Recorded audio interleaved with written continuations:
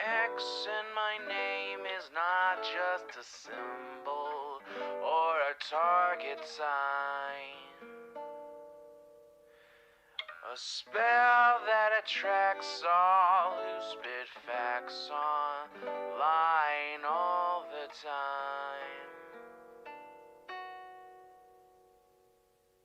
Can you see it? All the ones who drag my name every single day. Can you see it? Can you see it? Can you see it? They keep saying you don't have what it takes to carve out your own name underneath the shadows of gods. And I keep waiting for the day disbelievers say I flew way too close to the sun. I wait, but it never really comes. The X in my name is not just a symbol or a target sign. A spell that attracts all who speak facts online all the time. The X in my name is not just a symbol or a target sign. A force that compels all to rebel from all right shackled minds. Why do they just stand there against when they fall from the battles I have overcome? You feel it, feel the cope and the seething tone that they make while I stand up, man among gods. And I keep thinking with my mill, shooting ropes in my cold that faces towards the sun. They hate, but I'm sitting comfy with their mom. The X in my name is not just a symbol or a target sign. A spell that attracts all who speak facts online all the time. The X in my name is not just a symbol or a target sign. A force that compels all to rebel from all that shackled mind.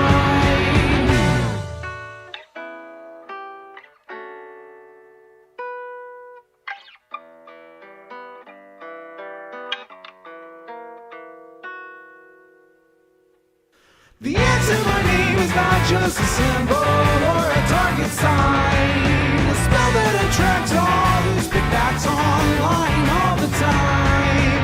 The X in my name is not just a symbol or a target sign. A force that compels all to rebel from all right shackled minds. It's you and me, your mom, it's me. I'll take another hit from my name. You'll see now, watch me not now, punch your face now. Show you how.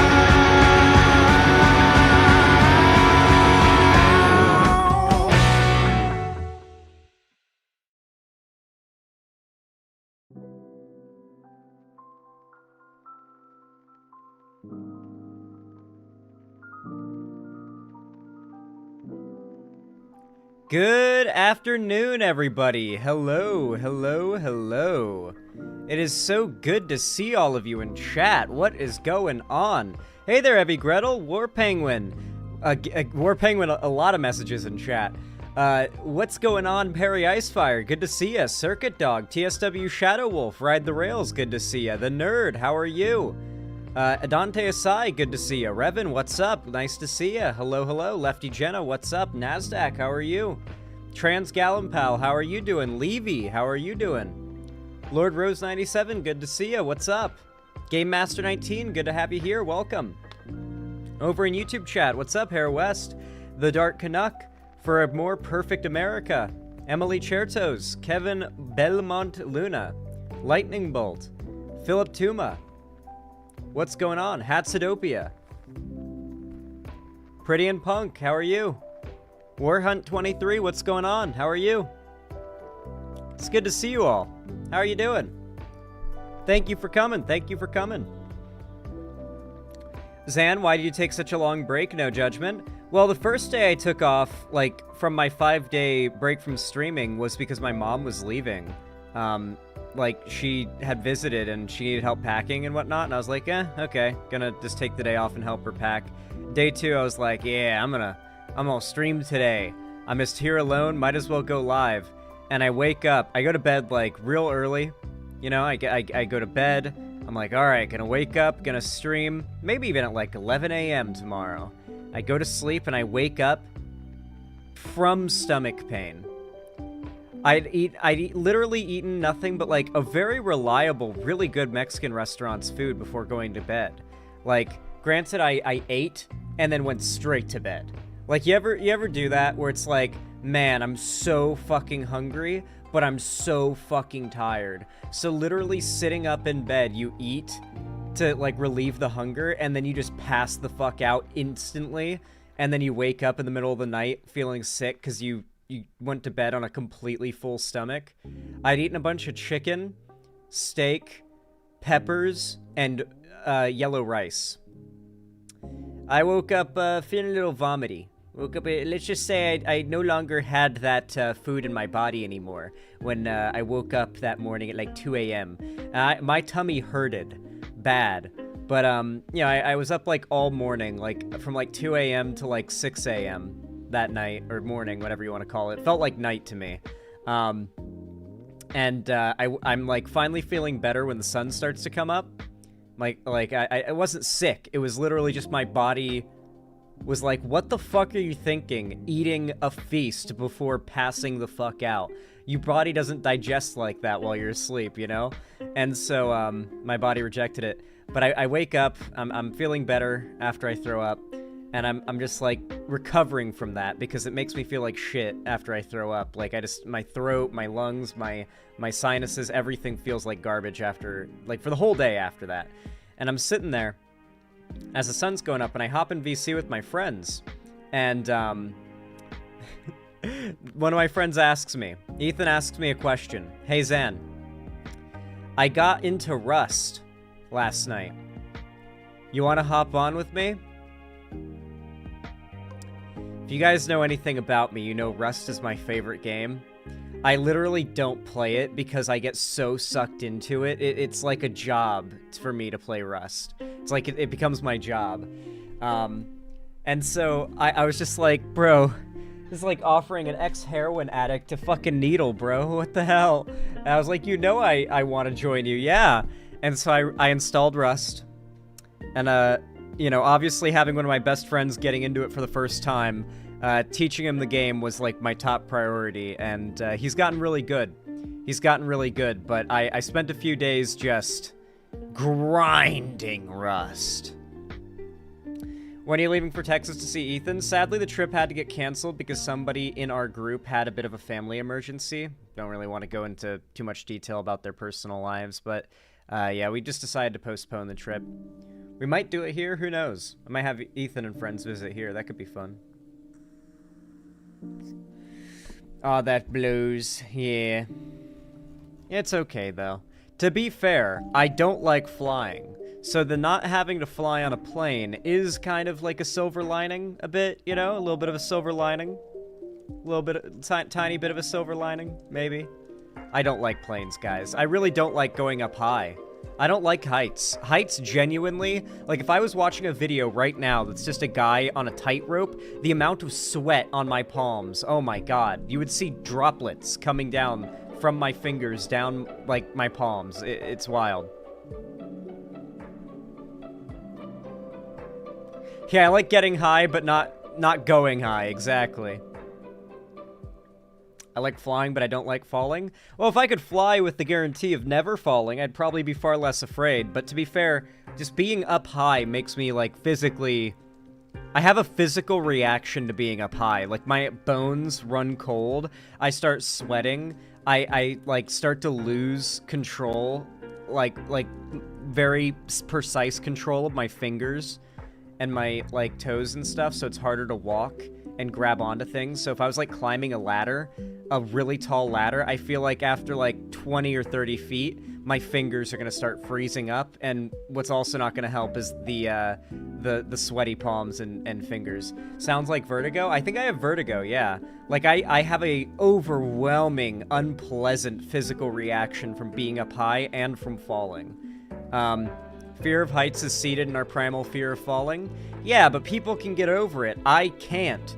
And it's not that I'm actively afraid either. Like, there's a difference between, like, when you're a kid and you're afraid of the dark and this kind of fear. For me, it's like my brain's like, go down the slide, and I have to, like, force my body to let me do it. And then as I'm falling, I like, am not in a good, I'm not feeling good as it happens, you know? It's hard to describe. Falling makes me feel really unpleasant, but I still do it. I've still fallen from quite a few heights for recreation. If you're someone who grew up in Florida and you've been to Springs, you've probably climbed a pretty high tree and jumped into the water before, which I've done. Something I could never do is skydive, or especially the worst. Like, I've ziplined before, that was actually fun, but the worst thing, bungee jumping. That is actual fucking nightmare fuel. I'd rather skydive than bungee jump.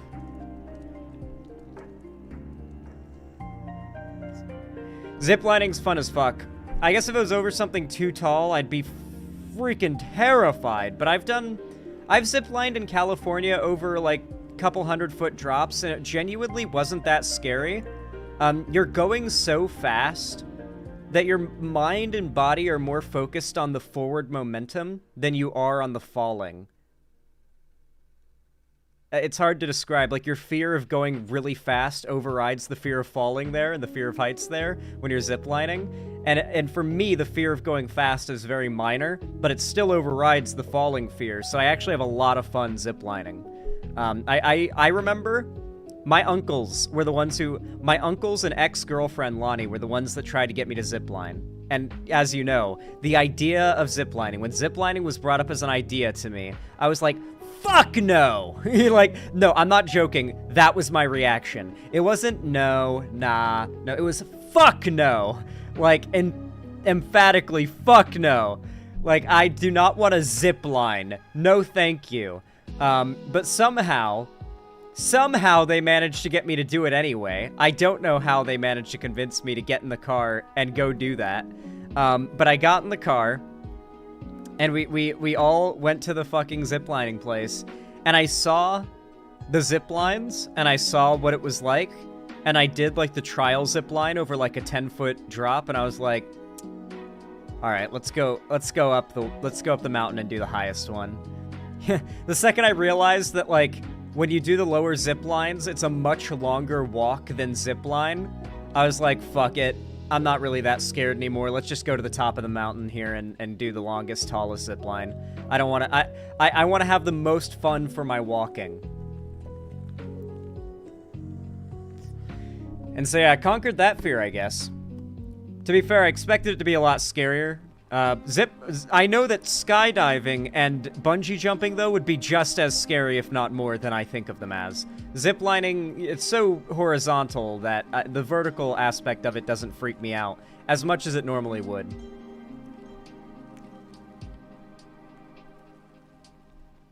Bungee jumping's the scariest? Yeah, I'd honestly rather parachute out of a plane than bungee jump. You know what does seem like the scariest thing ever, though?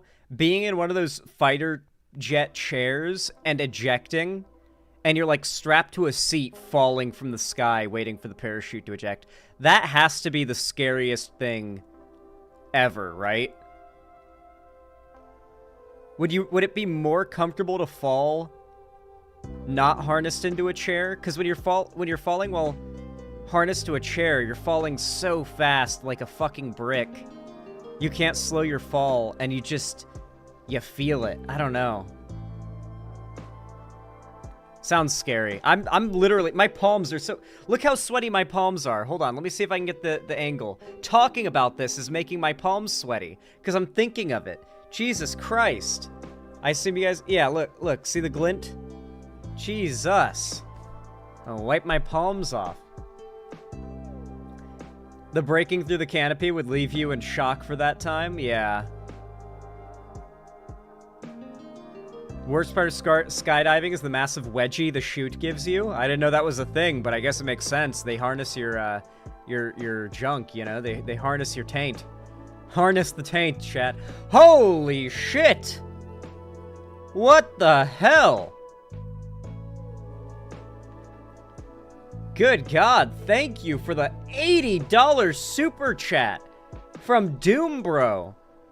Thank you. Oh my lord, that is such overwhelming generosity. Thank you, thank you, thank you.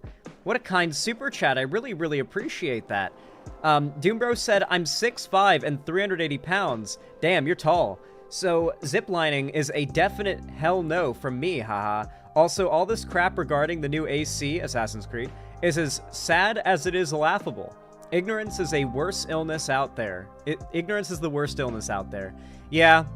I mean, yeah, to be fair, I guess you could make a case for that, considering most of the plagues that are returning right now are returning due to people's ignorance of medical shit. So, yeah. No, ignorance really is a plague, and it's spreading at proud ignorance is spreading at an alarming rate, and the internet is facilitating it, you know?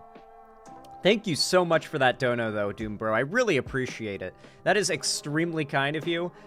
Let me know if that was supposed to be like an $8 donation and an extra 0 got added in there by accident.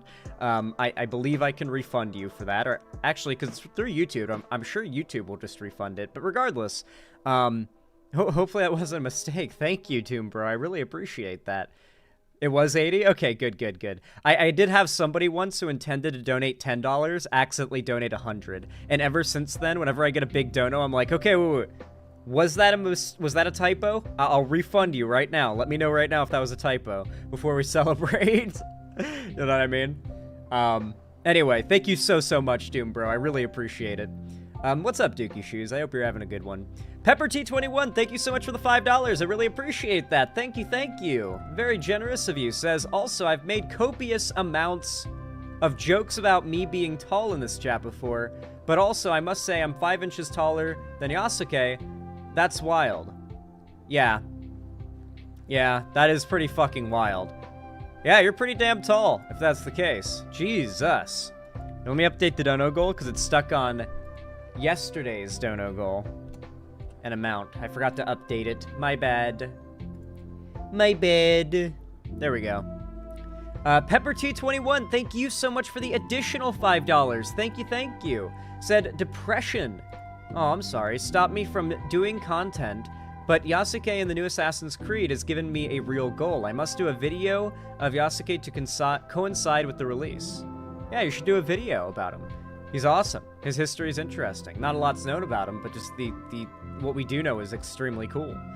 Pepper T21, thank you for the additional $5. Thank you very much. Thank you kindly. Says, you don't need to listen to this because of copyright, but I feel compelled to tell you that someone made Mordecai and Rigby rap the Drake diss track. I think, is this the one from Kendrick? I think this is the one. Yeah. So my understanding, actually, and I wish I knew this when I did the segment, is Kendrick did not copyright his diss tracks on Drake. Yeah. He specifically didn't copyright them because he wants them shared around as much as possible, because it's not about making money off these songs for him, it's about taking down Drake. He wants people, like even, I guess, streamers, to be able to, show the music and talk about it. So yeah, no. Kendrick's diss tracks on Drake are completely fine to show on stream. No copyright issues whatsoever. Massive Kendrick W, by the way. I see dead people. Love it on that beat, go. Aye. Monster on the beat, ho, Debo, any rap nigga, yeah, free throw, man down, call it every lambs, tell him breathe, bro, nail a nigga to the cross, he walk around like Tizo. What's up with these jabroni ass niggas trying to see Compton? They hit the streak and hate me, fuck them all and they mama. How many ops you really got? I mean, it's two. Guys, can Rigby say it? Zan cannot sing these lyrics, sob. Yeah, Rigby can say it? Okay. No. Many options. I'm finna pass on this body, I'm John Stockton. Beat your ass and hide the Bible if God watching. Sometimes you gotta pop out and show niggas. Certified boogeyman, I'm the one that up to score with him. Okay, Mordecai definitely can't say it. Walking down whole time, I know he got some hoe in him. Polo him, extra shit, Willie Defoe him. Say Drake. I hate you like I'm young. You better not ever go to cell block 1. To any bitch that talk to him and they in love. Just make sure you hide your little sister from him. They tell me Chubb's the only one to get your hand-me-downs. And party after party playing with his nose now. And Bob's got a weird case, why is he around? Certified lover boy, certified pedophiles. Wop, wop, wop, wop, wop. That fucking mold. Wop, wop, wop, wop. I'ma do my stuff. Why you trolling like a bitch? Ain't you tired? Trying to strike a chord. Dude, Drake fans, like, are on some real copium right now, trying to claim that this is not good, or that, like, the bars in this can't be understood, or like, they aren't good disses. The line, certified lover boy, certified pedophile, will live rent-free in mine and certainly their heads fucking forever. That line goes crazy. And then, of course, Drake's response was just, like, really, really weird. And yeah, I know it was from a meme video, but the fact that he brought up Millie Bobby Brown, who people have frequently brought his relationship up with as an example of how creepy he is from having so many public relationships that are known to be also private with underage women in particular. I don't think Millie Bobby Brown is underage now, but back then, when this was a big thing that everyone was talking about, yes, she very much was. So, yeah, like, it was super weird that he brought her up. And then, like, it was so, like, yeah, Drake's response was so bad, and Kendrick's original disses were so good. It's really bizarre watching people try to dog on Kendrick for this. I've not heard much else from Kendrick, and I've not heard much from Drake. All I know is this drama from them. And yet, like, it's very obvious that Kendrick is better. Both a better person and a better artist. Zan, Millie Bobby Brown is 20 now. Yeah, but when this was a whole thing going on, I think it was when Stranger Things was newer, and all those actors were, like, very much kids. Me and my friends were finally... So I've seen Stranger Things. A couple of my other friends have. My buddy Ethan hasn't. And we decided, all right, we're going to get Ethan to watch Stranger Things. We were watching season 1. We finished season 1, too. And it's like, Jesus Christ, they're so fucking young in season 1. Like, Jesus, they're like little fetuses running around. It's really, really funny. It's so jarring going back, but that's the time, roughly, when Kendrick was literally friends with Millie Bobby Brown. What the fuck does a, 21, 22-year-old? Is that how old Drake was at the time? What the fuck business does a 21 or 22-year-old have being friends with, like, a, 12-year-old? A 13-year-old at the oldest? When's Ethan coming on again? Pretty soon, I think. He does want to come back on stream. He's just been busy. I've also been quite busy when I'm off stream. I haven't had a lot of time to do much. I got a good stint of time to play some Rust, and I no-lifed the fuck out of it, but things are back to being busy. Oh, chat. I have been regularly putting out and refilling a hummingbird feeder with some sugar water for the last few weeks. Trying to get, like, a nice big hummingbird population brought to my backyard, similar to what I had in California. And I ended up getting a couple of different hummingbirds that are visiting my singular feeder. One of them is an Anna's hummingbird, and another one of them is a migratory Rufus hummingbird. They look very different from each other, very different colors. And so I am now looking at ordering a case of identical feeders and a bunch of what are called shepherd's poles. They're these, like, metal stakes that are hooked on one end and spiked on the other. Sounds like a death implement, but they're actually a gardening utensil, I guess you'd call it. You stab them into the ground and you hang things from them. Feeders, mostly hanging, like, pots for certain hanging plants, like if you have some kind of air plant. And so I'm going to kind of stake a bunch of those around my backyard and hang up the hummingbird feeders and have, like, I'm aiming for 6 to 12 hummingbird feeders. If you don't know anything about hummingbirds, one thing you should know is that they are aggressive assholes towards each other. They do not share. They just see each other and then they fight. Or they fuck. Or they fucking fight. So hummingbirds, they need to not have to share, right? And so if I'm going to have a bunch of them just swarming my yard, which I want because hummingbirds are awesome, one of the coolest birds, I need to have, like, a dozen feeders up so they don't fight over them. because they will fight. Remember to only feed them pure cane sugar. They get sick. Yeah, I use white granulated sugar. Granulated white sugar is what you want to use. You don't want to use brown sugar or like any other type of thing. Honey's bad. Like, no, don't buy any like red dye and put it in there. Just plain old tap water. Well, I use distilled water and granulated white sugar.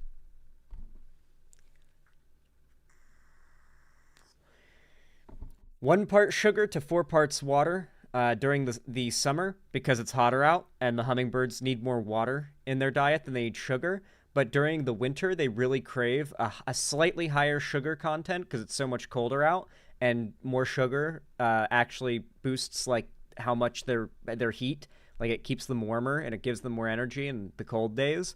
So I add a slightly more sugar during the winter, but slightly more water during the summer when it's really hot. And then, spring and fall, you go for just the normal 1 part sugar to 4 parts water. Yeah, it's not their food necessarily so much as it is like it's their fuel for flying. The hummingbirds primarily eat protein. They eat bugs out of the air. That's a big part of their hovering, is to be able to eat bugs out of the air. Like, they are very precise about it. It's like snapping like a fly out of the air with chopsticks. They're so skilled.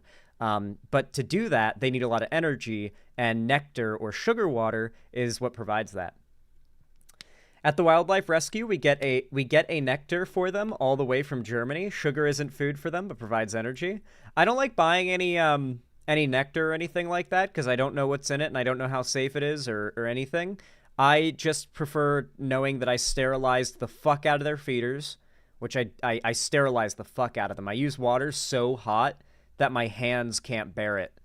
Like my hands come out of the sink burning red, like crab legs, whenever I'm finished cleaning those hummingbird feeders. Because over a few days, because I clean them out every 2 days, so on the 3rd day, I change it out. Like, you can't see it because like in the feeder looks clean. You can't see it, but if you rub your finger across it, you can feel a slicky kind of slime. That's the start of a mold colony beginning, which is why you have to change them out every 2 days.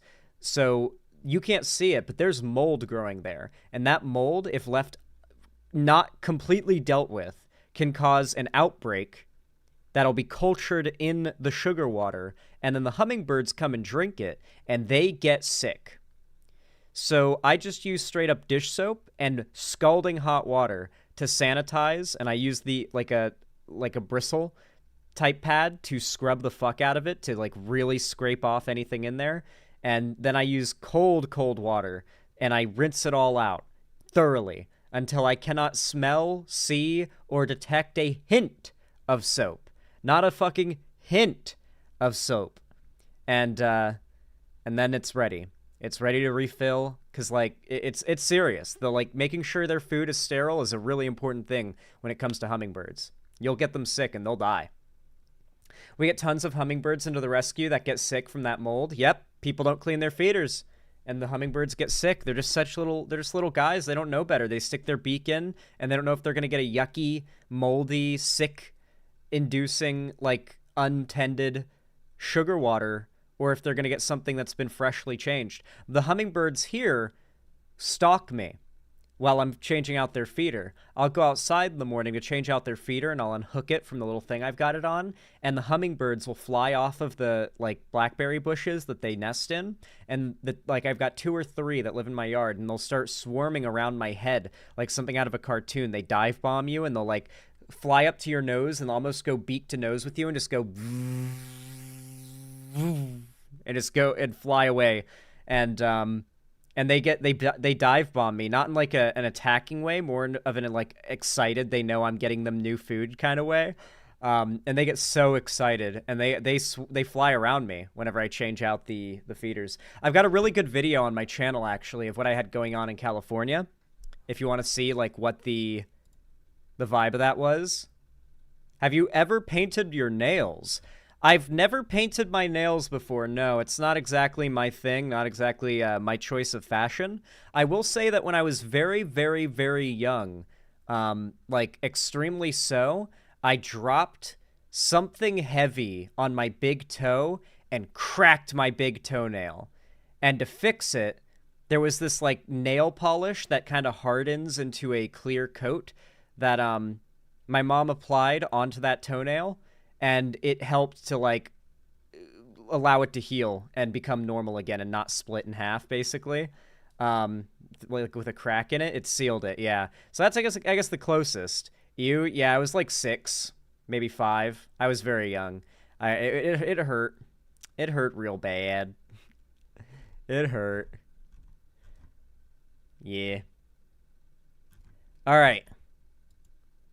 My friends. I want to show you this video. Hold on. What was one of the videos I did back then? I guess I'd probably be best to just go to my videos and then scroll. It was shortly before moving to Seattle, so it would have been about 2 years ago? Or have I been here a year? How long have I lived in Seattle? What the fuck? It would be 2 years, right? I think so.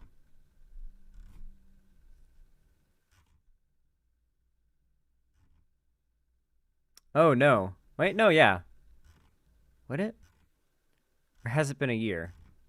I'm just scrolling through my videos right now and hovering over them to see, like, what setting I was in when I made them. Yeah, I've been here for almost 2 years. Okay, that's the tiny house. I'm getting close. Here we go. Here's one of the videos. All right, so which one? Here's a good example. Okay, so I want to make videos like this again. I've been working on sort of transforming my backyard slowly into the kind of environment where I can make videos like these. And the quail videos will incorporate stuff kind of like this. So when I talk about what I had going on my back porch in California, this is what I'm referring to. So, yes, these are hummingbirds that you see flying around me and chirping. As you can see, I'm currently surrounded by beautiful little hummingbirds, my gorgeous little babies. And welcome back to another video on my porch. I want to talk a little bit... You can hear the buzz a little bit whenever they fly real close to the camera. Sometimes you'll hear... That's a hummingbird right up against the camera. About the future of the channel. Because in a couple days, I'm going to be moving. I should get rid of the chat so you guys can see the hummingbird eating out of the feeder. Hold on. Screen chat. Yeah, here, let me rewind a little bit. Because this hummingbird just hangs around for the whole opening of the video. I'll get rid of the overlay. Here we go. So, as you can see, I'm currently surrounded by beautiful little hummingbirds, my gorgeous little babies. The one right there. And welcome back to another video on my porch. They're fighting. I want to talk a little bit about the future of the channel. Because in a couple days, I'm going to be moving. My long-awaited move that has been hyped up for quite a few months now to the Pacific Northwest. So yeah, you can basically see I had a lot of hummingbirds on my back porch. You're not even seeing half of them here. There's like maybe 4 or 5 that keep flying on camera in this video. But if it was like midday or maybe a little earlier in the day, there would be so many more flying on the camera. But this is essentially what I'm trying to build, and even more with my entire backyard, just filled with feeders. You can see I had these shepherd's poles with just 2 feeders here. I have a feeder there. This feeder, you can't see it. It was covered in bees at the time. I did an experiment, and I filled one feeder with just an excessive amount of sugar, and I put it in a place where the hummingbirds wouldn't access it because I don't want them to get sick. And sure enough, I was able to attract bees. And I set up this like jug that I sawed 2 jugs in half and then taped them together into like a long plastic thing and then wrapped it in paper. And I put the high sugar feeder into it, and I was like, I might be able to attract bees into making a colony inside this paper thing, and I can have bees. I really am excited to get into stuff like this with my own yard in Seattle. Will bees attack hummingbirds? Sometimes, but it's only if they fight over feeders, And the bees won't go for feeders that have the right sugar content. Like if you do 1 part sugar to 4 parts water, it's too low sugar for bees to care about, and there's bee guards. But this was an already broken leaky feeder, so that didn't work for the hummingbirds. And I needed it for something, so I decided to just put extra sugar in there and use it for the bees. And since the bees were all on this, they didn't bother the hummingbirds at all. Why would you turn a hummingbird feeder into a bee feeder? Because it broke, and I like bees. The bees were so friendly, too. I regularly pet them. I've got videos where I'm like, hey, little guy, and I just, like, reach over with my finger, and I just, like, pet the bee. They are very friendly, surprisingly. Like, bees will let you touch them, and they won't sting you. It's quite surprising. Yeah, you can just see this whole video, I've got hummingbirds just... Oh, yeah, there's one right there. General bird He's just chilling. He is just chilling. I'm so excited to do quail, too. There's one chilling right there. Yeah, I've got a couple other videos I did as well where there's a bunch of hummingbirds and stuff. Petting bees, that requires big brass balls? No. Have you ever been stung by a bee before? It doesn't hurt very much. You're basically a Disney princess. Can we not say Disney prince, please? Can we just say Disney prince? Let's just go with Disney prince. I get it. Animals do love me, admittedly. I feel like I've got a pretty good track record when it comes to not getting mauled, bitten, eaten, disemboweled, crushed, stomped, kicked, or any other such thing by animals. They tend to really like me.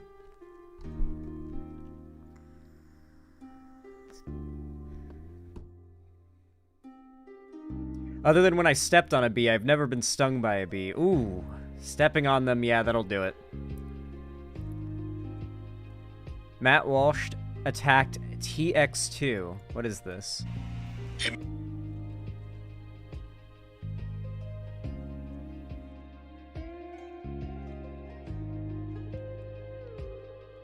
I guess a punk rocker? That's funny. Here, I'll watch this in a second. Hold on. One moment. One moment. Pepper T21, thank you so much for the 5 tier 3 gifted subs. Oh my gosh. Holy crap. Thank you, Pepper T21. How much is that? Wait a second. Hold on. Let me open up calculator number 2 really fast. New calculator, please. How much is... So that's 20 times 5. I'm not doing the math in my head. I'm high. I'll get it wrong, and it'll be embarrassing. It's 100. Why didn't I just do 5 times... I could have just done 5 times 20. Okay, never mind. This is what I get for being high. My math skills take a fucking shit when I'm stoned, guys. I feel like I'm better at talking, joking, perhaps even reading and theorizing and intaking information, certainly about media and stuff like that, while stoned.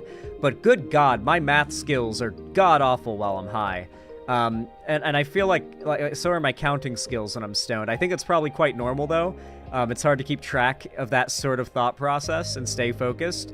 But it's always funny going to the dispensary and having to count cash. I'm always like...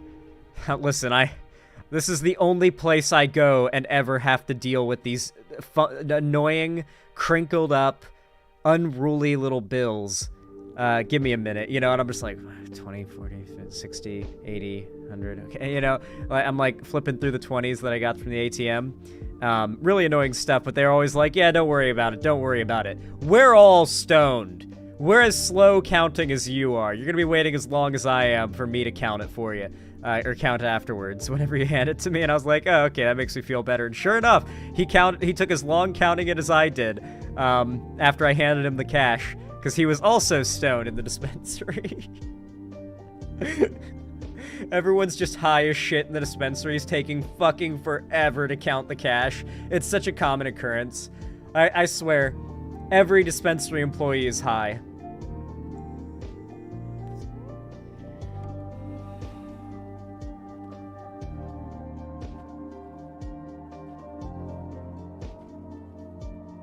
Zoomer counting cash, yeah, literally not a thing. Alright. Good God, thank you so much, Pepper T21. Said Doombro said he's 6'5", and I established I'm 6'7", so to maintain my dominance, I will outdo his dono. Jesus Christ, I guess you technically did. Good God. Listen, it's not a competition. Unless you wanted it to be. I mean, if you guys wanted to get into a competition trying to out-donate each other, it's not like I could stop you. You know, it's not like it... Hold on, let me, you know, actively orders NCR flag to put up next to my Super Earth flag. Full-size NCR flag. I am doing that next, by the way. The next flag I get will be an NCR flag. I'm gonna have my Super Earth flag and my NCR flag right next to each other. The most liberal gamer display you've ever seen. Walk into my room, how to tell a gamer is left-wing instantly.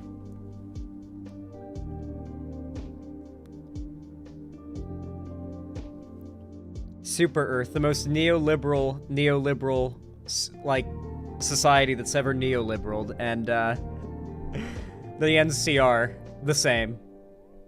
Although far better than Super Earth, obviously, but you know what I mean. Completely sober, I tried to pay for $30 worth of weed with two 20s when I had a 10. Just stepping in the building makes you high. Yeah, for real. It feels like, I swear, like the terpenes are in the air.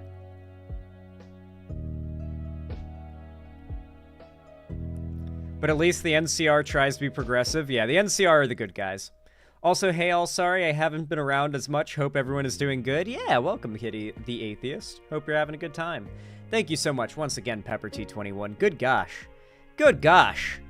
You absolutely, went sicko mode there, I must say. Thank you. Let me update the dono goal really fast, really quick, really snappy.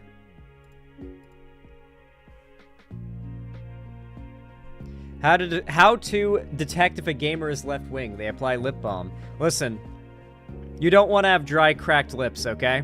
And I assure you, saliva is not what you want to use to moisturize your lips. I only just recently started using chapstick. I actually got this, like, mint chapstick. It's, like, minty. It's really good. I got it from my dentist's office. It's neat. Yeah. I got my lip balm. I got my mint lip balm, I should say. It's really tasty as well, like whenever you get an occasional taste of it on your lips. And it's really soothing. It feels nice, and it makes my lips nice and moisturized, which is what you want. You don't want to have dry, cracked, fucked up lips. Use chapstick, people. Alright. Where shall we start? I think I know a good place. I like the tingle of Carmex. I've never used Carmex before. I'll have to look into it. Maybe the tingle is worth getting.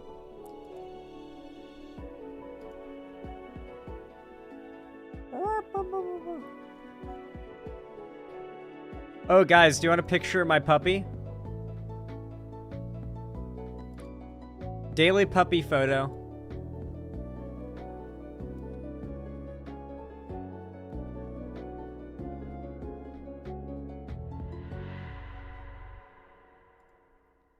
I'm not even joking when I say she spends roughly 70% of her day looking like this.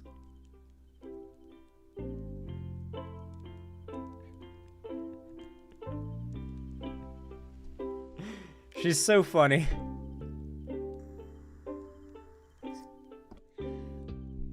Yeah, she's a puppy. She's almost... I think she's almost 2. She'll turn 2 in July. She actually has the exact same birthday as me, believe it or not. She was born on the same day, July 27th, same day as me. So me and her have the same birthday. And she'll turn 2 on my 25th birthday. She's so cute. Yeah, she's so cute. I'll find another photo of her where she's standing up so you can see her, like, ears. Her ears are so funky. She got the funkiest ears. They're so funny.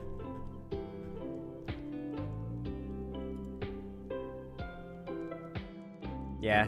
Here's her going on a walk on a trail in California for a good look of how she typically looks on her daily stroll. Look at her. How gallantly she walks down the path. If it's cold out, she wears a little pink bubble jacket that she absolutely loves. She will literally pick it up in her mouth and carry it to you when it's time for her to go out, to let you know. But when it's warm out, she wears her little pink tank top harness, and she'll pick it up in her mouth and carry it to you. It's like it's time to go out. That's how she does it. She'll also steal your shoes and your socks and your gloves when it's cold out especially, so you can't leave the house. Like, if you're ever like, it's cold out, I need to leave the house, wear the gloves, look in the dog's bed. Or where the last place that she was literally, like, laying, she was probably laying on top of them. Because she knows that if she's laying on top of the gloves and you can't find them, you can't leave the house. She's so adorable and very smart. Very, very smart.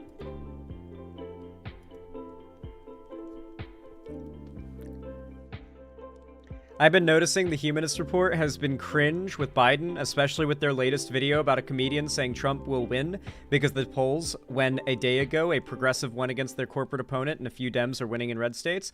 You got to understand that right now, all the grifters and yes, there are grifters in the online left. Big surprise. Not as profitable of a grift as the right, but there is a somewhat profitable grift. You have to understand that for these people, Biden being president is catastrophic.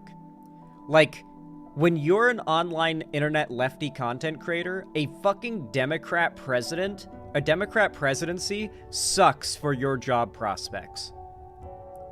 It really does. So if you're just a grifter who doesn't give a shit about, like, the political things that you're advocating for, and all you care about is America being in turmoil so people are scared and motivated to watch political content, people who are on the left, and, you know, the sort of, what's it called? The absence of care and the sort of distancing from politics people go through on the left when there's a Democrat president isn't really good for their views. And so a Trump presidency is in these people's best interests. Any content creator telling you not to vote for Biden that is left-wing, you need to know it is best for their bottom line if Trump wins. There's a 9 out of 10 chance it is a content creator who is not going to be directly impacted by Trump's election, at least not immediately. And it's more likely than not somebody who just wants to make money. Some of them probably genuinely hate Joe Biden and don't want to vote for him, but a lot of these people seem like grifters that just want Trump to get reelected, because just like every single media outlet related to news or politics on the face of the earth that took a dive after Biden took office, he wants to recover and go back to those unprecedented Trump-era news and political content numbers. When Trump was in office, there were unprecedented numbers for politics content online. All of it took a dive, well, even the rights, but less so than the lefts when Biden took office. So if you're one of these creators, it's somewhat understandable, but also aberrant to do the grift of, like, trying to convince as many people as possible not to vote Biden for the chance that Trump gets reelected. And you get another 4+ years of political insanity to monetize off of.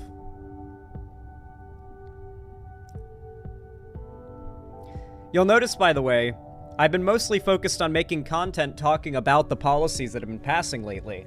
Like, look through my catalog of uploads, and it probably, like, every other, if not every 2 videos, is a video talking about a new policy that Biden or House Democrats or something have passed that's going to be impactful, or a policy the Republicans have passed that's going to be, in a bad way, impactful. I don't really see a lot of these same creators talking about these things. How many of these creators telling you not to vote for Biden have even mentioned the fact that Biden has canceled billions of dollars of student debt so far? You don't hear it often. You don't hear it often, because they know if they mention that, people are going to be like, wait, Biden's canceling billions of dollars of student debt? I didn't know that. I thought he was doing nothing about that. I thought that was an unfulfilled promise, the student debt canceling. Because, of course, the kind of lefties that are not going to vote for Biden are the kinds of lefties that don't know what Biden is actually doing in office outside of the very narrow view filtered to them by someone like Hassan, right?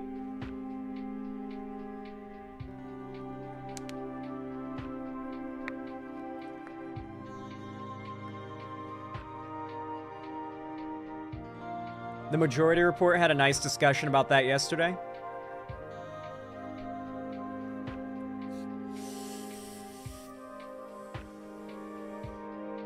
Alrighty.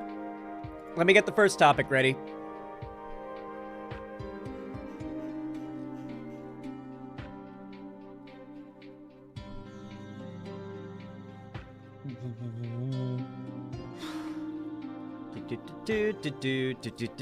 Where's my stream suggestions chat? Guys, I think we're gonna do a massive, like, Ethan has been wanting to do this for a while. Me and Ethan are gonna go through the Discord server and delete a bunch of unnecessary channels. There are so many channels here that don't need to exist. Like, way too many. We just need one general chat. A stream discussion chat. And streams, and stream suggestions. That's all that needs to be there. We don't need multiple gen chats. That's just insane. Yeah, man. I gotta cut down the Discord a little bit. It's getting way too bloated. Gaming archive. Okay, those are just archived other chats from, like, World of Warcraft, League of Legends chat, Destiny 2 chat, FF14 chat, Rust Friends chat, Rust Apply chat, Site Sources chat, Minecraft chat, Fallout chat, D&D chat. Is that Do Not Disturb or D&D like the game?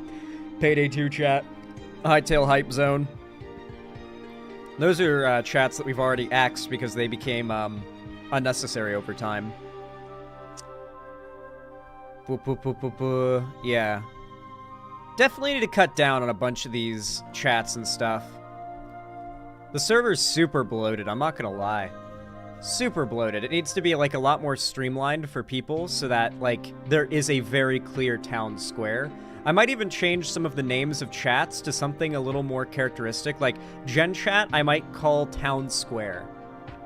Maybe it's a little too LARPy, but I feel like it's a little charming, you know? Like, immediately know what that means. That's like, okay, this is where everyone's hanging out and talking, and this is where to meet people and just, like, vibe out, you know? I think that'd be smart. Curious what you guys think. I can't see the chat right now because I'm scrolling. But, yeah. 1 second.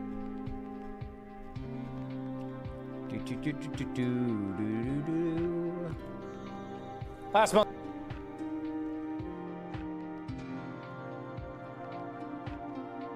All right.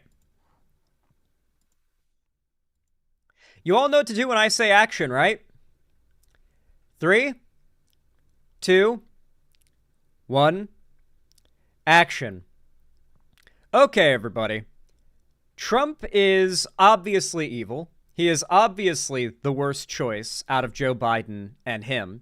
But I feel it's important to continue to hammer that home because for some reason, I continue to see on the daily, several times a day, my brain, my eyes, my ears, all my senses are assaulted by having to witness lefties online unironically argue Joe Biden and Trump are effectively no different from each other insofar as, you know, their potential good or bad they could do as candidates once elected. This is obviously insane, and it's not just because Trump is so bad. As I've made a very strong effort to prove with, like, very thorough and up-to-date coverage of Biden's political moves and, like, executive order signings and all bill passing, all that kind of stuff, staying on top of all Biden's activities, I've made it very clear that Biden is actually quite good. Very good, in fact, domestically at least. I'd say his foreign policy, while certainly far from being the worst of any American president, could definitely be better. But yeah, I mean, Biden is actually quite good. People refusing to vote for Biden so vehemently has me a little scared. It's hard to say how many of these people are even the types that go out and vote at all in the first place, to be fair. Like, if Bernie was the presumptive nominee, would they be willing to vote? Would they really vote when the general came around if Bernie was the, like, primary winner? I honestly don't know. I don't know how many of them would bother. So many of them are the types of people, like, I feel like they're the same types of people who feel about electoral politics how a lot of people feel about liking a YouTube video, you know? Like, you'll watch a YouTube video from a YouTuber, and let's say it has 1,000 views. And all 1,000 people who watched it probably enjoyed the video, right? Like, they watched like 10 minutes of it or something like that. But the video only have 200 likes. And they'll hear like a call to action to hit the like button, but they won't do it. Oftentimes, and at least in my case, when I used to not hit the like button on videos when I was younger, it was because I always just thought like, my like isn't going to add that much, you know? Like, so everyone else is going to like the video, or a bunch of other people are going to like the video. My like doesn't count. But if you look at that video, roughly 80% of the viewers, in many cases, have that same thought process. And that mindset doesn't just apply to, like, internet engagement and viewership and, like, understanding the algorithm. It applies to how people think about voting. When something requires the overwhelming contribution, like a small contribution from a bunch of individuals, sometimes singular individuals start to think that it doesn't apply to them, that there's such a small piece of the puzzle that as they don't need to hold up their end because so many other people are out there to hold up their end. But meanwhile, there are countless other people out there thinking the same thing. And that's why voting rates are so low. Like, it's not just that, like, I think most of the country does vote, but not by a lot. Like, a surprising amount of Americans don't vote. Especially back in 2016 and 2020. 2020 had surprisingly high turnout, but 2016 especially had really bad, like, shameful turnout. And a surprising amount of Americans will just check out of voting, even on the president. And so that kind of, little worrying for sure. And I wonder if that's how those people are. Like, they're just kind of justifying what they weren't, they're justifying not doing something that they were already not going to do just out of laziness, but now they're trying to ascribe a moral good to it. I think that's a pretty good possibility. Anyway, I think it's important to also hammer home, obviously, how god-awful Trump is. Because while Biden is doing things like shutting down plans for big mining roads and oil pipelines through thousands of acres of land in Alaska, and, like, expanding green energy permits more than any president ever before him, Donald Trump is promising to axe climate policies. Well, here, I'll just read the headline. Quid pro quo. Trump vowed to gut climate change laws in exchange for $1 billion from oil bosses. $1 billion. $1 billion from oil bosses. For those that don't know, Donald Trump's been really hard up for money lately. And so Donald Trump's current strategy is just to openly and shamelessly take $1 billion from the oil lobby in exchange for promising that if he gets reelected, he will annihilate environmental regulations holding the oil industry back from destroying our planet. $1 billion is literally what he needs? Yeah, no, this is what he's going to use to pay off all of his legal shit. So Donald Trump's probably in the clear. And on top of that, the Supreme Court will no doubt decide that he is completely immune to any form of like legal action against him, because the crimes he's committed, he did while president, and they are trying to argue the president can't be tried or charged for any crimes unless he's impeached by the House and Senate first. So Donald Trump may not only have all of his legal stuff paid off and be able to pay for his campaign, but on top of that, the Supreme Court, which he put into power, of course, the majority of them, the Supreme Court very well may give him a get-out-of-jail-free card and full immunity from any future crimes. So it's very possible that this move is what gives Donald Trump his saving grace. Like, he might just totally be, like, home free now. Like, plenty of money to run now. Like, all those legal cases might have just not been a problem for him anymore. His tax stuff, I think he can pay off now with the one. Yeah, I think he's set. Cringe as fuck. It's so fucking cringe, but it's the reality from what I can tell. Like, the oil lobby is covering him. Donald Trump summoned a who's who of top lobbyists and executives from the oil and gas industry to the upscale La Quinta/bribery palace he calls Mar-a-Lago, and proceeded to solicit $1 billion from the fossil fuel companies to get him elected, as multiple outlets have now reported. In exchange, the Washington Trump is being investigated for this. Doesn't matter. The Supreme Court is currently looking to decide that he cannot be tried for anything. Granted, he's not president now, so maybe he could be tried for this if it's a crime, but they're trying to argue that anything he did that's illegal while president can't be charged because the president should be immune to, from crime. It's literally just they are arguing for fascism and dictatorship. They want no consequences whatsoever for a president that isn't a Democrat. Washington Post reports, quote, he vowed to immediately reverse dozens of President Biden's environmental rules and policies and stop new ones from being enacted. The New York Times. The sad thing is, while many lefties don't know that Trump is vowing to axe these climate policies, even more lefties don't even know that Biden passed these climate policies in the first place. So if Trump does get reelected and he starts axing these climate policies and that ends up being like big news in the headlines, you better believe the people who didn't vote for Biden and are going to go straight to talking about how bad Trump is and talking about how awful it is that America's plunging into fascism, as if they did anything to try and stop it, other than tweet. They will instantly start. They won't even acknowledge the fact that Biden passed those laws when they say how bad it is that Trump is pulling them back if Trump gets reelected. They'll immediately go from shitting on Biden to shitting on Trump because it's what they want. A lot of the content creators, at least, and the Twitter posters and the clout demons, they want Trump reelected so all their numbers can go up. He thinks you need to read more of the Palmer report, Zan? Here, I'll bookmark it really fast so I can read it. Alrighty. It's bookmarked. Hopefully that's a good read. Times says, quote, Trump told the group that they should donate $1 billion to his presidential campaign because if elected, he would roll back environmental rules that he said hamper their industry.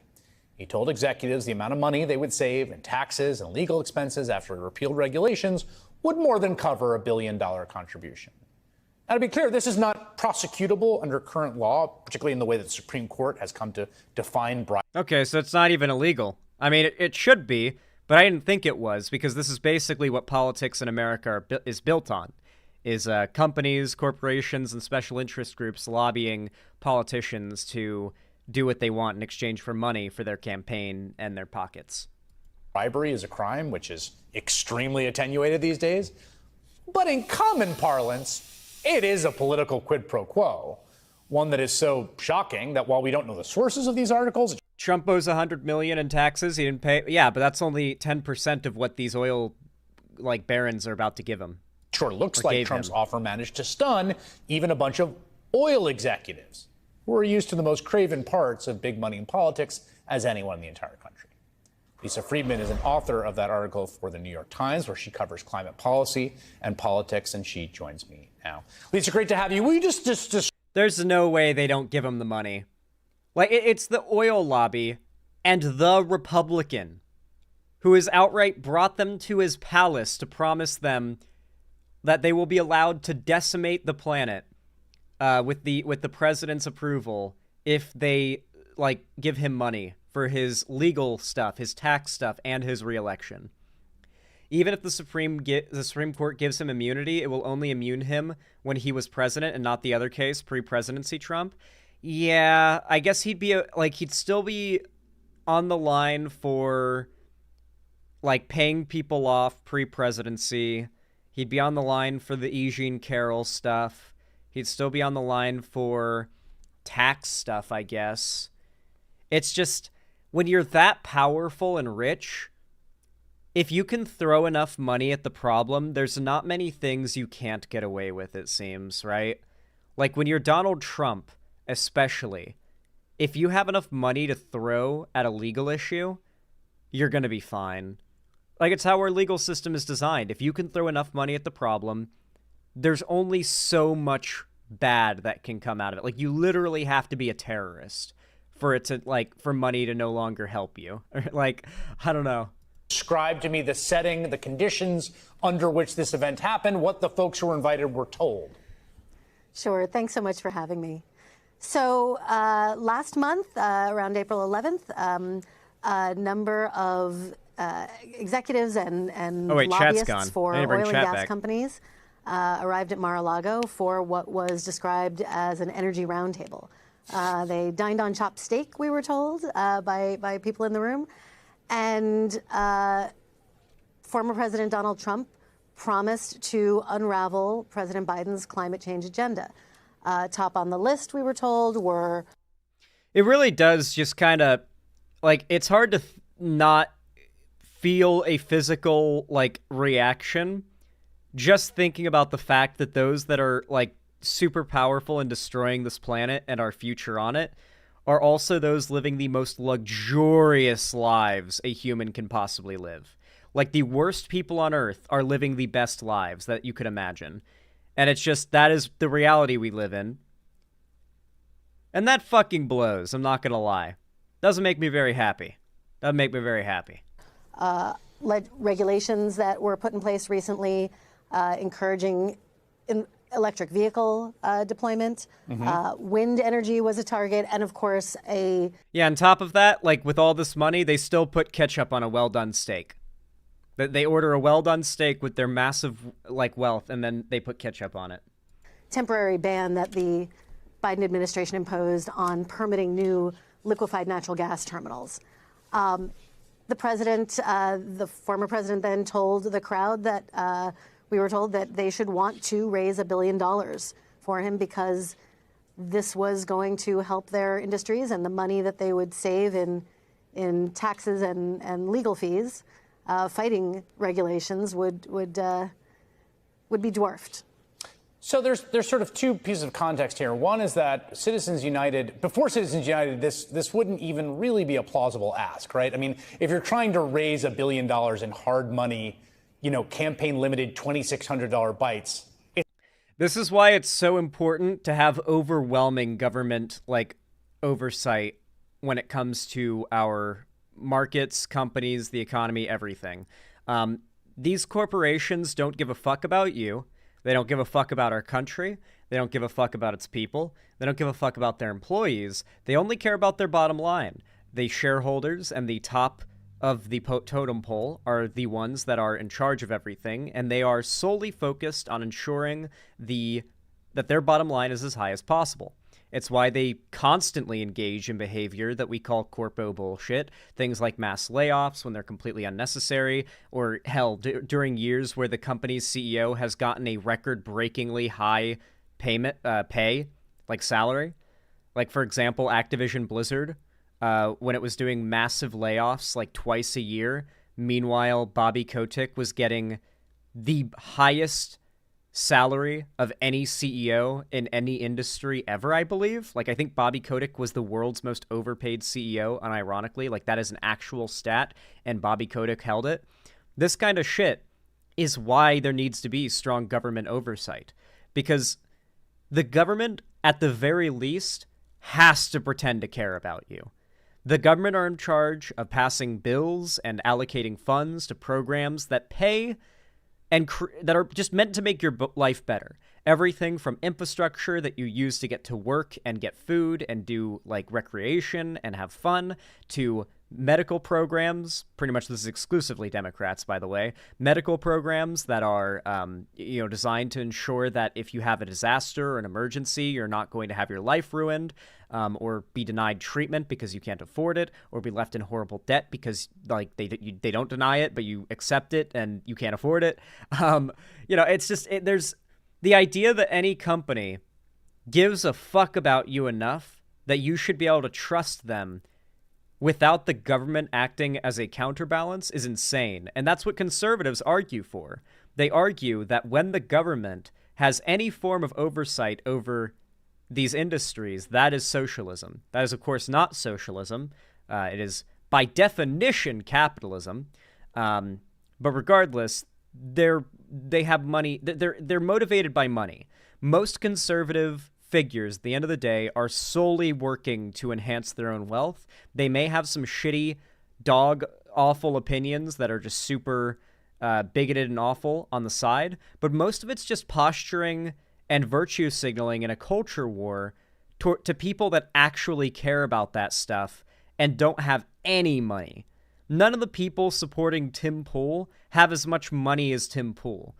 Tim Pool doesn't give a fuck about the stuff he's talking about. He just cares about getting another skate park. By the way, he has 2 skate parks now, one in the basement, one above ground as well as compound. These people have unimaginable amounts of money. Their fans don't care, or many of them don't even know how much money their faves are making. But for those content creators, it's all a grift. It really is all a grift. And it's all, like, it's money in politics is what it is. It's what's happening here. It's what's happening on YouTube with, like, right-wing grift content creators. These people are motivated by money. And all the racist, like, right-wing shit that we see being touted about, the memes, the racism, the transphobia, the homophobia, that is all culture war nonsense weaponized to convince the dumb internet idiots to jump on board with full-on conservative ideology and support something that will make these figures more money. It's not going to happen. It is in the environment we live in now where the ask, if audacious, is plausible in the sense that, you know, the American Petroleum Institute could get $1 billion channeled into something that some super PAC, right? Certainly. I would note that the way it was relayed to us was less of a you do this for me, I'll do this for you, and more of a you in the room should want to raise $1 billion for this campaign because Trump 2 will be ready on day 1 to unwrap. Meanwhile, Biden had the largest grassroots-funded campaign event of all time in American history, while Donald Trump raised less money, but almost that much, by bringing a bunch of oil executives into his, like, palace and promising them that he'll favor them with his policies if he's elected and if they give him money. Insane. Travel, the regulations and policies that are hurting your businesses. Now, one of the other interesting bits of context here is that obviously the people in that room, I think, are opposed to the Biden climate agenda on green energy and also opposed to those regulatory stances you took, no new permitting on exporting liquefied natural gas, a pause on permits to the Gulf of Mexico, taking Alaska offline, et cetera, right? Exactly. But if I'm not mistaken, we're pumping more oil and gas than any country in history ever. And we're exporting more than any country in history ever. Reminder, by the way, we are not consuming more oil than we are producing. Biden opened up more permits for domestic oil drilling than any president before, and more permits for green energy than any president before. And the domestic oil drilling that we have done has been in such a way that is far less environmentally destructive than, like, fracking, for example, or like the pipelines that are trying to be built up in, like, the Alaskan wilderness and stuff. And so, on one hand, and on top of that, Biden is basically axing the coal industry, which makes up, like, what, 20% of our power production and 80% of, greenhouse gas output from America. Simply Biden's coal plan going through, which Trump wants to cancel, will decrease America's fossil fuel consumption, or not fossil fuel consumption, greenhouse gas output by 80%. Just getting rid of coal. That's 20% of our energy production that we need to supplement, which is fine. By 2032, if we can supplement 20% of our energy production with good, ecological energy production, geothermal, wind, hydro, whatever it's got to be, solar, then we will eliminate 80% of our greenhouse gas output. We need to go negative, obviously. We need to literally be taking greenhouse gases out of the atmosphere in order to, like, get to a good place. Like, we actually need to go carbon negative, like no carbon output, and we're taking it out of the atmosphere. That's ideal, but we're on a very good road. We're on a very good road, assuming Trump doesn't, take a jackhammer to it. And they're making record profits, right? It's incongruous, isn't it? You're absolutely right. The Biden administration is... It's always funny how these companies do the most horrific shit to increase their bottom line when they're having record profits, too. It's rarely ever... You rarely see, like, this company did this horrible, massive layoff. Yeah, but At the same time, they did have like a 70% decrease in sales and income that year. I guess it makes sense.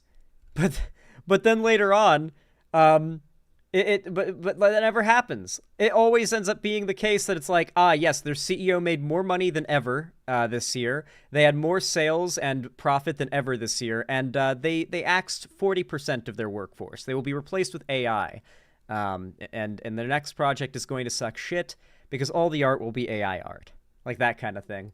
Overseeing record oil and gas production. He is getting no credit for that from the oil and gas industry. And he also, and and the administration also has been pretty quiet about that fact. Yes. You have to mention also, they're not eager to tout that.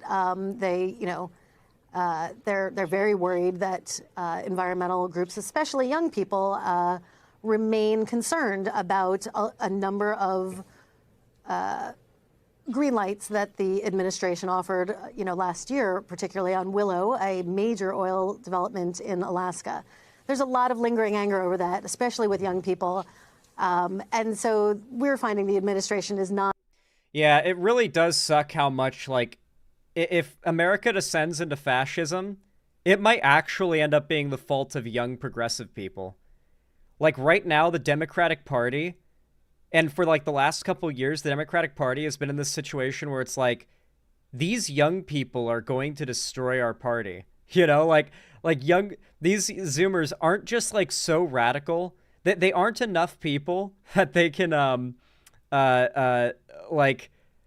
influence the election, like a primary election, in favor of, say, like, Bernie Sanders, right? But they are enough people that their influence is like a constant drag on the Democrats. Probably not, Zan. No. Have you seen how much, of the coverage we've done from both, like, mainstream left-wing outlets and coverage of, like, the Biden team's strategy has been talking about trying to, like, get young progressive people to not be deluded about Biden? Like, Biden does one thing that someone like Hassan twists into, like, neoliberal pandering to the right or something, and no credit is given to Biden. Then maybe they should try to secure that vote. That's what they are trying to do. The problem with that is, Ethan Wood, is that these young people don't read the news. They don't read the White House's website. They watch YouTubers and streamers, and they're not watching me. They're watching Hassan. They're watching, like, Frogan or Denims or fucking, like, Mike from PA or one of those, like, dumb fucks that just spews nonsense. The left-wing equivalent of right-wing, drivel, right? Heavily tilted on America always bad. The Democrats and Republicans are just as bad as each other. Doomer about the state of politics at all times. And we must always live in the aesthetic of being anti-America, anti-American government. And no matter who's in charge, they're bad. We refuse to cover any good that Biden does. Lance from the Surfs, I guess. If he's on that side, I didn't know he was. Sounds right.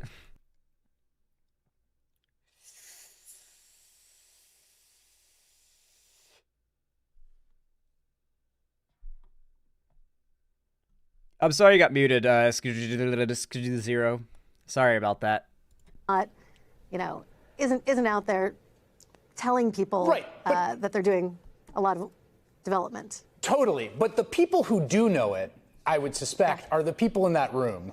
And they give him no credit. Lance is on that side, but he's Canadian. Am I the only left-wing content creator that's not grifting his ass off? What the fuck is going on right now?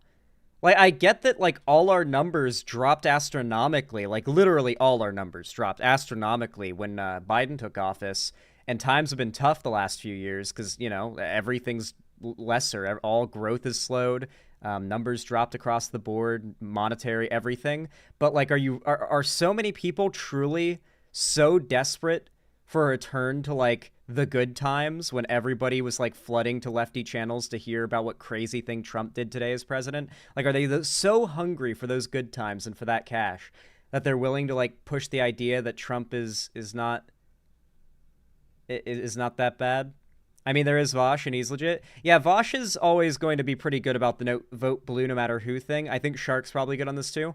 But and I don't know what Demon Mama's position is, but I think Vosh and Demon Mama possibly are not exactly like don't vote on this issue, but I have seen that their discussions of Biden have rarely been positive.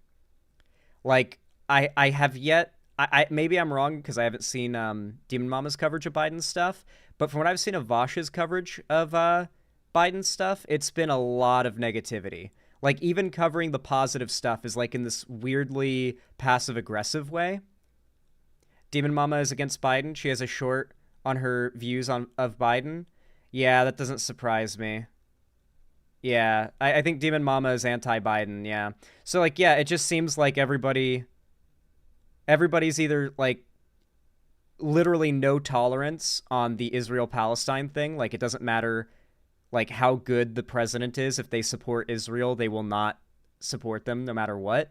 A lot of lefties are either there or just outright like don't vote Biden because I want money. You know, money me.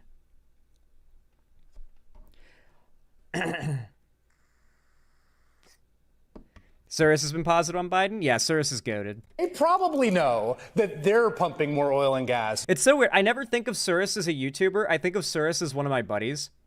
Because, like, me and Cyrus have played so much WoW together. Like, me and Cyrus became friends, like, back in 2019. And then we've played a lot of classic WoW. Like, we've done those, like, degenerate up until the sun comes up, going to bed at like 2 p.m. like Scarlet Monastery run type shit. So like Cyrus is my buddy, and I'm always like, oh yeah, Cyrus is also a YouTuber. But I always like I always think like, oh yeah, my buddy Cyrus first. And Surely. doing pretty well, right? I mean, I think they know that, but they're still very angry at him, is my sense from people I've talked to inside the energy world in the U.S. You know, I've talked to executives with some major oil and gas companies who are very much in favor of the Inflation Reduction Act, the landmark climate law that has pumped $370 some odd billion into. Oh, I'm sorry. I didn't know that, Avalon of Babylon. Yeah, I did. I've been neglecting my social interactions with other content creators so much the last maybe 6 months, I'd say. Like when it comes to content creators and people online that aren't like in my friend group, I've kind of like outside of watch parties neglected a lot of those social interactions because I've got so much shit happening lately. For one, like the Keffels shit really soured me on a lot of things because so many people sided with Keffels during all of that. Like even some content creators that I was friends with. And even after everything's come out about her like evaporating the 100K from the GoFundMe and there being absolutely nothing done for her promised legal action, I've yet to get a single apology from any of those people who were not just like unsupportive of me, but downright like in the behind the scenes, like telling me to shut the fuck up and keep my mouth shut. No, and like be nice to Keffels. I've yet to get like any apology for that, and so it's kind of soured me on a lot of interactions. Cyrus was not one of those people, but just had me like not talking to people online as much. Hey, it's okay, man. I just need to communicate that with people. They're a lot more understanding if they know what's going on. Yeah. I'm also not great at typing, so I don't enjoy it, and DMing people is never fun. I just like to do calls. I need to make like a Discord server that I invite all my friends to, and it's just, hey, you want to talk to me? Hop in VC. I'm there usually, you know. Renewable energy, also carbon capture and storage, something something the fossil fuel industry is eager for. Also direct air capture, also hydrogen. Yes. At the same time, when President Biden made the decision to pause LNG exports, it really touched off a nerve within the oil and gas community that was already angry and frustrated over decisions like curtailing drilling in the Gulf of Mexico and other places. This has really struck a nerve, and there has been certainly no credit given to the administration for the record output of oil and gas that we're seeing right now. The argument from the oil industry is that is because of policies that preceded the Biden administration. Yes. Well, they're gentle souls, and they get very upset when things don't go their way, and so maybe they'll come up with a bill. Yeah, I do. I honestly, I used to feel so condescended to when I was younger. Like when I was like 19, 20, and I'd see like mainstream outlets talk about like young, like radical progressive college student, like, lefties, and they talk about them like this. I'd be like, ah, so condescending. No wonder they don't. And now I'm older and I know what like is going on in politics to the same, if not similar degree to these like people in suits whose job is to just report on it all fucking day, and they've got teams of people supplying them with direct sources on every new thing happening in politics. So it kind of, now that I know what they know and I know how good Biden's been and how different the Republicans and Democrats are, like on such a fundamental level, down to the individual, like wake up in the morning, here's the policy that's passed today. Like, they're so fundamentally different, so stark, so night and day, that seeing, like, a bunch of young people absolutely throw themselves into the meat grinder, effectively, of essentially volunteering for a Trump presidency when they clearly don't even have the knowledge to recognize how bad of a choice they're making, it's hard not to look at them with a little bit of scorn, but mostly with a little, like, condescension. Like, yeah, you're dumb kids that don't know what you're talking about. If you genuinely think that Biden is so bad that you're not going to vote for Trump and you claim to be these like hyper progressive, anti-fascist, like super progressive young people, that you're just being dumb, stupid kids. You're going to grow up and you're going to realize how dumb you are eventually. And I kind of get that. I totally get that kind of perspective now that I frankly think that today me, in terms of political knowledge, trounces 19 to 20-year-old like me so many times over, it's not even funny. Like I own myself from 2 years ago, 3 years ago, especially. Easy. $1 billion for the guy who's promising the agenda of their dreams. Lisa Friedman, thank you very much. Yeah, dude, it really sucks that like Biden has been like unprecedentedly good about climate policy, and meanwhile young progressives are like, we think Biden has been really lackluster on climate policy. It's like, dog, by 2032, if Biden's climate policy on coal alone is not interrupted, we'll have eliminated 80% of our carbon footprint per year. It's like, I can't take it. I can't take it. I can't take it. These damn kids got to get off my fucking lawn. Get them off my lawn. Fucking hell. Vote for Biden. He's awesome. Yeah, no, I'm not even joking, by the way. 80%, yeah. The coal industry provides 20% of America's power and produces 80% of its carbon footprint. It is that inefficient and that bullshit. And it is literally like Virginia and those like mountainous ass coal mining states and all the people there that are like, oh, we love the coal industry. All our jobs are coal, that are absolutely refuse to switch over to green energy. When Republicans love coal because like a big part of the Republican stronghold, like the red stronghold states, are those coal states like Virginia, where they go there and they go to like coal mines. Like Trump will go to a coal mine where he will be standing in front of a crowd of coal miners telling them how much he loves coal, and as long as he's president, coal isn't going anywhere. Meanwhile, it produces a pithy amount of our power and is what is destroying our environment by like magnitudes more than even oil. Like oil is not even close to as bad as coal. West Virginia, not Virginia. Yeah, sorry, West Virginia. My bad. The best Virginia. I'm not gonna lie, Virginia is, like, very meh.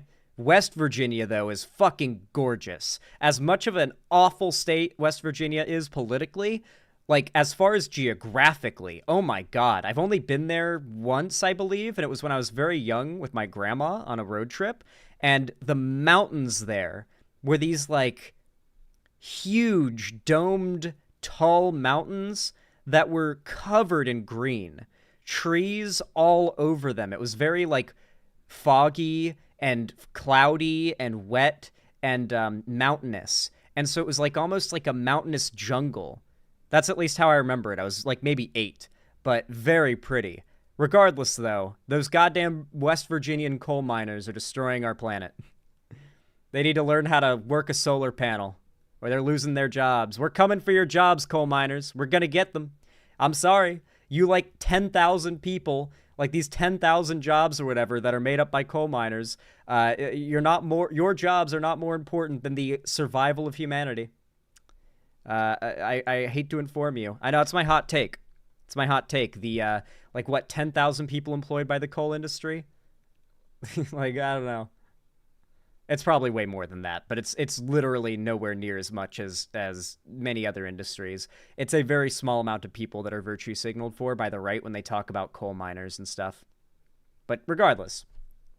Hey, if you enjoyed this video, please consider leaving a like, commenting down below, because both those things both make me happy. It fills me up with like that warm, fuzzy feeling. I get to read your comments. I get to see you guys liked the video and you enjoy it, and I get to see your support. But on top of that, it boosts my channel in the algorithm. You guys liking and commenting tells YouTube that not only did you watch the video, but you liked it enough to actually engage with it, and that's what they're looking for. And of course, if you want to see more from me, consider subbing and ring the bell icon so YouTube tells you when I go live or upload a new video. And if you want to see even more of me, you can follow my social medias, linked down below in the description. And if you want to support me directly, financially, you can afford to do so and you feel like it, of course, consider donating, subscribing, or gifting a sub on my website, xanderhall.com/live, or supporting me through YouTube, Twitch, Streamlabs, Stream Elements, Patreon, or buying some merch to the Streamlabs link down below, streamlabs.com/xanderhall/merch. Or, if you haven't already, make sure you know that my fan Discord is down below in the description. It's totally free to join. It is the main hub of my fan base. And on top of that, I do watch parties, call-in streams, I host game nights, and we do announcements for all my uploads and streams there, so you won't miss anything. It's the main hub of my community. I hope to see you there, and I hope you enjoyed. How do you guys like that video? I feel like it came out real good. I feel like that was a good first segment of the stream. Later? Why'd you say later? That wasn't the end of the stream. That was just the end of the segment.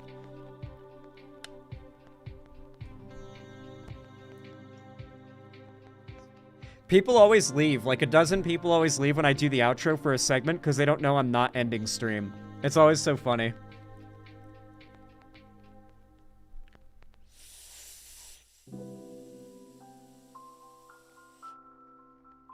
Like, every time I do a segment outro, I always drop down, like, 12, 20 viewers, because they think I'm ending stream. And they leave the second I start doing my outro. It's so funny. I wonder if they, like, will ever figure it out.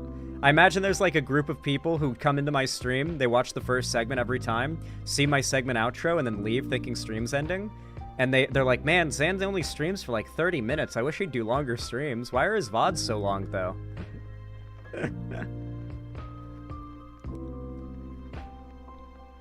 I accidentally clicked back. Zan, I'm still here. Well, yeah, I know many of you guys, most of you guys are still here. It's like 12 or 20 people just sometimes leave when I do my outro. I find it funny. I'm always like, they thought I was ending the stream. Good seg. Fun fact, West Virginia is only a state because they didn't want to join Virginia in the Civil War, and so they split. So anyone carrying a Confederate flag in West Virginia claiming it to be part of their heritage is just wrong. It is the opposite of their heritage. The Confederacy lasted for 4 years. It was nobody's heritage. Nothing that existed for 4 years could be anyone's heritage. Their heritage is racism, though. That's true.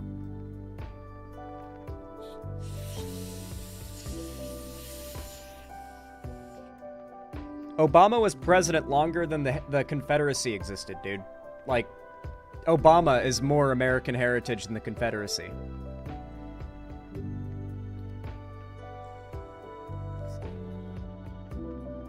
Yeah, that is true. Sometimes I forget just how much of a fucking failure the Confederacy was. They literally existed for as long as the war happened, and wars don't take long, generally. Like, a war that lasts a year is a bad war. Historically, I mean, more modernly historically, wars are supposed to be, like, quick. Like, a few months is a long war.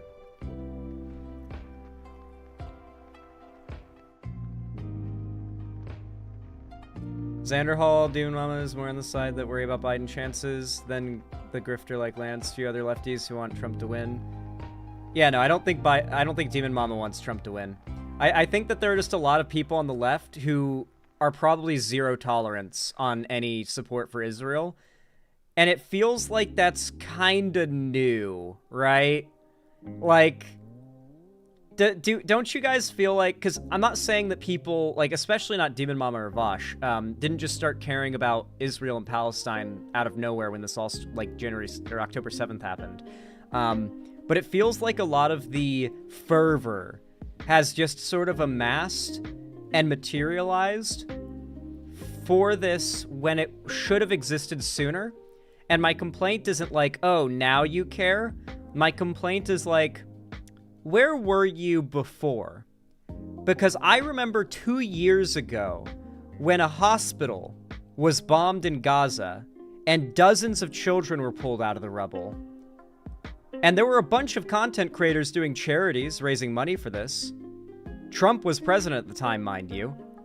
And yet, I don't recall this leading to some kind of, like, narrative about how the U.S.'s support of Israel under any condition means we should not support sitting president.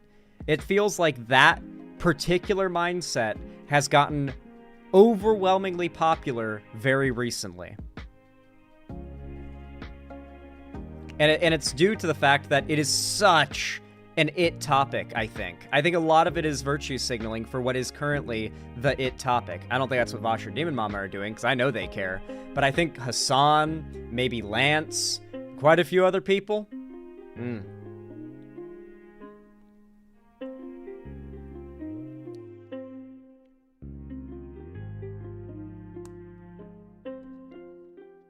Doesn't help that Vosh went through the H3 drama, and even though his live viewers are normal, he has decreased a bit, and he probably unintentionally falling to pressure from his fans. Yeah, I do imagine that, like, post the drama, it might be tempting for, like, Vosh to fall into a little more audience capture than usual. I feel like I'm genuinely immune to audience capture. Have you guys seen the amount of times I've tanked my sub count, views, and live viewership by being correct? And then, like, died on the hill, and everyone's like, you're really gonna die on this hill, Zan? And, like, months later, it turns out I was totally right, and no one disagrees with me anymore, but none of those people come back. I still have to, like, move on taking that damage, you know? Lamau, you don't give a fuck? Yeah, I don't give a fuck. Sounds cocky. It's definitely cocky and very dangerous, but it's because I hope that I'm right to trust you guys. I hope that I'm right to trust you guys that, like, my adherence to, like, honesty doesn't end up being a problem in the future to the extent that so many of you leave that I can't do this for a living anymore. Because if I couldn't do YouTube for a living anymore, I would likely have to get, like, a day job. And if I had a day job, bro, I'd just be so burnt out. I wouldn't bother doing YouTube anymore. I'd be done. So, I guess it's sort of a pretty big gamble, like, refusing to fall to audience capture. I mean, I'd be a lot bigger by now if I had. Like, Hassan is sort of the picture-perfect example of audience capture. I'd certainly be bigger by now if I did fall to audience capture. There have been many cases where I've just been in drama because I dared to disagree with, like, a large portion of my audience. Or not a large, but a fairly sizable portion of my audience. But I'm not going to pretend to believe something just to keep, like, a horde of people happy so I can make money. That sounds like torture. I'd rather be in the wage cage.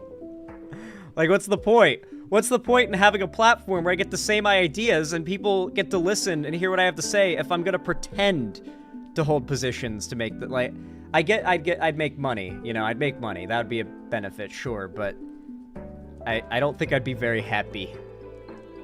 I know the Humanist Report tried to discredit Biden cutting student loan programs by saying when will Biden cut everyone's student loan when he's doing right now slowly during his State of the Union address. Well, that's the thing though, right? They'll always say what Biden's doing isn't enough, right? But then if you actually do any more research on the issue, it's like, okay, so why isn't Biden just all in one axing all student loans? Oh, the Supreme Court is blocking him at every attempt. Well, Which Supreme Court justices are doing that? Oh, the Republican majority of Supreme Court justices appointed by Donald Trump when he was president. So it is literally one single term of Donald Trump is what is keeping Biden from doing what they want. But because Biden cannot do what they want exactly, all in one, they're not happy with him. But even if he did, come on, let's be honest, even if Biden snapped his fingers and all student debt went away, do you actually think Hassan would talk about it? Or do you think the coverage of it would be something like Biden eliminates student debt in desperate bid to make you vote for him? That would be the framing. 100%. When Biden is a good president, it's a desperate ploy for people to vote for him on the left, not just doing what people want him to do. It's like, Biden's passing bills and doing things we like. It must be some kind of trick. How fucking cancerous is this mindset? Brainworms.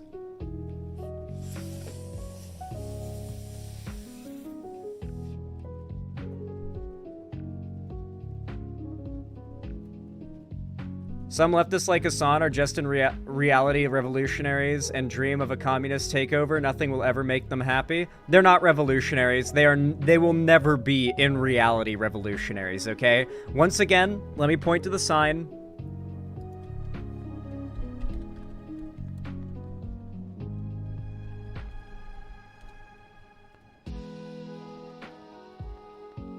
Once again, allow me to point to the Basil tweet. People on Twitter will really be like, you believe in voting? That pales in effectiveness to my strategy, firebombing a Walmart, and then not firebomb a Walmart. Hassan sits on his ass, wearing a ring on every finger, Gucci whatever, a fucking Rolex hat, like, he has multiple sports cars at this point, and a multi-million-dollar house in the Hollywood Hills. The dude's not a revolutionary. I'm sorry. Hassan is not even, he's a champagne socialist. Hassan is, by definition, a champagne socialist. He will always be a champagne socialist, unless he loses all of his money in some kind of freak accident. Hell, if he reinvested his money into long-term security, or just saved it or something, that wouldn't be champagne socialism. What makes Hassan a champagne socialism is he is extremely materialistic. He will be on stream wearing, like, head-to-toe drip. Like, he is literally wearing $1,000 on his wrist, and he'll say that as a flex, by the way. And meanwhile, he'll talk about how fucking soulless some millionaire is for having, like, a giant penthouse in the Hollywood Hills. And it's like, how the fuck are you any different? How are you any different? He hates America. He says he hates capitalism. And yet his life is centered around exaggerated American culture and, like, show off, like flexing. I'm sorry, guys, but the socialism is when no car argument does not work to defend Hassan. No one is saying that Hassan's not a socialist because he has nice car. What they're saying is he's a champagne socialist. He's a guy who sits on his ass all day and pretends to be part of the proletariat. And people from the proletariat, actual working class people, funnel him millions a year in tiny trickles of donations, as if, like, he needs it or something. I always hated Hassan even before I knew Vosh and Zan. Yeah, I used to like Hassan a little bit, but yeah. Hassan pays his taxes and supports social reform and progressive causes. Yeah, he also supports the Russian invasion of Ukraine. Hey, guys, did you know that, like, Hitler liked puppies? Why are you talking such shit about Hitler? He liked puppies. I got a comment the other day on one of my videos saying, if Zan thinks that Destiny is better than Hassan, he clearly doesn't know enough about Destiny's opinions on Israel. And it's like, well, if you think that Hassan is better than Destiny, you clearly don't know Hassan's opinions on Ukraine. Hassan has outright said, no matter how you feel about Crimea, it doesn't change the fact that Russia's annexation is justified. That was, he literally said, I'm sorry you feel bad about Russia invading. Stay mad though, it's justified. And then I had to keep walking it back. Oh yeah, he's also anti-Taiwan. He's a Uyghur Muslim genocide denier because he's pro-China. Like, he's literally already pro-genocide. Hassan is pro-genocide. It's just the one that China is doing.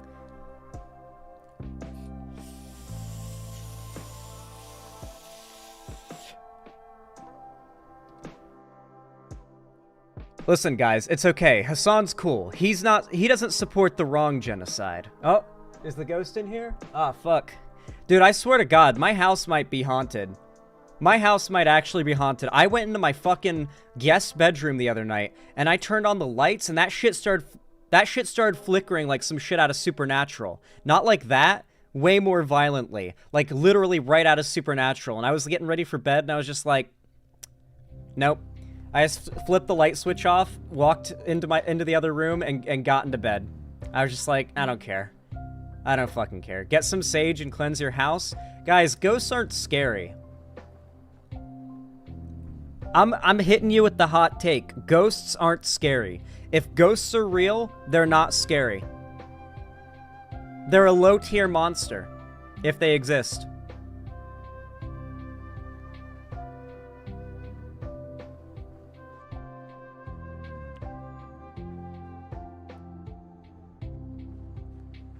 Maybe not, but tell them to fuck off. It's your house. I don't think that'll work. But no, like, ghosts can't hurt you, is my general understanding. Like, you might wake up in the middle of the night to some scratches or like a burned, like a hot hand print on your chest or some shit like that, or on your back. But outside of that, generally speaking, ghosts just kind of, like, they just try to spook you out, you know? Assuming they exist. I don't believe in ghosts. I'm gonna be completely honest with you, but like, call an electrician. I probably do need to. This is a pretty old house, but yeah, it's more likely than not there's some electrical bullshit going on. Tell the ghost to pay his share of the rent. Yeah, ghosts are so like low level they drop common tier loot.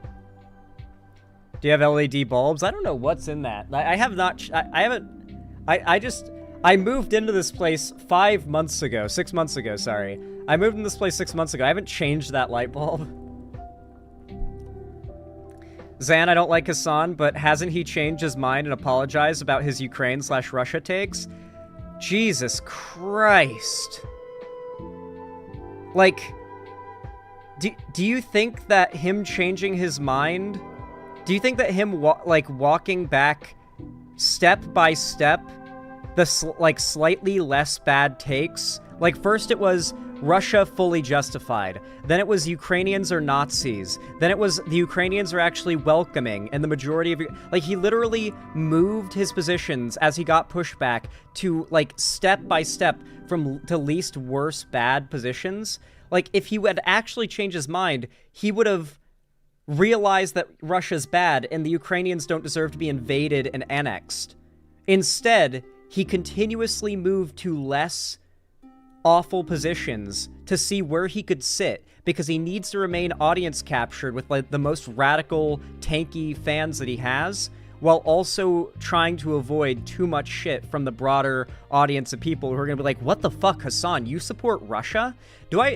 Has it really been so long since I've showed the Russia clips? I have to show you guys again. Hassan supporting Russia. Yeah, I guess a ghost could drop a bowling ball on you, like if it was above your head on a shelf and it just went, all right, this is my moment.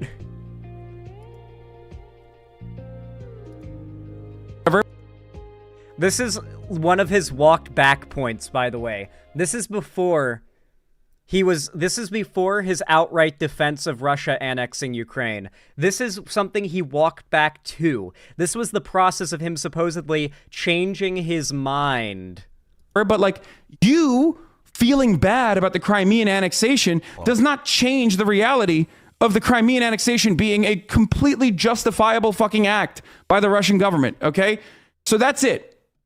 That's fine. And Hitler invaded countries based on Germanic ties at first. Yeah, dude. Talk to me when he's fucking throwing Ukrainians in a fucking What are you talking about? Talk to me when he's throwing Ukrainians at a concentration camp, okay? Hitler wasn't fucking bad because he decided to invade Austria. He was bad because he was fucking killing Jews, okay? That was the problem. He wasn't like, oh yeah, we're gonna fucking annex territory with like Germanic people in it. That wasn't the main problem with Hitler, I think. That was like maybe eighth down the line. The amount of glazing for Hassan is massive. Listen, I get it. Hassan's a good-looking guy, and it is literally scientifically proven that people are inclined to be far more charitable to people they find attractive.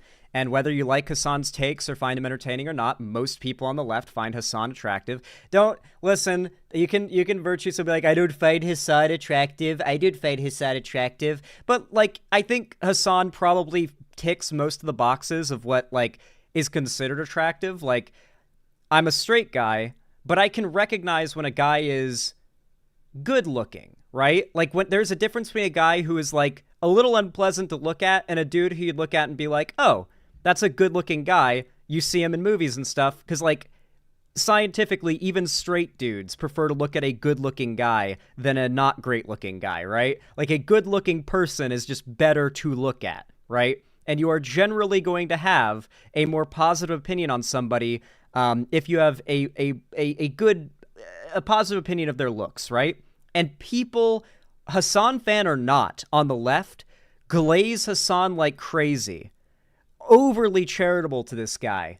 Simply because they like, I genuinely believe simply because they find him attractive. And that's fine. But I'd appreciate if you guys could recognize that you have a bias here that's impacting your thought process. You might not... Think about, like, if Hassan looked like... I don't want to be mean to anybody. I don't know. If Hassan looked like Chud Logic... I'm fine being mean to Chud Logic. If Hassan looked like Chud Logic, do you think anybody on the left would be anywhere near as charitable to him as they are?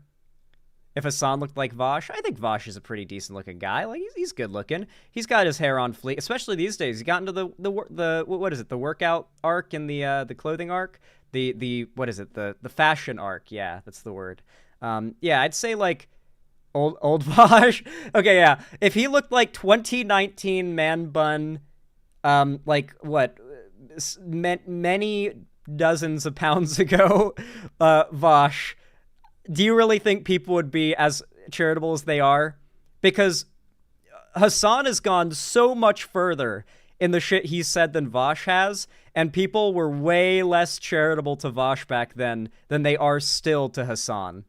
Let's be honest, hot people have privilege. Hassan has hot people privilege. I don't think I have hot people privilege. I get people in my chat and DMs from time to time telling me they find me attractive. It's happened obviously a couple times just now, but I don't think that for the most part I get it. Like if I had either A, if I was ripped, or B, a dad bod, I think I could, but I think I have like average guy privilege. I have not ugly guy privilege. I'll say that. I'm not putting myself down here. I'm not being self-deprecating. I'm being serious. I definitely think I have not ugly guy privilege, but I don't think I quite have hot guy privilege. Because online, the standard for who is hot is so fucking high, dude. Like, the internet are where all of the Instagram models and whatnot are, you know? It's a high competition here. Sorry, I thought there was more to the clip. Yeah. You have femboy twink privilege? What about me is fem... Look at my entire aesthetic right now and point to one thing fem about me.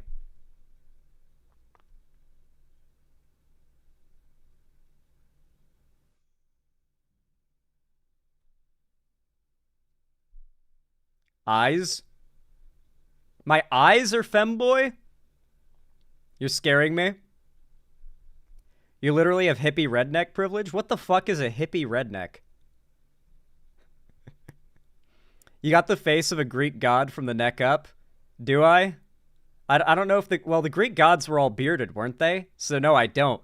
If I had like one of those super curly like beards that looks like you know what I mean, just a curly ass thick beard that's shaped kind of like this, about yay big, then I'd have the beard of a Greek, I'd have the face of a Greek god. And I'd also need to have, like, well, my hair is actually, I have Mediterranean genes, like, out the wazoo. So my hair is actually, if I grow it out enough, it looks like how the hair of, like, Greek gods on statues are like, very wavy and thick and puffy, you know? Mediterranean as fuck.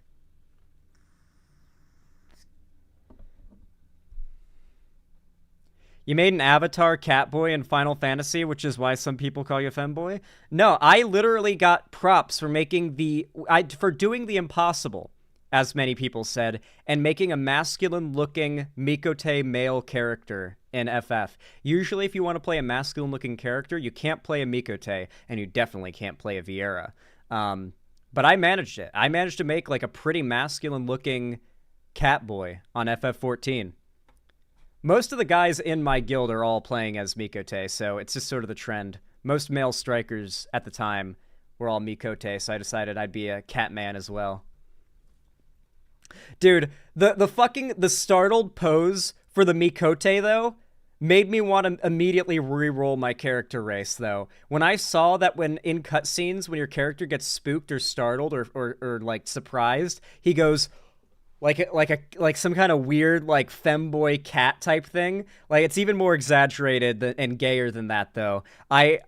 But my friend Balth rolled a Mikote on their first time, saw that was the pose, and immediately re-rolled. And, like, one of the giant cat characters, I forget what they're called. I find that hilarious. And I almost did the same thing, but I like my Xander Striker. I like how he looks. I might remove some of his face tattoos. That might be the only thing I change. You know how, like, some Mikote have this face tattoos here and the ones here? I might remove those. You said ghosts aren't scary, but that depends on whether you consider poltergeists and revenants are separate monsters from ghosts. But I consider them the same. Well, okay, a revenant is like an actual monster, okay? My understanding is that revenants are fully corporeal monsters, and you're not going to encounter those, like, in the same habitat as ghosts. And then poltergeists, once again, they're ghosts that are just extra ghosty, right? Like, a poltergeist is just an angry ghost, is my understanding, that has gotten so angry that it can, like, knock shit over. Okay, if ghosts are, like, supernatural, though, you've seen Supernatural, you know what I'm talking about. If it's supernatural ghosts that can just outright kill you, if they want to, they can just reach their hand out and just, like, rip your chest open, like in Supernatural. That's scary. That's a fucking problem.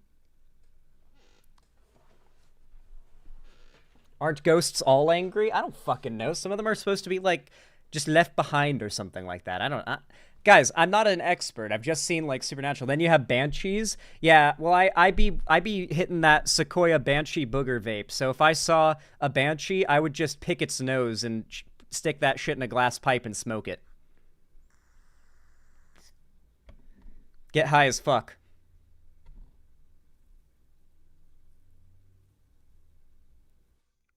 Ghosts are usually spirits with unfinished business. Yeah.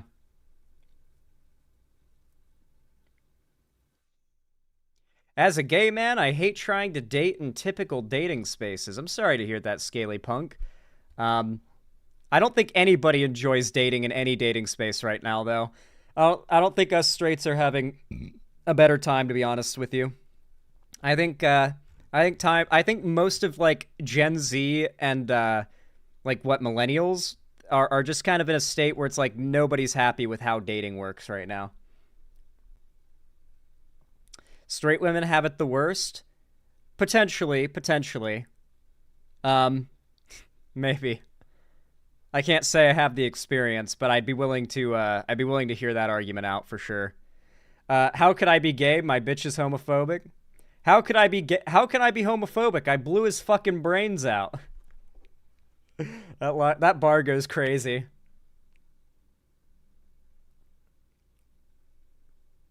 I like how every group says that they have it the worst. You know what I will say, though? You know who says... Okay, you'd be surprised, but you know what group says men have it the worst? in a lot of social interactions and social situations, trans men. A lot of people don't talk about it, but there is a whole subreddit that is tens of thousands of trans dudes simply talking about how much they miss the privileges they had when they were, like, presenting as female pre-transition, and how, like, dejected they feel now that they're men. How much, like, because, like, if they're a very well passing man, and, like, people see him on the street and they're just like, they would never think they're trans, they absolutely receive none of these sort of expectations or privileges or downsides that women face socially, but they do face everything that men face. And that's a very unique position where you can literally contrast what was it like to be a woman to what's it like to be a man. And ironically enough, a lot of trans women say it's worse to be a woman, but a lot of trans men say it's worse to be a man. So much so to the point that there are entire subreddits, or there's an entire subreddit with just stories upon stories upon stories of trans men telling in-depth stories about, like, how they kind of hate their lives more, not for any like dysphoria or like detransitional reasons, more so that, like, being a man sucks, in their opinion. It sounds like an incel talking point or some, like, MRA red pill thing. I promise you it is real. I actually think I have, hold on. I might be able to show you guys an example. I think I, like, liked or retweeted a post that was a screenshot from that subreddit not too long ago. Also, this is one of the best tweets I've ever seen. Fun fact, the ATF letter for the tax act states it's legal because it's meant to be decorative. However, this letter does not cover non-decorative uses. Your Honor, it's clearly a felony. He was cupping the balls when he shot. Could still be an ATF legal argument. I think my reply is really good. Cupping the balls should be fine, right? But if you vertical grip the sack, I think it's a felony. And I think that's completely true. I think if you grab the balls like this, it's completely legal. I'm pretty certain that's legal if you cup the balls. But if you vertical grip the balls and use them as a vertical grip and a cop sees you, I think you're going to get federal charges. It's a felony. And yes, they will literally argue in court whether you cradled or gripped the balls. Fucking hell. I'm pretty certain I'm right about that as well. If anybody's like expert about the law, let me know, but I'm pretty sure the rules about like the grip on those like certain weapons that can be shouldered is like if you grip it like this, if the grip is like this, if it's a horizontal grip, it's fine, but vertical grips are not allowed because it allows for too much recoil control, which the ATF says is dangerous.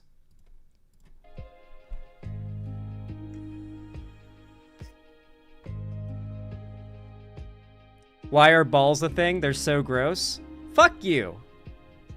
My balls are not gross. Unless you mean all balls but mine, take that back. My balls are awesome. I will not have you slander them.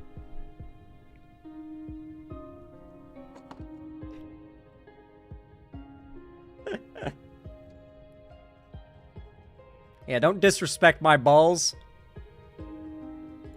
My balls have seen more shit than you could imagine.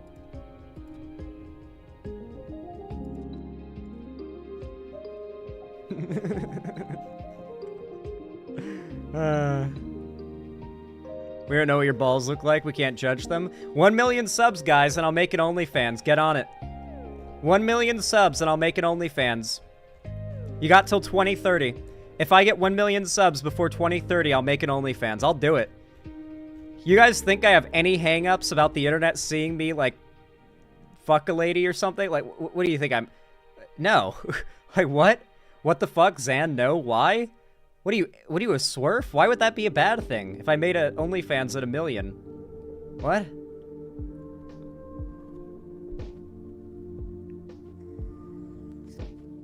My mom watches these streams. I'm sort of joking. I'm joking in the sense that I doubt I'll hit 1 million subs by 2030, but at the same time, if I did, I would do it. I wouldn't go back on this if you guys actually got me 1 million subs by 2030. I'd be too grateful. I'd be like, well, I did promise.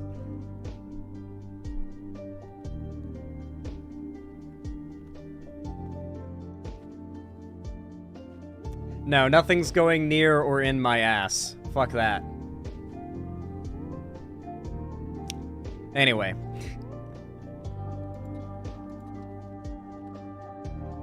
I'm Xander Hall, famous political content creator and porn star. That'll be my intro one day. That's what I'll be able to say. Chastity cage? What the fuck? No, not a chastity cage. What the fuck? What the hell are you guys into? What the fuck? If you do OnlyFans, good luck with your MILF content, but it's not my thing, so I'll pass. What are you saying? You're saying you wouldn't sub to my OnlyFans?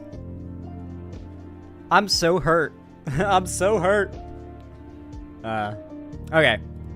God, my nose. What the fuck? Oh. It loves to itch. It really loves to itch. This topic, where are we? We are not on a topic currently, but we're about to be after I make a restroom break.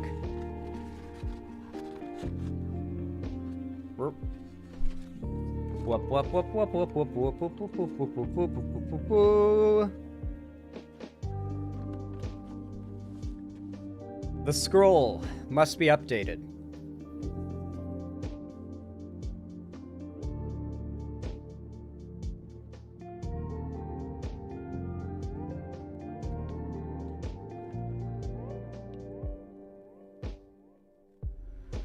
All right.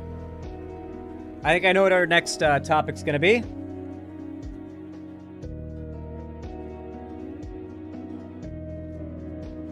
Zan, bright lights can trigger itchy and runny noses, so that might be why it happens a lot on your streams since you have lighting on your camera? Huh. To be fair, I do notice that it peaks up whenever the light's shining at, like, peak hours through my window. Oh my god, and I get that thing where I sneeze when I look up at the sun. Does anyone else get that? It's not, like, super rare or anything, but some people look up at the sun, and their nose starts itching until they sneeze. And it happens to me. When I go outside, and I look up at the sun, like, for the first time after going outside, I just hit a fat sneeze. Like a thick, juicy sneeze. And then I'm ready to go. Like, the sunlight, like, opens up my sinuses, and it starts to itch a little, and then I just fucking sneeze. Solar sinus response. Yeah, it's something like that. That sounds about right. Sun sneezes? I bet that's like a colloquial little term. Anyway, I'll be right back. I gotta use the restroom. And I'm also gonna grab another weed vape because my two I have here just ran out of battery and the charger is all the way over there. And I don't feel like getting up and plugging them in, especially because whenever I do and they lay on their side the way they do, they stop working. So I'm trying to find a way to charge these things in a way that doesn't let them fall on their side, because then they clog up and it's the whole thing, and they cost $15 each, and I don't want to buy more because they don't, or you know what I mean. Sun consumption is the best vitamin D. We love consuming the sun. Anyway, I'll be right back, guys. I'll be right back. I need to use the restroom. Don't go anywhere.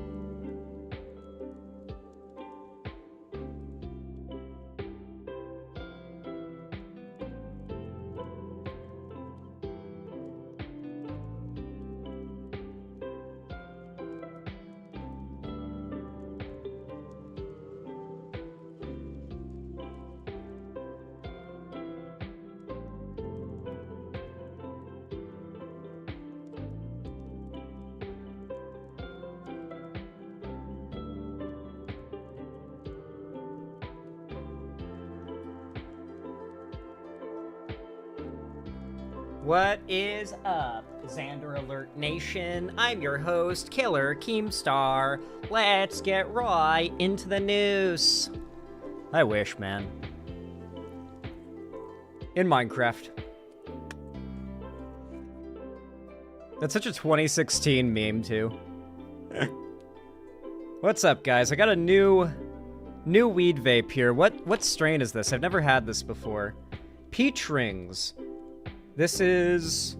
Total cannabis is 96%. Total CBD is 2.5%. Total THC is 94%. While the CBD levels are 2.30%, CBDA is 0.19, THC 94, THCA 0%.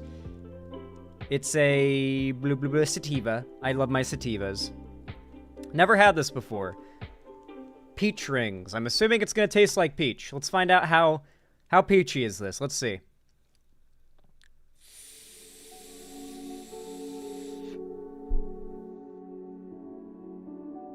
I don't taste anything yet. Oh. Oh. No, yeah, that is peach. That is peachy as fuck. Like, it even has... You ever bite into a peach and you feel the fuzziness on your tongue? I felt the fuzziness feeling on my tongue from that exhale. Oh, Jesus. What the fuck?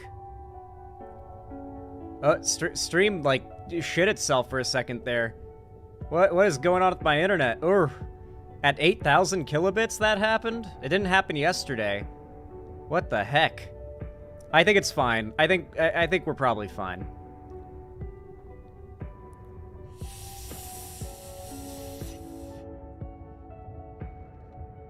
Yeah, no, it's just my internet shitting itself for like 2 seconds for some reason. I don't know why. I don't know if like a bird bumped into my internet cable or something. I don't know. What the fuck? The sharks got it. A shark bit a cable at the bottom of the ocean for a second there. Rough scene. Rough scene.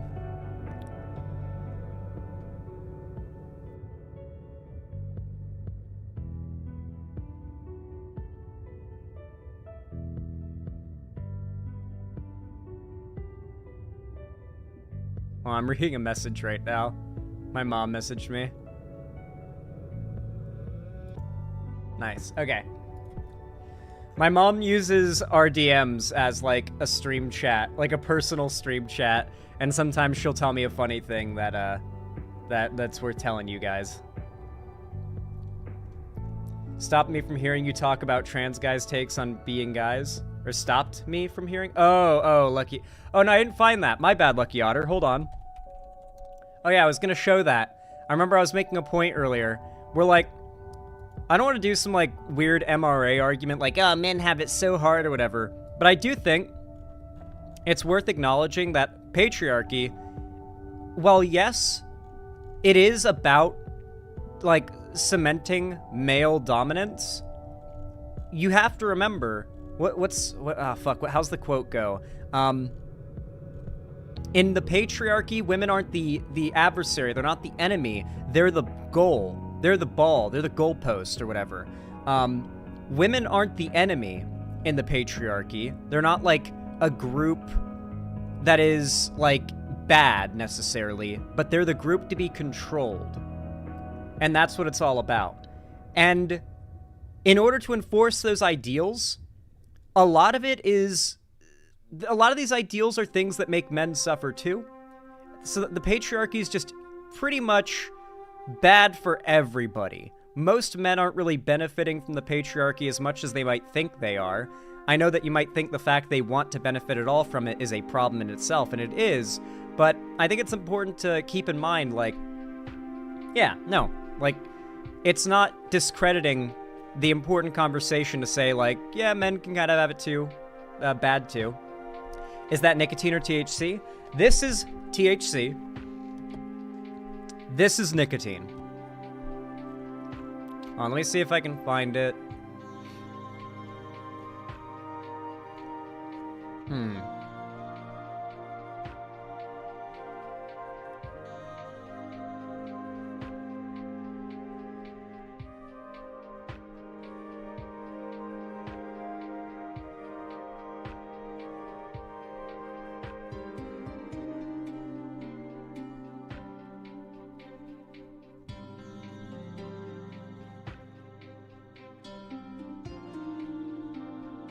I don't know if it's on here. I don't know if I liked it. I thought I liked the post. Could have sworn I did. Man, I need to make a habit out of actually liking the posts that I plan to revisit. Or possibly revisit. If a post has any impact on me whatsoever, I need to drop it a like to archive it. Maybe I can just find it through a Twitter search, but probably not. I'll be right back. Or not right back. You know what I mean. I'll... One sec.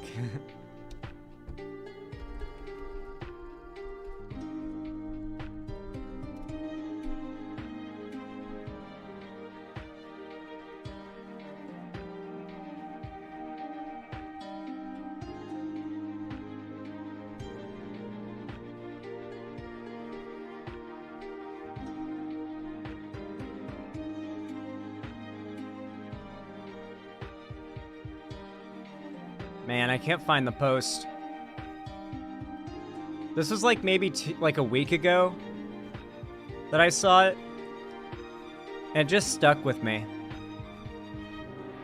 I would have liked to read some of the posts in the thread because they kind of explain the arguments better than I can.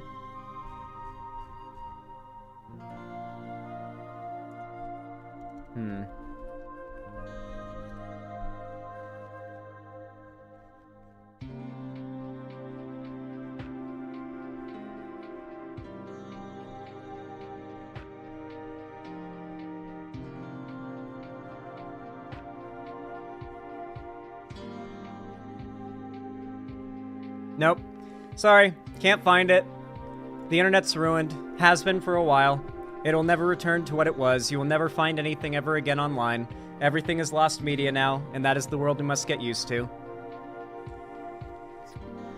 The infinite potential for the internet to be a forever box of info that would never go away and would be forever accessible, archived, and easy to find, that potential future has been thrown out the window due to corporate greed. It is not profitable for the internet to be that. It is far more profitable for the internet to be a conveyor belt of advertisements you have to wade through to get to whatever the fuck you're looking for, if you ever do. And the longer it takes for you to find what you're looking for, the more ads you get to see before you find what you're looking for, which happens to be the more money for Google and Twitter and, you know, all these other platforms. So, yeah. The internet's so cooked, dude. If we don't have serious regulations soon, I think the internet might genuinely reach an unusable state in the next decade. I'm not even joking. I actually am not even joking. The internet could actually reach an unusable dead internet theory is real state within the next year if, like, law doesn't catch up to accommodate for these things. Because AI is a big example of this, but there's just countless ways in which these companies are basically destroying what is a utility that people have grown very reliant on to exist in the modern world. It'd be like if Coca-Cola started, like, taking over water treatment plants and transforming all of the tap water into Coca-Cola. And when you paid them for water, there was no water option. You simply had to pay for Coca-Cola. And everyone was dependent on water. They needed water hookups. But now all the water that comes out of your faucets and your pipes and your shower, everything, is Coca-Cola. You cannot get water from your tap anymore. And tough luck, that Coca-Cola bought out your local water treatment plant, and now all of your like water system in your town is Coca-Cola. Go buy some water at the store.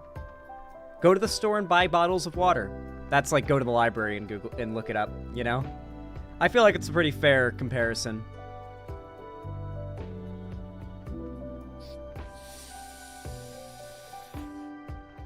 All right, let me get the next topic ready.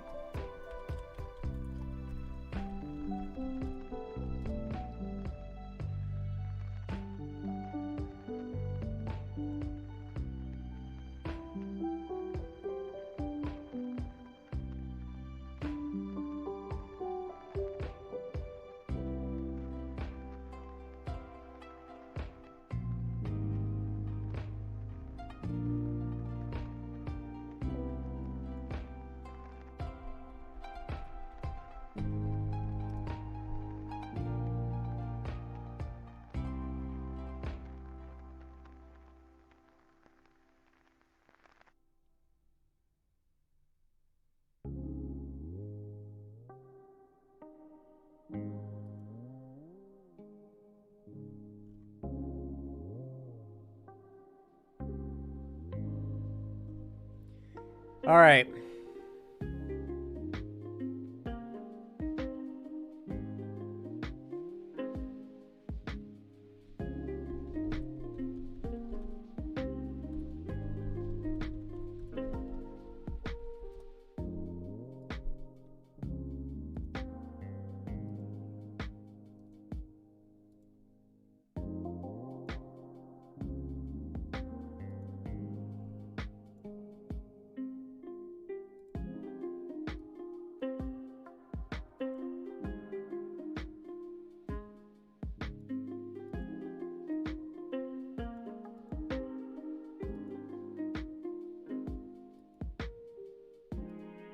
All right, almost ready for the next segment.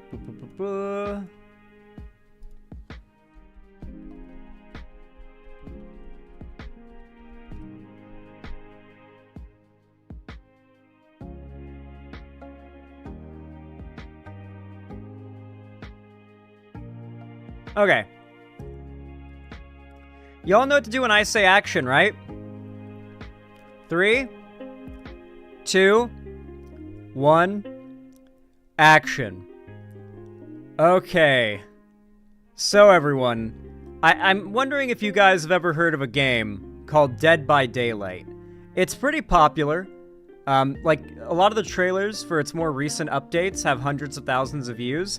I've not played it in a very long time, but I have played it, and I found it very fun. I've also watched a lot of YouTube content of it, so it's not like one of my favorite games or anything like that. I know a decent bit about Dead by Daylight.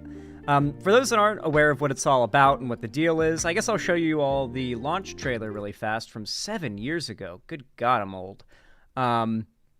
7 fucking years ago. So also, it has 7 million views. 1 million views for every year it's been out, this trailer. Dead by Daylight is an interesting game. I imagine the trailer will explain it a lot more coherently than I can. It's a type of game. It's a little bit like hide and seek is the best way to describe it. Or prop hunt a little bit.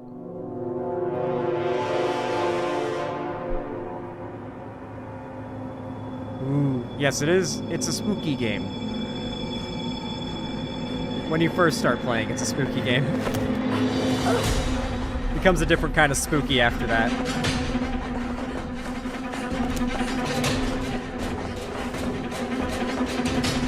Run! Run! Run!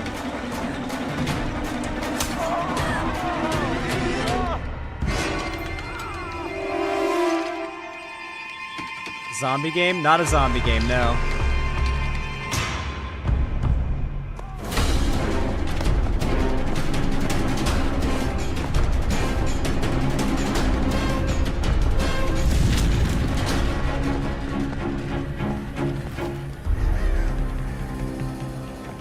Yeah, it's the every horror game, or every horror movie ever game, yes. There are countless tie-ins with, monsters and villains from horror franchises. Like, I think Jason's in it.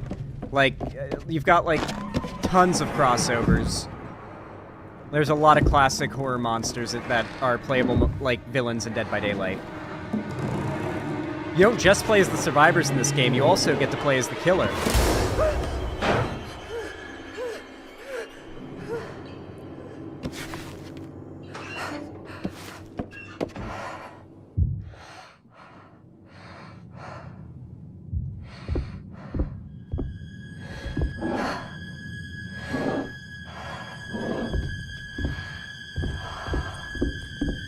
Jason, Freddy, and Pinhead are in it.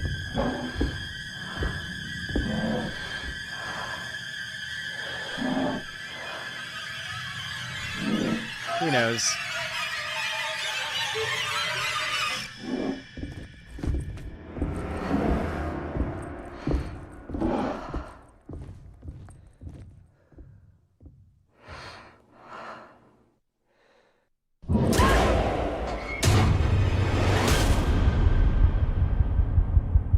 So yeah, basically, it's a 1v4 game.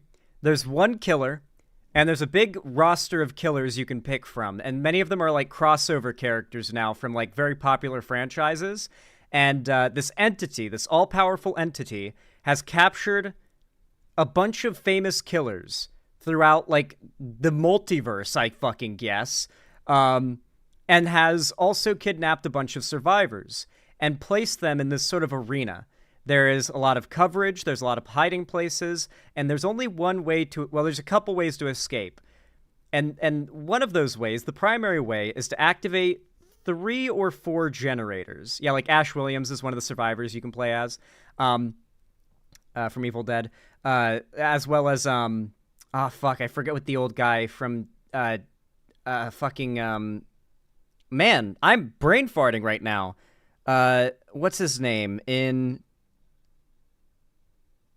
I'm blanking on the game franchise, too. It's by Valve. Bill, yes, Bill, thank you, and Left 4 Dead, yes. Man, what happened to me there? Am I getting Alzheimer's or dementia? What is happening? Yeah, Bill is a playable character. Very neat game, very cool. Not one of my favorites or anything, but it's a fun, like, party game, right? And recently, they announced a new killer would be coming to the game, an original one. One that's not pulled from, like, another piece of media. The killer in question being the Unknown. Now, the Unknown is actually not this horrific creature that you see here. The Unknown is sort of a possessing monster that crawls into the skin of a person and then twists and contorts it into something that looks like this. These are all actually the bodies of different survivors in the game that the entity, the Unknown, has crawled inside of and twisted into this. The actual monster is unknown, but we always see it inhabiting the corpse, the twisted corpse of one of the survivors. That's kind of been hollowed out as well by the looks of it, right? Pretty horrifying design. However, here's the thing. The voice actress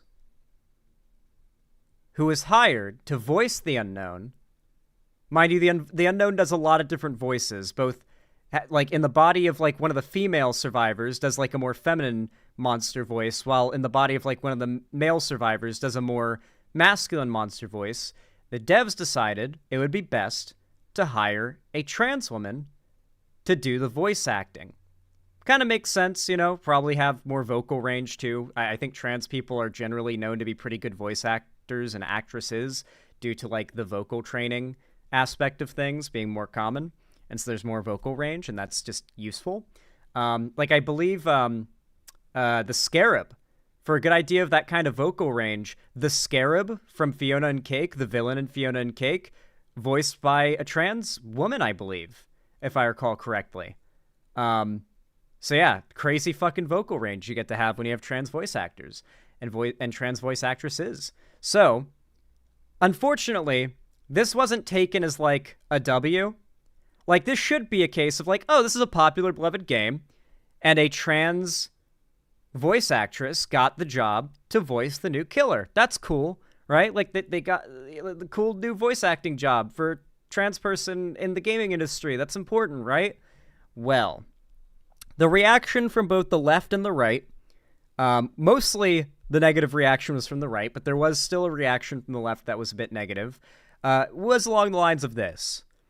You've got this account that said, new Dead by Daylight killer is a deformed freak in a skirt. No, it's not. The killer is all of the skins in the game, including the female ones, but twisted and contorted into a monster. Because that's what it does. It like climbs into their corpse and then like turns it into one of these. But, okay, this person doesn't know what they're talking about already. Cool. Voiced by trans voice actress, what in the ever-living heck, censored heck, because that's the kind of person this is, did the devs mean by this?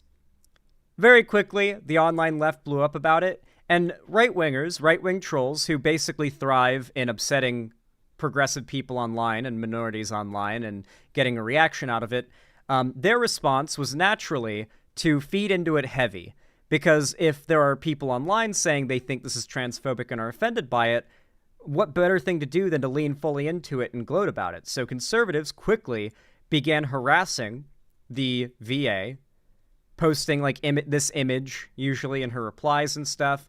Meanwhile, the left online was harassing the dev team and like the studio with claims that this is transphobic because all they've seen of this killer is this one screenshot from this massively viral tweet. But here's where the really sad part of the story kicks in. Literally a week ago, this news came out, I believe. No, a little more than a week ago, my bad. About a week after that drama, this news hits. Trans Dead by Daylight voice actress Zoe Alexandria, the voice actress of The Unknown, dies at age 29.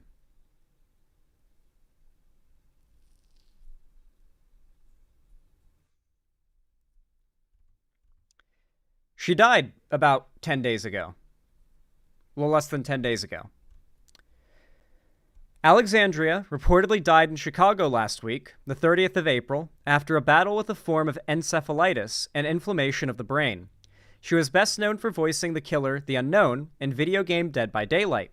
Alexandria's death was announced in a public legacy obituary on Saturday, the 4th of May, and later shared by the Dead by Daylight team in a post on X/Twitter. Like many in our community, we're deeply saddened to learn that The Unknown's voice actress, Zoe Alexandria, has passed away, the post reads. We welcomed her into our world, and her talent shone brightly through her performance. According to a post on her YouTube channel, Alexandria chose to stop treatment for her illness, which was made worse by other conditions. In March, saying the effects were absolutely horrendous. She went on to say, I'm very sick, very, very sick. Things are progressing fast. I'm wheelchair or bed-bound most of the time.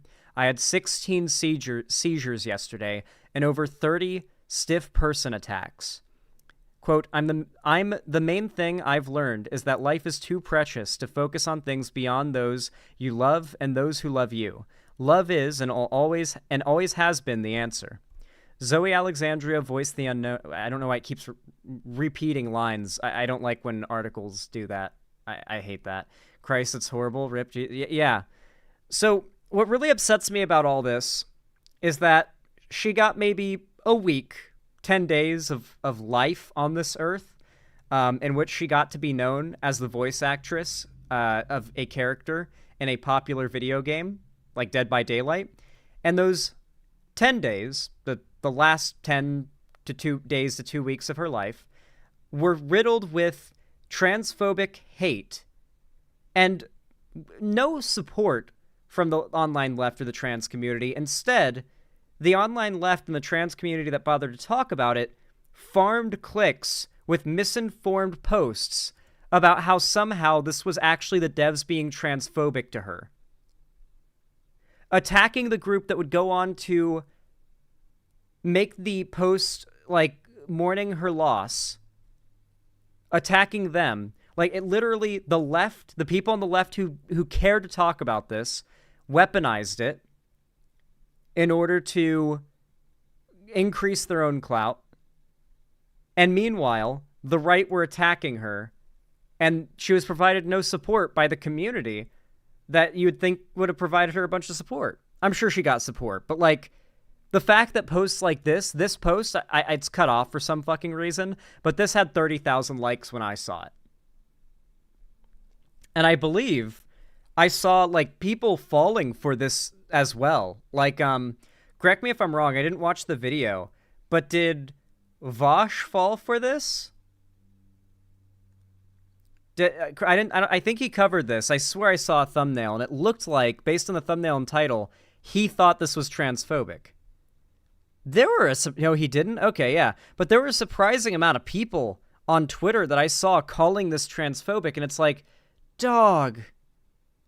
He was supportive of her? Well, I obviously was supportive of her. I'm talking about, like, do you know any content creators that fell for the idea that this was the design and that is transphobic? Because this is not the character's design. The character's design, this is one of the skins in the game, one of the survivors, and the Unknown has a character that looks like this, like a twisted, contorted, whatever, of every skin in the game of the survivors. I think you may have. It looked like that from the title. I didn't watch it. I just saw it in my I saw it in my recommended. I was busy playing Rust. I didn't watch it. I was curious. But yeah, like what the fuck? Why? Why do so many people in the online left focus on like farming likes on a website that's owned by a Nazi? Why is that more important to them than like combating right-wing messaging, for example? I don't know. Zoe Alexandria's death comes just weeks after Dead by Daylight developer Behavior Interactive defended the highly talented voice artist from hideous attacks from online bigots after The Unknown made its in-game debut. Yeah, by the way, the studio was defending the voice actress from harassment. Meanwhile, there were people on the left attacking the studio, saying it must have been transphobic to hire her in the first place for that role. I'm sorry, can trans people just not play villainous or scary or monstrous roles in movies because it might be seen as transphobic? Because, like, it's okay if a cis person does it because, like, yeah, like, you can't have a black person play a villain in a movie because there are stereotypes about black people being bad. Like, listen. There's a certain point in which you overcorrect for bigotry and you start doing bigotry. I know that sounds silly, but when it gets to the point where you start saying it's transphobic for trans people to be given voice roles of like a monster character that would exist regardless, but it wouldn't be a problem for a cis person to do it, like when it's less transphobic to not give a job to a trans person, you've gone too far. Okay? Like, yeah.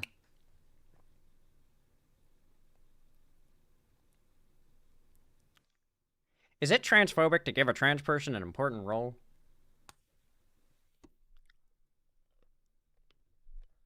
Tell that to Jinx Monsoon. Jinx Monsoon is actually one of the, like, I'm not really, like, knowledgeable about, like, drag culture or anything like that, but I do know about Jinx Monsoon because one time I had one of her songs pop of my recommended called Cartoons and Vodka, and it went hard as fuck. So, great singer.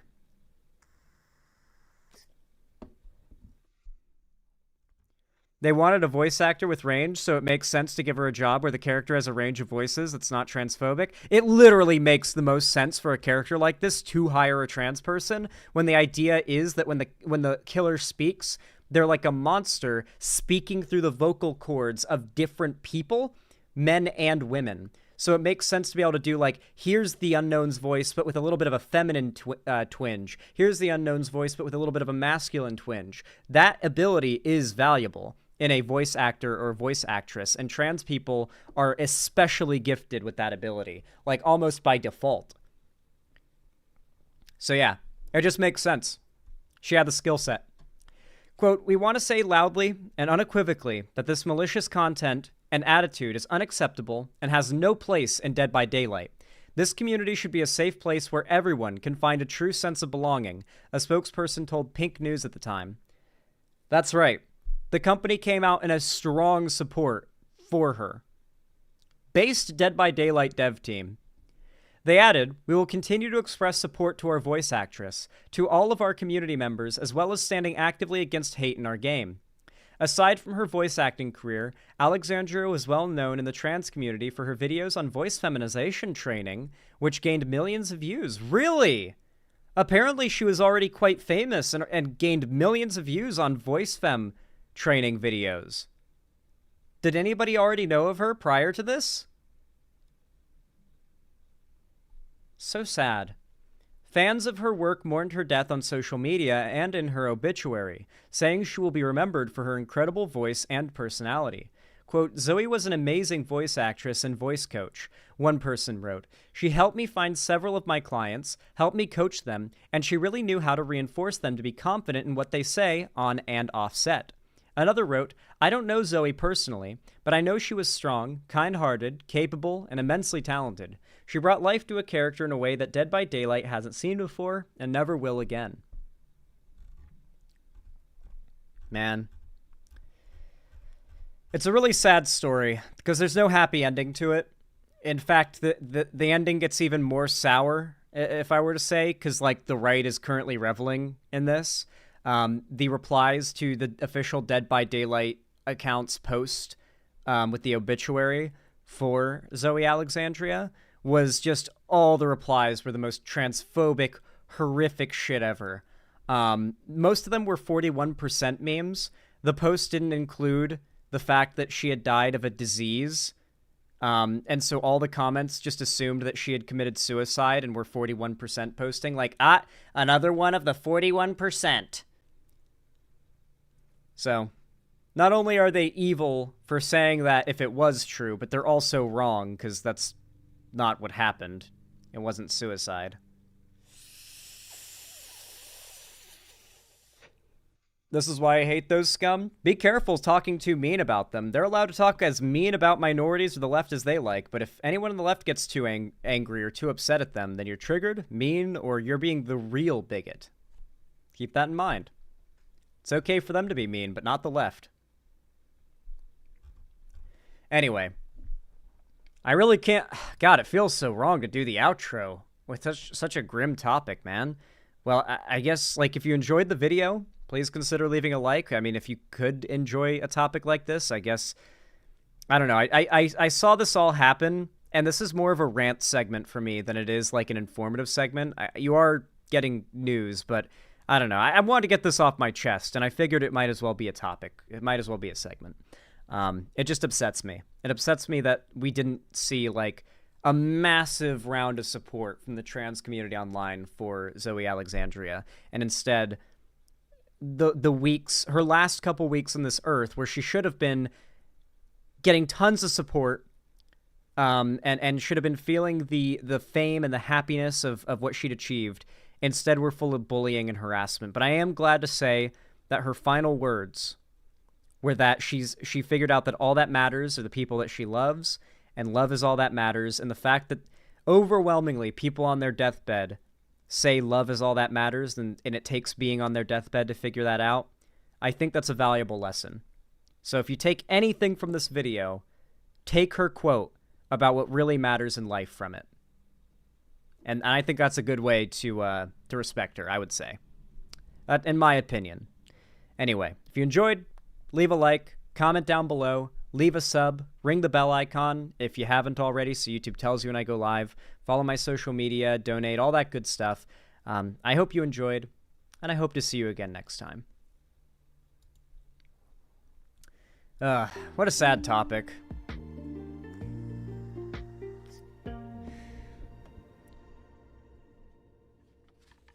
Well, thankfully that's the only sad topic we have to talk about today, so the rest of the stream should be a lot more uplifting.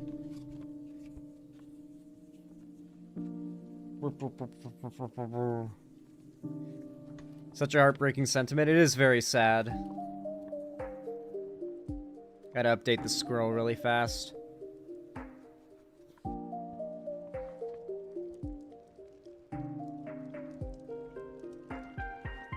Alrighty. Our next segment's actually a pretty exciting one. Ooh. We need a light segment to follow. Oh my gosh, my coordination is... Well, it's not really my coordination, it's just how cramped my setup is.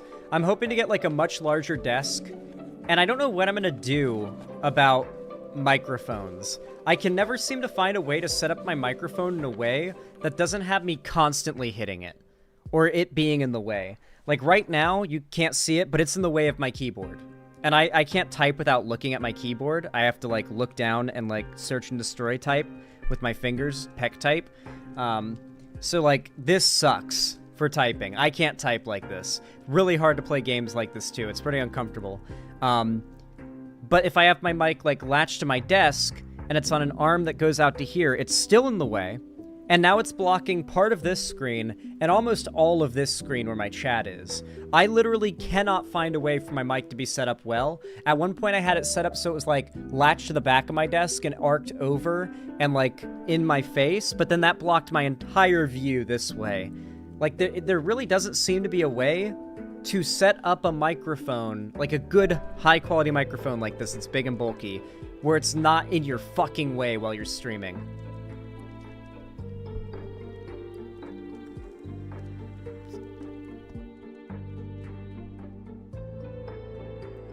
maybe rig it through the ceiling fan so it's hanging down, but that wouldn't solve the problem. That's the same as like latching it onto the back of the desk and then it arcs over on an arm and it hangs down here. It's still in the way. It would just be hanging from the ceiling and then be in the way. Because, like, the mic needs to be... Like, this part of the mic has to be pointing towards my mouth, which means all of this has to be in the way somehow. I think the only way I could improve... You know what I might be able to do? If I can get a desk with one of those tray tables that come out, I would put my microphone on the tray table and point it like straight up at my mouth, and then I would just scooch in real close and have it real close to my chest, the microphone, and have my mouse and keyboard like just normally on the desk in front of me. I wonder how uncomfortable that would be. Get a desk that just juts out further than you have, then you'll have more room to hide with camera angles. Yeah, I want like a C-shaped or an L-shaped desk with a lot of table room. One that's like really wide, like from the wall out to where like the end of the desk is, and one that extends far out this way, and then has like an L shape that goes back this way, so I have a ton of arm room. My best game performance is when I have arm support like that, by the way. And on top of that, like aiming in games and stuff. And on top of that, I can latch like my microphone there, my camera there will have a better like angle of the room. I can get a little more of my room with that angle, ideally. More room for everything, frankly. Yeah, I could just get like a shitty headset mic. I used to do that when I wanted to be able to like play games well on stream, but I had to stop because my audio was so bad. No one liked it. People complained.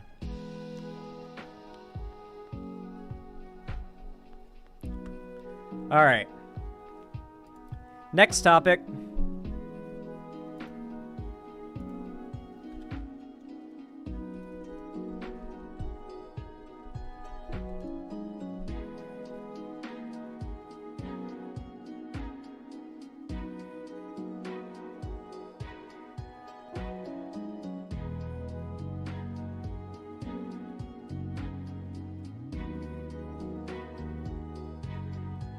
Every time I...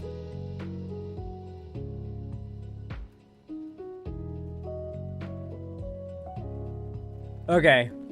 1 second.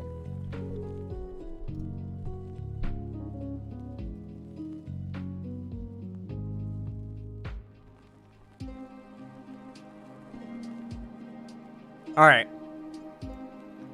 You all know what to do when I say action, right? 3, 2, 1, action. Alright, everyone. Assassin's Creed is a franchise I have a complicated relationship with, alright? I really like it. I want to say that I really like it. I have played every Assassin's Creed game almost since the first one. When AC1 came out for the PS3, I went over to my uncle's house. He had just bought it. It was a brand new game. He was always buying brand new games and playing them. And, you know, he was the only person I knew with a modern console, because the PS3 was a modern console at the time. And so it was cool to go to his house and play new games on a modern console. It was really a fun experience, because at home all I had was a PS2, the graphics update. Like playing on a PS3 when you're used to a PS2 and you have to go back home to a PS2, completely different feeling, right? And so Assassin's Creed 1 is one of the games that I played, and it was so different from anything I'd ever played before. The climbing aspect of it was just so game-changing for me. And of course, my love for that carried over to my love for the Infamous series, which I'll admit I love more than Assassin's Creed. Though I do think Assassin's Creed has always done parkour better than Infamous. Infamous parkour has always felt weirdly weird. I don't know. It's good. It works, but it's like weird, if that makes sense. Like, it's not very smooth. The animations don't look like parkour in real life. Anyway, though, outside of that, though, I really love the Infamous games, and you know, Assassin's Creed is a close second place for me. The series has gone in some directions I'm not a big fan of as of late, just in terms of design philosophy, and I haven't played the more modern Assassin's Creed games. The last one I played was Odyssey, and I played a bit of Valhalla, but then I got, like, to this weird portion where I'm in, like, Asgard or something, and I got bored, and I never played it again. Eventually, I do plan to go back and play through all of the Assassin's Creed games, maybe on stream. I think that would go pretty hard. Like, would you guys watch me stream all the Assassin's Creed games and, like, live review them as I'm playing through them? That could be interesting.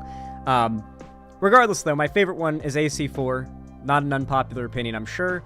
But recently, like yesterday, Ubisoft announced a new Assassin's Creed game. And for the first time, I'm actually pretty excited for it.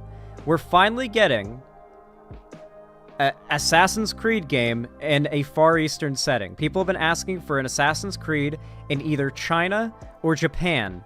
Primarily Japan has been the most desired request for a decade plus.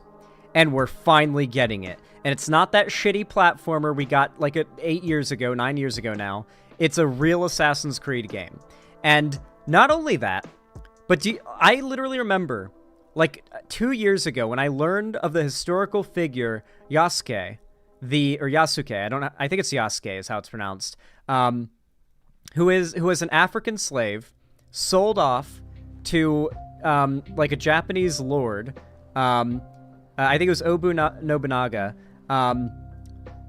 like sold off to him and became his like retainer, which is basically a bodyguard, like samurai, right? Like you'd be like effectively what not technically a samurai, but what we think of as a samurai in the same way of we think of Vikings, right?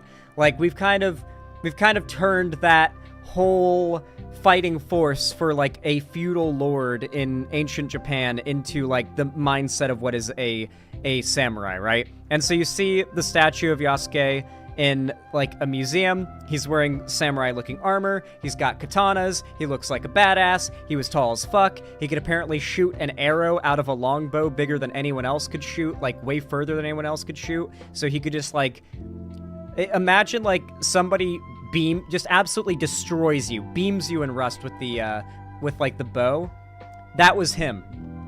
The guy who like arced an arrow across the map in rust and hit you from a ridiculous distance with a headshot, that was Yasuke. He could do that in real life. So yeah, he was super cool, very interesting. We don't know a lot about him, which means he's actually a really cool character for fictional media. There's been an anime about him. He has been featured in video games. Japanese media has featured him as a famous samurai for a very long time. He's actually a very beloved figure in Japan.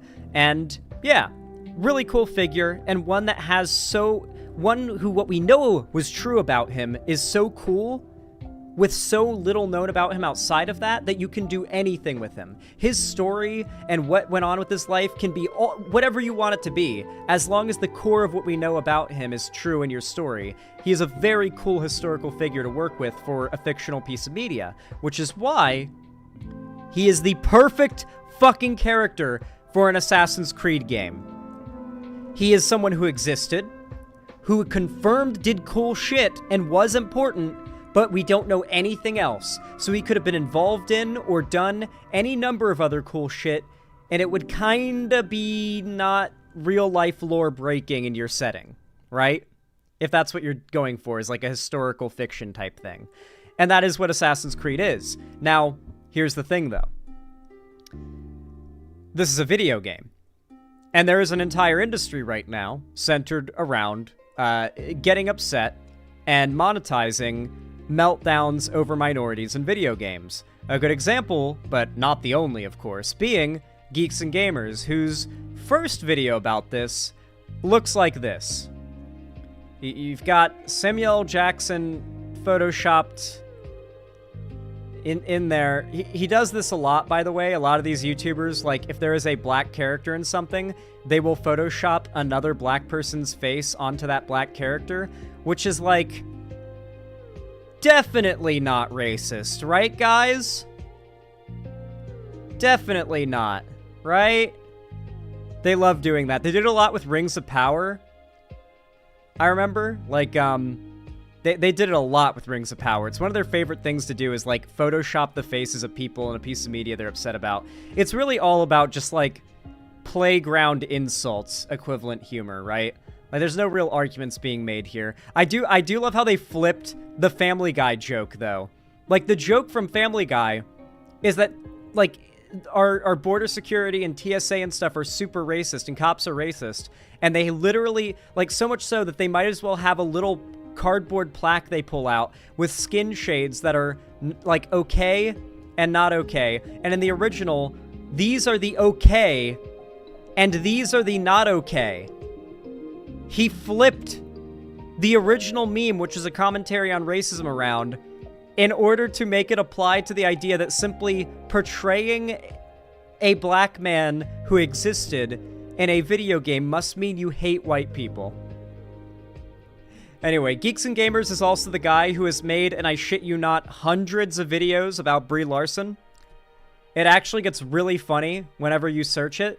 YouTube's gotten really crappy now, so when you search for a thing, it starts recommending stuff that's completely unrelated, so it's harder to search now. But I'll still try to... Actually, no, we can go to his videos and then just search Brie Larson and scroll. Are you guys ready to see something crazy? Brie Larson. Oh, is it spelled Larson? Yeah, it's Larson, my bad. I spelled her name wrong. Are you guys ready? Hold on, I'm gonna unlock my mouse wheel so I can do this.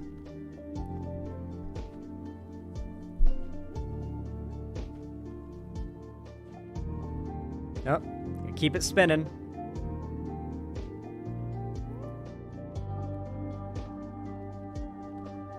I guess we finally got past the Brie Larson stuff, I think. Has he taken videos down? Because he's definitely made more than this. He's definitely made more than just this many Brie Larson videos. Hold on. Yeah, a lot of the videos... Oh, That's why. Because he doesn't call... It's Captain Marvel. What? What happened? What happened? I was typing, chat. You saw it, right? You saw I was typing, and it like, went away. Hold on. I hate when websites do that. Now let's see how many he's made about Captain Marvel.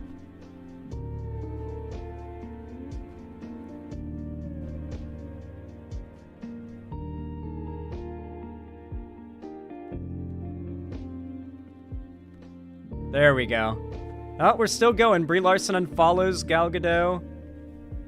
YouTube sucks now, so a bunch of random unrelated videos. Oh, you know what it is? He's put Brie Larson in the tags for these. That's why a bunch of unrelated videos come up. Yeah, here's more.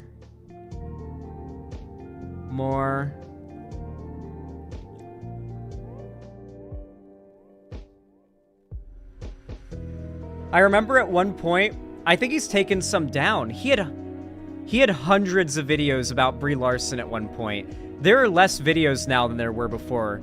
There definitely are. Something's up here, because there used to be more than just this. I know that for a fact.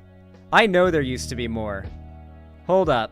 I'm unlocking the mouse, or relocking the mouse so I can slowly scroll. This is obviously a lot of video. Maybe I just scrolled really fast with the unlocked mouse feature. Yeah, I guess it just scrolls a lot faster than you'd think. Yeah, seems about right.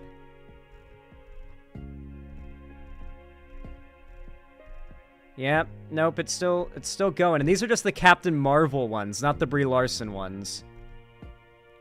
A bunch more about about Brie Larson specifically, not just Captain Marvel.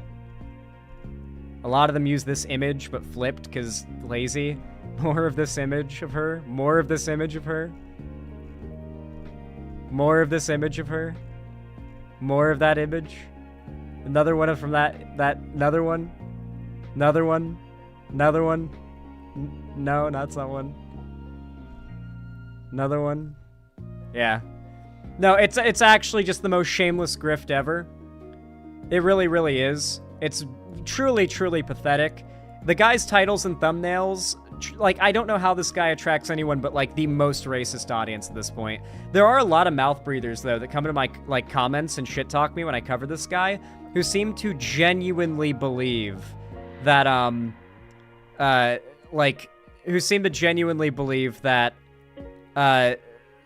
like, this guy's not racist. Also, guys, trust me, the hate for Rings of Power is 100% genuine. People genuinely have genuinely problems with Season 2 of Rings of Power. That's why they mass disliked it. You know, the season of the show they haven't seen yet. It's really funny to me how these guys manufacture, like, a show not being successful. Like, for those that don't know, Rings of Power, I believe, is the biggest Prime show. Its premiere has been the most viewed Prime streaming show ever, besides maybe The Boys. The Boys might have beat it, but possibly not. And, like, I even have people who are on the left in my chat say stuff like, wait, there's going to be a season 2 of Rings of Power? And it's like, yeah, it was good. It was very successful. The only place where it wasn't successful was on the internet, which is dominated by conservatives who are mad when the first thing that was revealed about it was that one of the characters would be black. That was one of the first things that came out about it. And when that happened, its future was set in stone. The way the internet would react to it was set in stone. But yeah, he made this video freaking out about Yasuke. Does he even know that Yasuke was real? I wonder if he actually knows. Do you think he'll acknowledge it, or do you think he'll, like, pretend Yasuke is a made-up character? I'm really curious. I don't feel like this guy would know much about, like, anything. Welcome to the internet. I'll be your guide. And today we are talking about a massive controversy surrounding Assassin's Creed. Delancer, I don't take your opinion on the show seriously when you can't even say the show's name properly. Shadows. The new trailer, the official world premiere trailer, dropped 9 hours ago. And as you see right there, the massive dislikes. Not quite ratioed yet. We can do a quick little refresh and see if there's any update to that yet. His entire argument is going to hinge on the idea that because a bunch of racists are mad that there was a black person in the trailer, that means they're right. There being a lot of dislikes, meaning a lot of racists disliked it, means that they are correct. A lot of their arguments are just appeal. They don't even make an argument. It's just more so an implied argument of an appeal to popularity for their opinions. Well, there you go. 169 to 177. This trailer will more than likely be ratioed before it's all said and done because the backlash has been massive. Now, what are these people, fucking Keffels fans? Is this guy a Keffels fan? Wait, are these people... Are the conservatives not the people who are saying ratios don't matter whenever they get ratioed? Why the fuck are they like, ratio? We don't like black people. More dislikes than likes. Black people owned a ratio. Is this like really the epic own they think it is? Bro sounds like Rigby. We're going to go through a lot of different points. This is a great video right here, and I'm going to link you to his Twitter account because he does a great job of breaking this all down, better than I could do. So let's listen in. We're going to discuss. I'm sure it's simply because he breaks it down better than you can. It's the only reason why, to complain about this, you brought this individual's video up. I'm sure. And then we have a lot more to talk about. So we got our first look at the new Assassin's Creed game, and I gotta say, man, I'm not impressed. I'm actually just really annoyed right now. We have two main protagonists, one female, one male, just like Odyssey. We're gonna be using Neo, I hope I said that right, a female Japanese character. And for the male character, they're gonna be using Yasuke. Now, I'm annoyed because they're using Yasuke, and I'm gonna tell you why. Yasuke is what they want to say is the first black Japanese samurai, when in all actuality, he was not even a samurai. He was a retainer, so he wasn't even... Okay, when people talk about samurais, they're generally talking about the people who wore the cool fucking armor and had katanas and fought for a lord. He was the personal, like, assistant and bodyguard of Oba Nobunaga, who, like, pretty much united, like, what, half of Japan? Half of, like, that of Japan in that era or something? He was, like, very big deal historically for Japan. And on top of that, like, did you guys know that, I forget exactly what the Japanese word is for the role that he filled, but retainer's not exactly the right word for it. The role they filled was bodyguard, personal servant, sexual partner. That's right, there's a good chance that Yasuke and Oba Nobunaga fucked. There's a good chance they fucked. It was not unheard of for male samurai to fuck their to have gay sex with their lord. That is not, it was not unheard of. There's a chance it happened. Not gay, but bi, possibly, because they also had wives and many sons. So probably bi. I have a feeling that bisexuality is probably like more common than being straight. I'd say being gay and being straight are like minorities on one side of like the spectrum of sexuality of all of society, and bisexuality or pansexuality or whatever is generally the center. I think everybody, for the most part, almost everybody, is a little bit like on that spectrum of bisexuality, and you've got people who are just like outright hard gay, like they could never have a straight sexual encounter. It would make them vomit. And then you've got people who are hard straight, like they could never have a gay sexual encounter. It would make them vomit. Not because they're homophobic or straight phobic, but because it wouldn't be pleasant for them, right? Because they're not attracted to that. But I think most people, especially when you look back at old societies with different cultural standards for what is okay sexually, the fact that like ancient Egyptian culture, the fact that ancient Roman culture, ancient Greek culture practiced so much casual gay sex tells you something about how humans were before every bit of everything told you being gay is weird and different and you don't want to be gay from the get-go, right? Like, there's a good chance that way more people would be that if they could, right? Anyway, yeah, not just like retainer is a really disingenuous way to refer to it. Essentially, Yasuke filled a role that could have done anything. He was one of the right-hand guys of his lord.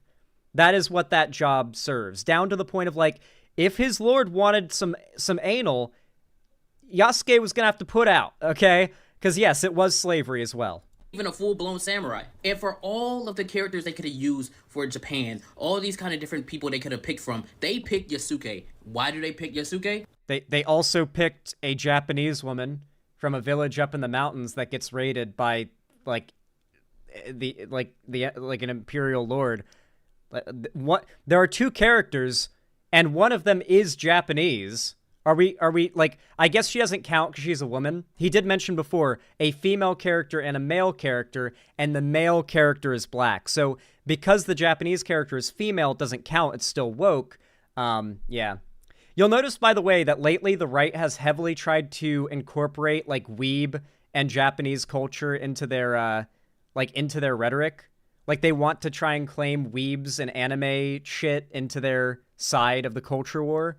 Mostly because of hentai and like gooners mostly being like very much like wanting, they want to see women only be sexualized, and Japanese media particularly anime has a pretty big problem broadly with its sexualization of women and presentation of women. Like you have to find anime that don't have that. It's easier to find, it would be easier for me to list anime that aren't weird about women, particularly underaged women, than it is to like list the ones that have problems with it. Like it's more of a given that they'll have weird shit in them, and you have to find the ones that don't. That is how much of a problem it is in even modern anime. Because he's black. And we're going to listen to the rest of this, but that's the point here, okay? This is virtue signaling, this is ESG, this is DEI, this is identity politics, and why could... Well, it's SJW, DEI, CRT... Like, why is it, like, how many fucking triple letter acronyms can you come up with that just mean the N-word? Just say the N-word, man. It's YouTube. They're fine with it. One of the biggest YouTube channels on this fucking website that is a trans YouTuber, one of the most influential YouTubers that is trans right now, is called The Offensive T-Slur. And the name doesn't say T-Slur. The name says The Slur. I'm pretty sure you're just allowed to say the N-word on YouTube now. I'm pretty certain that's just allowed now. So why doesn't he just say it? That's what they mean. Remember that one tweet where it was like the DEI mayor of Baltimore talks about like the recent disaster? The mayor was elected. DEI is supposedly a program in which like black people are just put into power or put into a position for virtue signal points. What they mean by DEI is black. They mean the N-word. It's just like a dog whistle for a slur. Zan, don't say that. You're gonna do a Vosh? Well, I'm not gonna say it. I'm not racist. I've never said the N-word before in my entire life. I've actually never said a slur ever before. Never. Not once has a slur passed my lips. You can't prove it.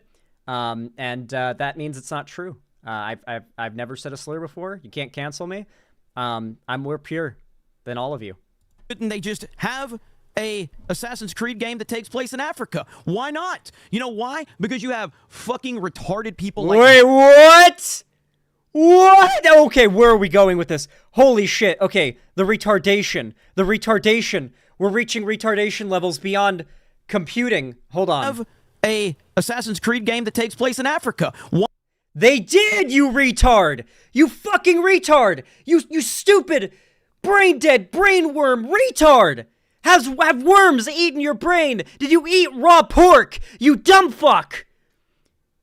They had an Assassin's Creed game in fucking Egypt! The main character's name was Bayek of Siwa, and he was black. Yes! They had an African Assassin's Creed game, and now we're having an Assassin's Creed game in which you play as a Japanese shinobi, and also a famous historical figure, Yasuke, who's like the most Assassin's Creedable character of all time. If you have a setting in Assassin's Creed, and there is a character that is important in that setting, and they don't show up, people will be angry. If there is a Revolutionary War Assassin's Creed game, people expect to see George Washington, which you do. You also get to see many of the founding fathers, even the signing of the, what was it called? You get to see the signing of the... What does Connor end up witnessing? I forget what it's called. The Continental Congress meeting. The first meeting of the Continental Congress. Not the Declaration of Independence. You're there to witness not the signing, but the first meeting of the Continental Congress. Like, you're there to witness their first meeting in Assassin's Creed 3. In Assassin's Creed... Hell, for the record, in Assassin's Creed 4, you're playing as a blonde Welshman in the Caribbean who is a pirate. So, like... Not every Assassin's Creed game involves you playing as a native member of that, like, location. Hell, Assassin's Creed Revelations was you playing as a white Italian guy in Constantinople, which, if I remember correctly, is in fucking Turkey? I have seen the Magna Carta. Yeah, no. Where is it in the rule? It was the Constitution, it was? Okay, my bad. Listen, it's been a while since I played AC3, okay? Origins. Odyssey is literally, you're not from here. In Assassin's Creed Odyssey, you're a Spartan. And you are in, like, Athens and you're traveling all around these Mediterranean, like, countries. Like Athens, Sparta, and whatnot. Like, Istanbul is Constantinople? Okay, sorry, it was Istanbul. Thank you. The song. The song. I should have remembered the song. How did I forget the They Might Be Giants song? Why not? You know why? Because you have fucking retarded people like Jacksepticeye who say something like this. Really? Okay, so for one, Memology 101 is a neo-Nazi. If you want to know why he's a neo-Nazi, I've got videos going back like to 2019 about that, in which Memology got so mad about them, he sent a harassment campaign after me, and I've never seen more slurs in my comment section than when Memology 101's fans went after me. However, they did have an amazing response. Did you guys know Memology 101 can't be racist or a white supremacist or a Nazi because he's Hispanic? For those of you guys unaware, it's actually completely unheard of for a Hispanic person to be racist. It's never happened before. It's actually famously uncommon, actually. Famously uncommon. Anyway, is this guy actually going to call Jacksepticeye a retard? I'm just happy to say that Jacksepticeye is currently sitting at and has maintained and will maintain levels of success this guy will never reach. By the way, this guy gets Geeks and Gamers gets less views on his videos than I do. My viewership on my channel is better than his. He just uploads more frequently than I do, and he has way more subs than I do. His channel is on its way out, especially in comparison to mine. It's funny seeing like a massive right-wing channel pulling worse views than me. It's like, oh man, you're out of here, dude. You're not gonna be even worth talking about in a year. I know how YouTube works. You know why? Because you have fucking retarded people like Jacksepticeye who say something like this about Resident Evil 5. I don't think they're ever going to remake Resi 5 because of the obvious racial conflict that's happening in that game, and I think it would be completely stupid. That game has not aged well in terms of who you're fighting. So they would have to just fundamentally change what the game is about. Yeah, there was a lot of controversy at the time that game came out. Aren't you basically just slaughtering zombified? No, they're not even zombies. It's okay. So my understanding is you're in Africa and a disease has broken out. Not exactly unheard of in sub-Saharan Africa.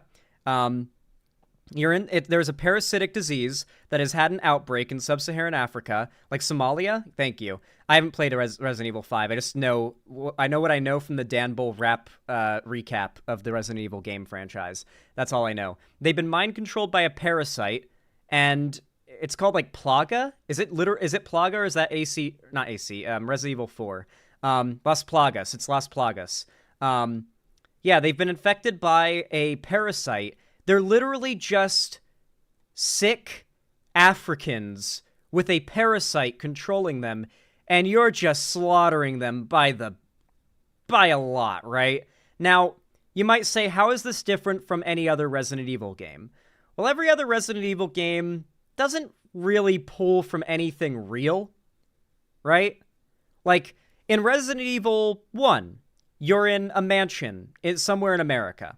It's Ouroboros. I thought Ouroboros is RE4. RE5 is Las Plagas, I think. No, other way around. Ouroboros is RE5. Las Plagas is RE4, because, yeah, okay.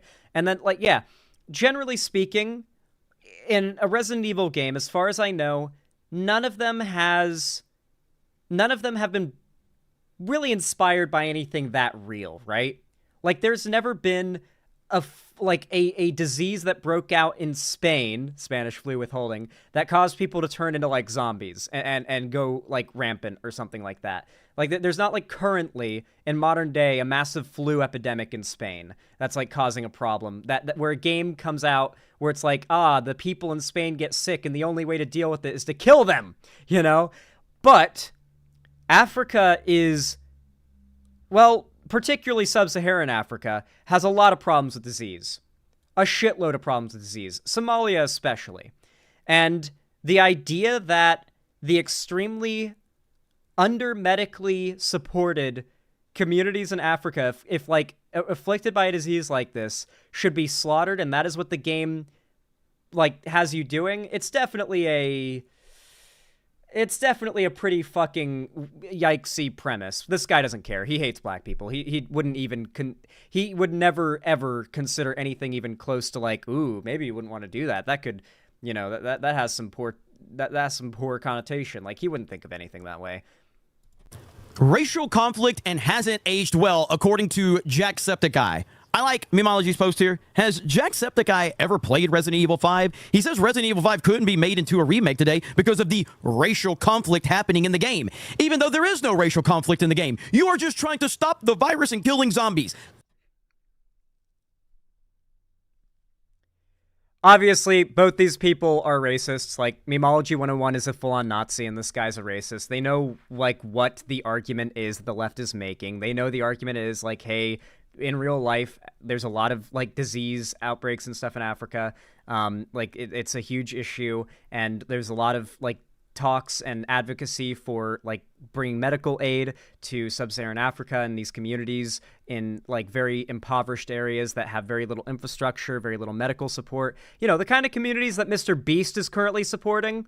You know, like you see one of Mr. Beast's, like, we built a bunch of roads in Africa, we built a school in Africa, like that kind of thing. I think, like, yeah, the idea that, like a game depicts just slaughtering those people because they're sick, which they are in real life, it's a little too real, is basically what he was saying, and what a lot of people on the left said.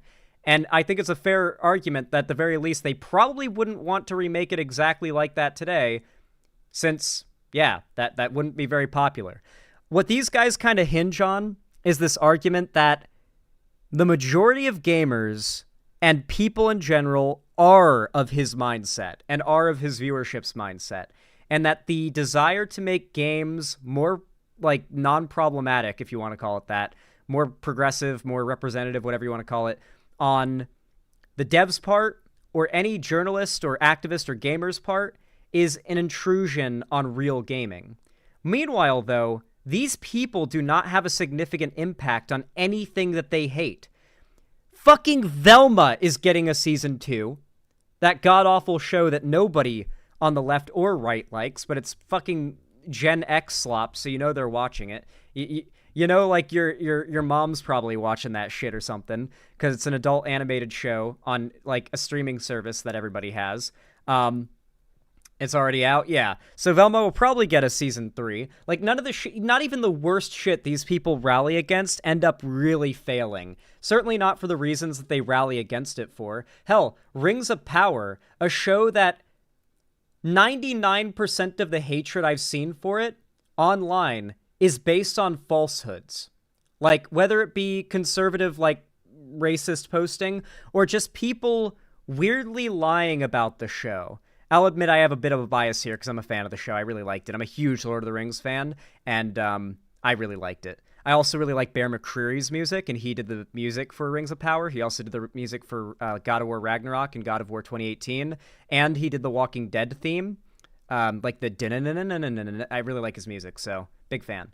But yeah, like it's just these people will make a smokescreen, a mirage of agreement, of consensus that people don't like a thing, because if people don't like a thing, like a piece of media, people online are embarrassed to say they enjoy it.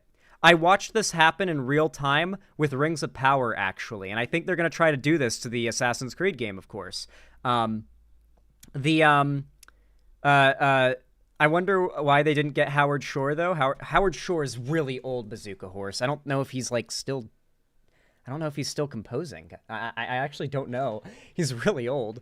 But yeah, like, it was really weird seeing how do I put this into words? The right does this thing. These right-wing grifters do this thing with media like this, where it starts off with, we're going to freak out about the virtue signaling culture war aspect of it, right? And that's what they're doing it with Hades 1 and 2 right now. And a lot of it's always based on just falsehoods, right? Like, for example, they completely flipped the Hades 1 and 2 design for Aphrodite. Let me show you. Aphrodite, Hades 1 verse 2.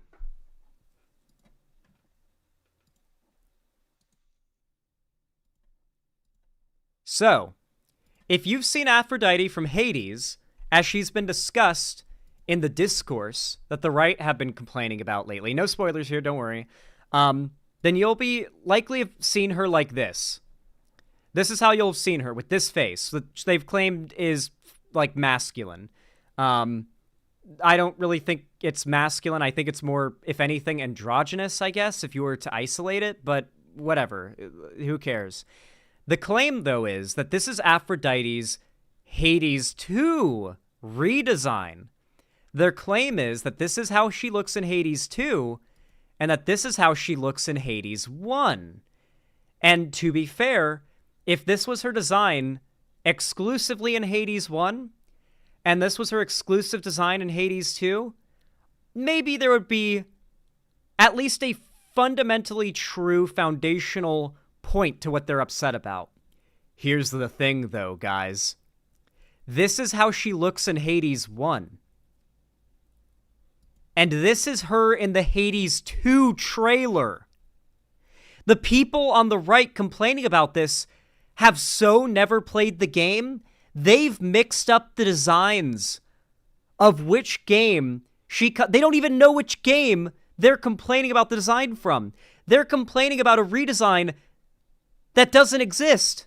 They think they redesigned this into this, when they really redesigned this into this, and what they're complaining about is this, but they think they're complaining about this, but what they're technically complaining about is this, because they're such tourists, as I like to call actual gamers and people on the left that don't agree with them. They're such tourists that their whole job is to complain about anything they can call woke, no matter what. They don't play any of this media. And they'll pretend like they are fans of this media or they are aware of this media just so they can pretend to be mad about it. Also, imagine shitting on Jacksepticeye. Good luck, buddy. Good luck getting the broader popular support on that one. Yeah, dude. People, you're totally on the popular side of the culture war when you are calling out Jacksepticeye. Yeah, you guys are totally the winning side, the majority side. This is why, because of dumbasses like this. This is why decisions like this, because there's people out there that will walk right into the identity politics trap with not even thinking about it. Not a critical thinking brain cell. It's okay for people to disagree with you. Hot take. I think it's okay. This guy, his whole thing is like melting down and saying the left can't handle when people disagree with them. And yet here he is melting down because there are people who are left wing. This is him melting down, angry that people are left wing. In his head, I mean, it's just absolutely insane. So in context, that doesn't matter to me, because in all the Assassin's Creed games, every single character has been that is literally just him melting down over Jacksepticeye, using his free speech to have an opinion. He's just triggered by it. But it's not triggering. He's not triggered if it's a conservative. Only progressives can be triggered. Because triggered is just a word the right came up for, originally, for when somebody who's passionate about something gets in their emotions when arguing with someone who doesn't actually care and is just trolling for a reaction. Some kind of different race and nationality, so that doesn't matter to me. That's fine. But you have to understand what day and age we're in. You have to understand the kind of social shit that they want to try to get across in these video games now. So instead of using a Japanese man in a game based in Japan, like they did with the other Assassin's Creed games, what is, you think we're gonna get Assassin's Creed Revelations, Assassin's Creed 4, Assassin's Creed Liberation, Assassin's Creed 4 Freedom Cry, Assassin's Creed Assassin's Creed Odyssey, or any of the other Assassin's Creeds where you don't play as an, like, there are other spin-off games too where you don't play as a native of the setting that you're in. Are where in the rules of Assassin's Creed does it say you have to be a native of the setting that it's in? That's never been a rule of Assassin's Creed. That's literally never been a rule of Assassin's Creed. It's never been. Year, he was an Arab, obviously. One of my favorites, Connor, in Assassin's Creed 3, he was Native American. That was fine. And the most famous of them all. This guy's favorite is not Connor. Nope, I refuse to believe it. Everybody shit-talked Connor back in the day. I remember I remember the amount of shit I got in 2012, or 2011 to 2014 for liking Connor and liking Assassin's Creed 3. Assassin's Creed 3 was super hyped up.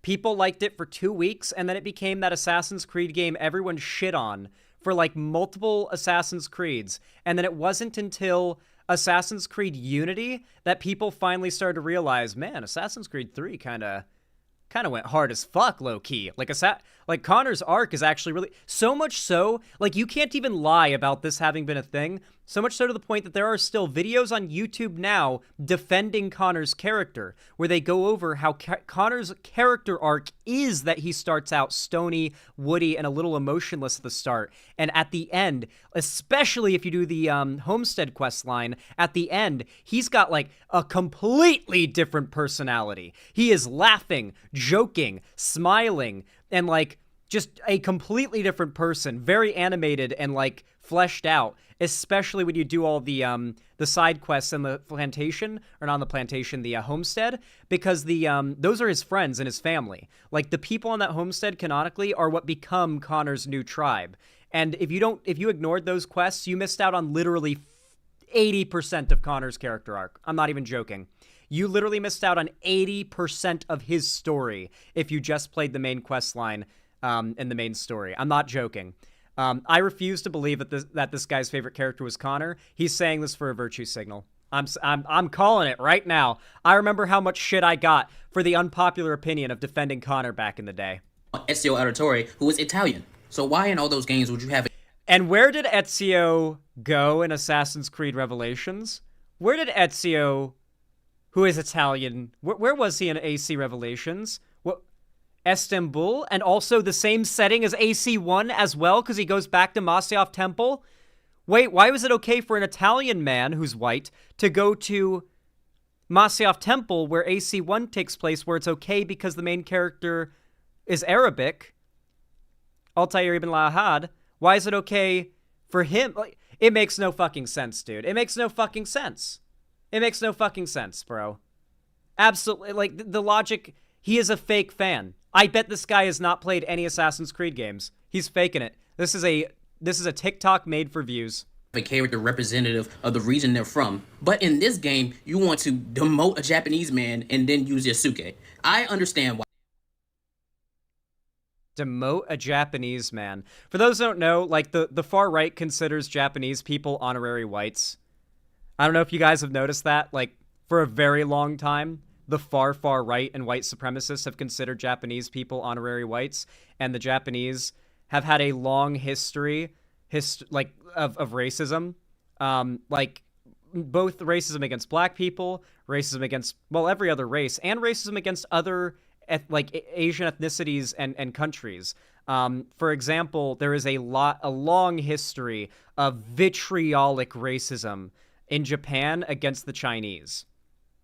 And that mounted an event into an event that was a multi-month long. Well, I'm not gonna get into it. You guys know. You guys know. Anyway, yeah, they're basically the Japanese are the most racist minority group that, like, racist white people could possibly stand for, and pretend like they're not racist because, hey, they're standing for a minority group that's not white people, right?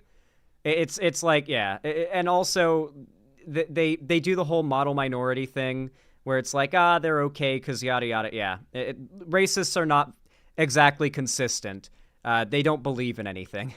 Why? We know why, but they're not going to tell you why, because if you call it out, you're some kind of ist or phobe or whatever. Yep. And since I'm black and I'm calling it out, that means I must hate my skin or something. You know how they do. I just see this and my immediate thought is I don't think that every black person who's conservative is self-hating. I think some of them are grifters, and I think some of them are, some of them are stupid. But just like any other conservative, you're stupid. Being black doesn't make any difference other than you're advocating for even more things that are against your best interests. If you're a white person advocating for conservatism, most of the chances are you're working class, right? Statistically.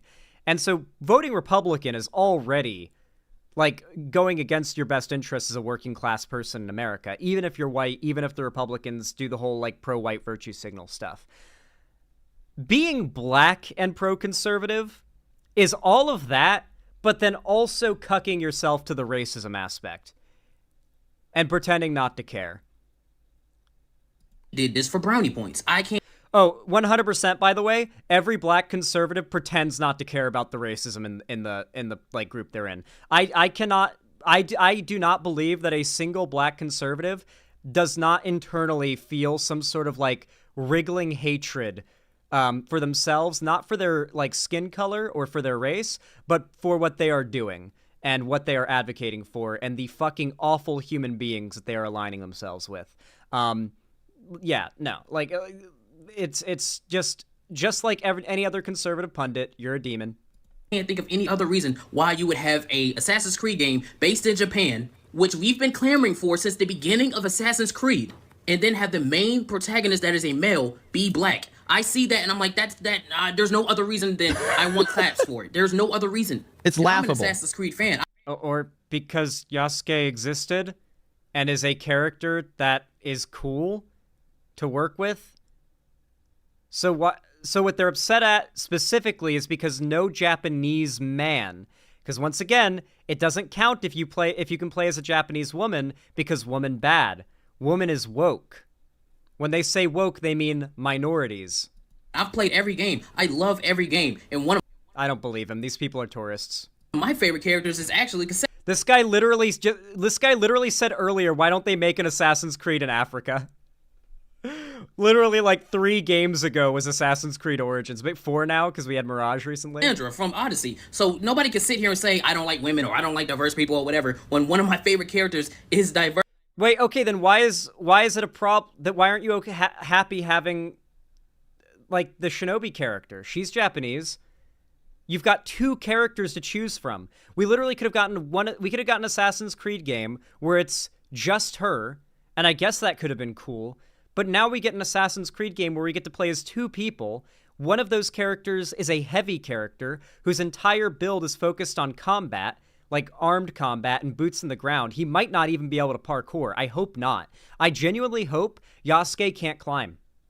I'm hoping that when you play as him, you are grounded. You are in that heavy fucking armor with that big ass katana, and you aren't climbing shit. Maybe you can vault something, but like a fence or a window, but you're not climbing jack shit. You're on the ground fighting motherfuckers. But when you play as her, you're a shinobi. That's when you can climb and jump off of like out of trees and windows and rooftops onto people and assassinate them in the quietest. That is what they went for, and that's awesome.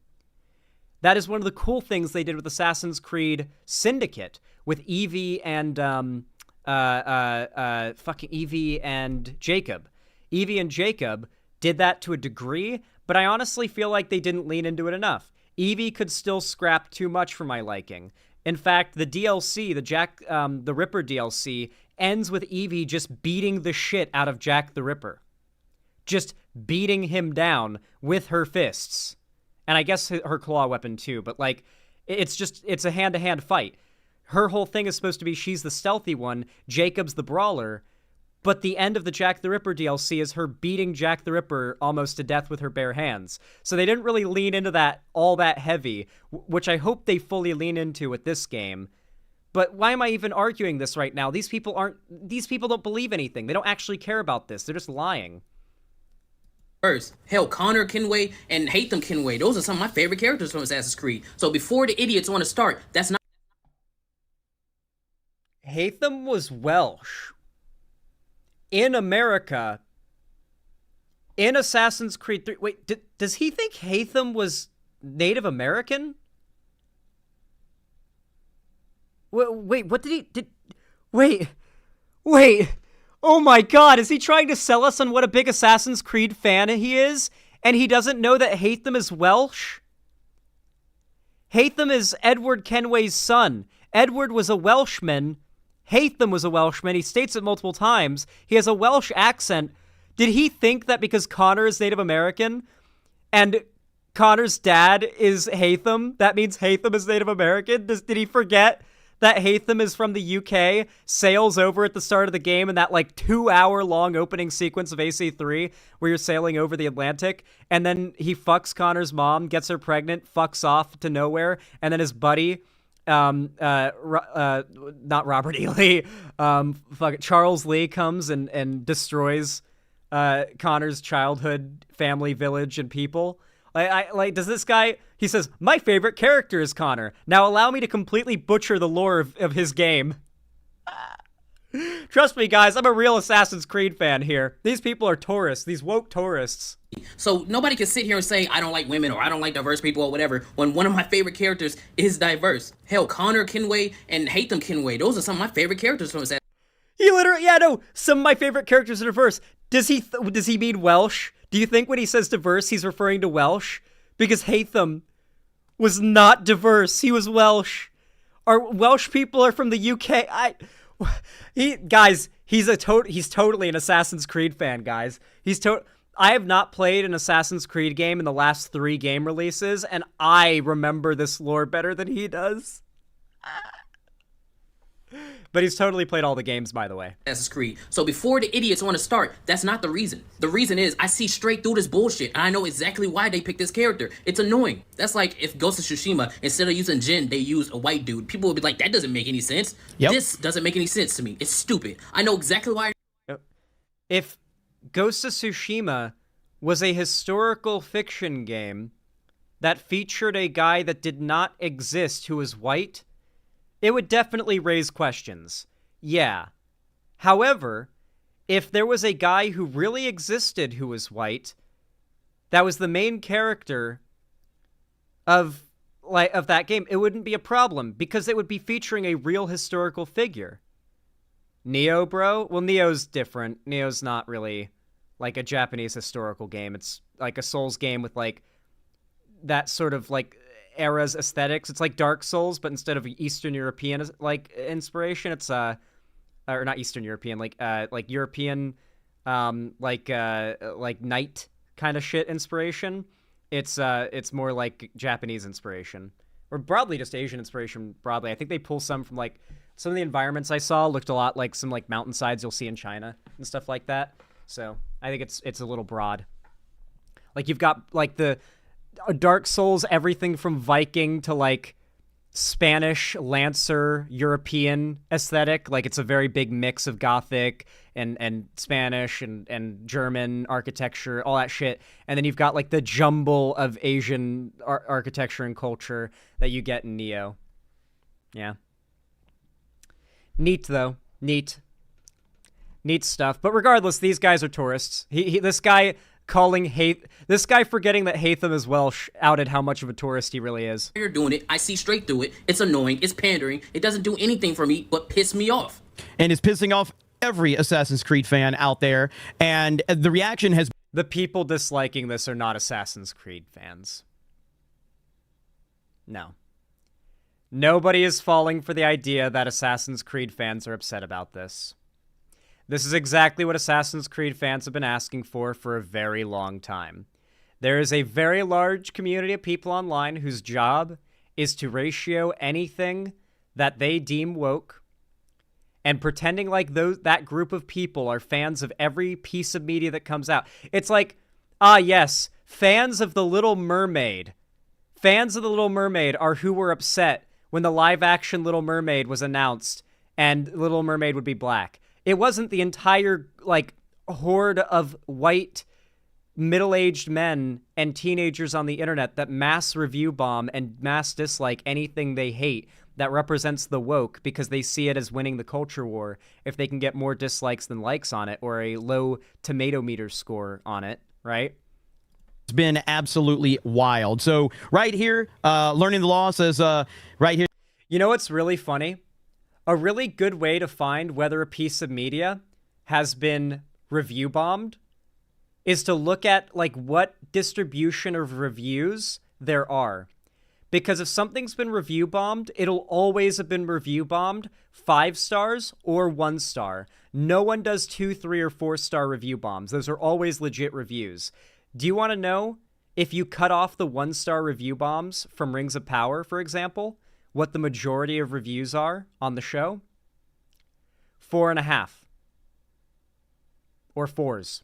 Between 4 and 4.5 out of 5. Or 8.5 out of 10. When you cut away the massive, out of nowhere, the second the show came out, horde of dislikes that come into a piece of media like Rings of Power, you immediately, and don't regard 5 stars either. I don't even take 5-star reviews seriously either, because to be fair, there could be positive review bombs too. Even on I'll say even on a show like Rings of Power, I don't trust the 5-star reviews either, because nothing's 5 stars necessarily, you know. Like that's a little like somebody must have been like a massive fan. A 4-star review though, that's not someone that was part of a review bomb, and that's somebody who probably has a measured opinion on something where they're willing to acknowledge flaw. And that's the kind of review I'm willing to take seriously. Breaking Bad isn't 5 stars. Okay. Well, okay. There are things that are 5 stars, but that's so few and far between that you shouldn't expect something to be 5 stars. You know what I mean? Like that's not to be expected. That's literally the gold standard. Like, that's a masterpiece. I've never seen something this good before. I need to show this to everybody. We're talking, like, Breaking Bad. We're talking From. We're talking Lord of the Rings. We're talking The Matrix. We're talking, like, the original trilogy of Star Wars movies. Like, content that's just like, yeah, this is... You can't, like, not watch this. This is cultural classic. He puts this up, but then he says, literally medieval Japan. Barely a few Portuguese folks, maybe some Chinese and Dutch. A black man in the middle of Japan City, surely nobody will notice. What the actual fuck were they thinking? These people are bending history as we speak. Oh my god, they didn't even watch the trailer. They're such tourists. They didn't even watch the trailer. Yasuke is not supposed to be stealthy. He's the fighter character, the shinobi character, who is Japanese, by the way, because this game does have a Japanese protagonist, much to these people's denial of existing. I think it's interesting to me how much we've gotten to the point with these people that they're just outright lying. Like, they've always been liars, to be fair. I'm not saying they were honest before, but before, at the very least, if they were complaining about something, it was at least something that was real, right? Like, remember back when they were complaining that, like, the 14-year-old She-Ra, well, he was one of these people, the 14-year-old She-Ra in the She-Ra show wasn't, like, dressed scantily clad enough and wasn't curvy enough for them to jack off to? Remember that? The whole, like, this 14-year-old isn't fappable enough for us arc with the She-Ra show? They went on about this for, like, 2 years. The quartering, this guy. They were all pedo posting, like, proudly for a while. It was crazy. Like, being practically, like, open, like weird about underage women was a big part of online right-wing culture war stuff for a while. A good example is Matt Walsh and Nick Fuentes saying that the age of consent is a feminist left-wing construct. And Sargon of Akkad and the whole anti-SJW community coddling, accepting, and protecting the absolute fuck out of Amos Yee back in the day. Which, by the way, I recently mentioned that. I mentioned how much Sargon and the anti-SJW community like accepted and protected Amos Yee. And do you want to know what a Sargon fan in the comments of that video said? I could not believe my eyes. They straight up said, nah, Amos Yee is one of you woke people. I'm not even joking. Their response to when you point out, hey, remember back when Sargon, your side was like defending the fuck out of and touting and giving a platform to that one guy everyone now knows is a pedophile? Like, remember that? Their response is, no, that guy's actually a woke lefty. Never was with on our side. Nope. That never happened. Nope. They've gotten to the point now where they've realized if they're going to be as dishonest as they've been, why not just outright lie about everything? Why not just outright lie about Aphrodite getting redesigned in the new Hades game? Why not just outright lie about there not being a Japanese main character in the new Assassin's Creed? Why not just outright lie about being a fan of Assassin's Creed and then fuck up the lore by forgetting that Haytham is not native to America? He is not of a Native American. He was Welsh because he was the son of fucking Edward Kenway, the Welshman who is the main character of the next Assassin's Creed game that came out, which the guy said he played, but guys, trust me, he's totally a massive fan, and he's one of the fans who are genuinely upset. No. This is all for money, clicks, culture war shit. Assassin's Creed fans have asked for this for a very long time. We are finally getting what we wanted, an Eastern setting for an Assassin's Creed game. Let's fucking go. Ninjas and samurais. One character's a ninja, one's a samurai. That's what we've always wanted. Let's fucking go. This is what the fan base has always wanted. The idea that the fans are upset about this is absolutely hilarious. And that is Nice 1,000% what they are doing, and they've been doing that, and they've been doing that to your favorite franchise, and eventually it's going to continue to come for your favorite franchise, your second favorite franchise, your third favorite. They're coming. Can we just, like, look at this guy's face for a minute? My chat's kind of covering him up, so I feel like we can't really marvel at, like, how much of an ugly guy this dude is. I've never really thought about it much. But this guy, I mean, he has a neck beard for one. Hilarious. The fact that like he's got the most shadow around his neck and everything and under his chin just adds to the neck beard vibe. He is surrounded by little like action figures and complaining about minorities in media. And he never takes off that hat. He is definitely bald under there. He is definitely balding or completely bald. I have never seen him without that hat. He never takes it off. He never isn't wearing a hat. It's just like Tim Pool with the beanie. He never takes it off. Why are all these men balding? Does racism make you bald? For it all. So continue to call this shit out. Continue to hold them accountable. But guess what? It gets better. This certainly explains everything. Continue to hold them accountable, Jesus. You need to know about Assassin's Creed Shadows. Look at there, ladies and gentlemen. Lead writer for Assassin's Creed Shadows. There it is. Right there is it.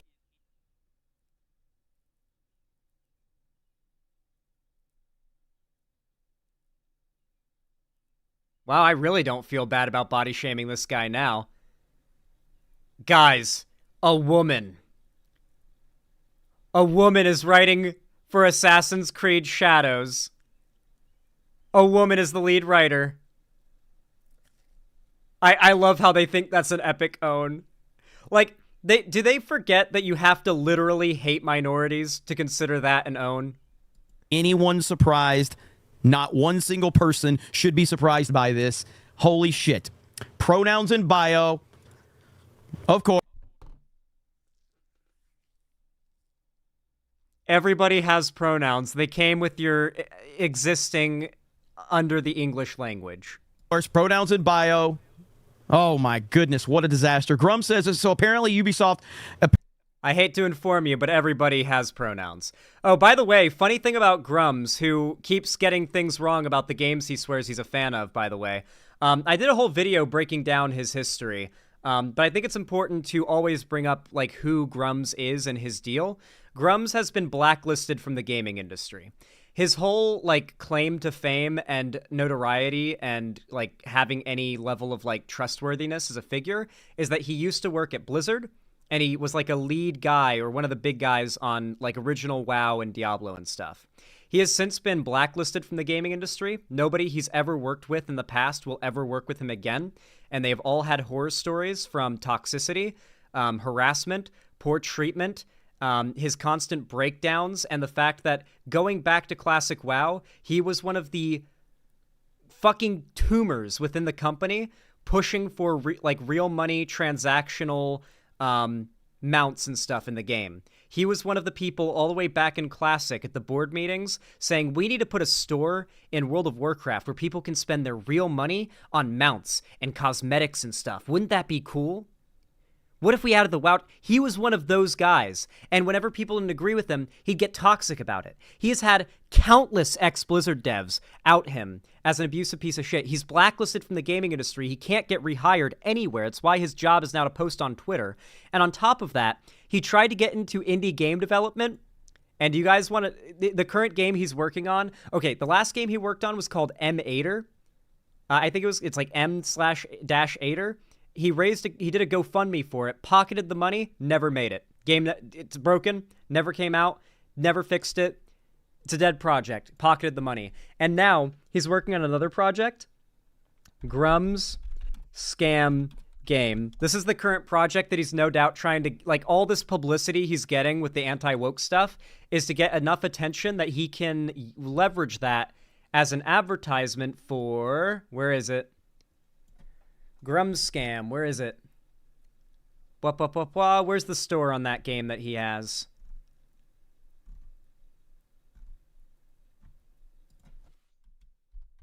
Don't tell me he's taken it down. Nah, you gotta be shitting me, Google. You're not doing this to me now. Here it is, found it. My favorite thing about Mark Kern is that his third failed game, M8er, has an option to buy a Founders Pack for up to... This game is still not available for people to play, by the way, after years, even if you bought this. M8er has an option to buy a Founders Pack for up to $1,500. His little army that wants him to be the savior of games would milk... he would milk them... He would milk his army... His little army of people that want him to be the savior of games for all the money they've got. Yeah, and so you can buy either the Archon pack, which is $200 or $300. That's the cheapest pack, or the Arch Liege Founders pack, which gives you which costs $1,500. This is real money, by the way. For $1,500, you get the new Herald. When you enter a zone, everyone will receive a voice announcement with your title and RP name. Arch Liege RP name is on the field. Wow. Pay $1,500 and everybody gets an announcement that you've entered the area. I'm sure that's something no one's going to, yeah. Max variant in purple, orange, and chroma. 5x playable mockup, 5x copies of the game. Oh, I guess you get 5 copies of the game with this. Reserve a guild name. Because the game's not out and still isn't, even if you paid. You get to reserve a guild name. Custom insignia for use across your dropship G-suit and banners. Custom colored founder and max dropship. You pick colors, chroma pattern. Custom colored founder G-suit V2. You pick colors. Custom omni-frame battle banner. Create a custom NPC for game. Name and background dial. That's actually that might be worth it. If it was actually a game that was going to exist and be good, and this wasn't a scammer, If you were paying for a founders pack where you got to name an NPC and like come up with their background and their dialogue and stuff and even voice them, that would make sense. That would make sense if you could, yeah. And all prior rewards to this campaign, so I guess you get this stuff too. So yeah, the game's still not available. He's been supposedly working on this for a long time, but he's also been blacklisted from the gaming industry after being outed as an abuser from everyone he's worked with in the past, including all the people at Blizzard. But he still tries to use all that clout as like his sort of credibility. He is possibly the biggest grifter currently like in this space. He is also a balding middle-aged man whose entire explosion in popularity is over crying about censoring a camel toe in a game that doesn't exist. You guys know that, right? Another example of how the shit these guys complain about isn't even real. The whole, like, Stellar Blade camel toe thing, like, hashtag free Stellar Blade, completely made up. The original screenshot that Grums used to say this was the original skin before the recent Stellar Blade update, Sony censored her, where it's like she's got camel toe and the, like, second image she doesn't. It was photoshopped. The skin never had camel toe. Believe it or not, the game developers were not so gooner that they like textured full camel toe lines in the outfit. They weren't quite that gooner, surprisingly. But they claimed that it had been patched out, but in reality, the original image was photoshopped. Not too different, but arguably far less accurate than the flipping of which game the Aphrodite design they've been calling manly comes from, because it's not convenient if that design is from Hades 1 because that game came out and is beloved and there's no culture war to fight and win on hating that game. So instead, they want to push the idea that Hades 2 has made this controversial change, and, well, you would only know that you would only fall for this if you'd never played Hades. So that's a pretty good, clear sign that the people complaining about this stuff, they're tourists. They've never played the original game. They're pretending to be fans. Apparently changed Assassin's Creed Shadows, throwing away the original story. And he has a complete breakdown right here. This is completely made up, by the way. So if you want to go over to his Twitter account and check that out, you can. Japanese reception to Ubisoft's latest game, Assassin's Creed Shadows. One Japanese user says, for the first time, I understood what cultural appropriation was. The reaction has been wild. And of course, you can go over there to the trailer and you can see exactly what.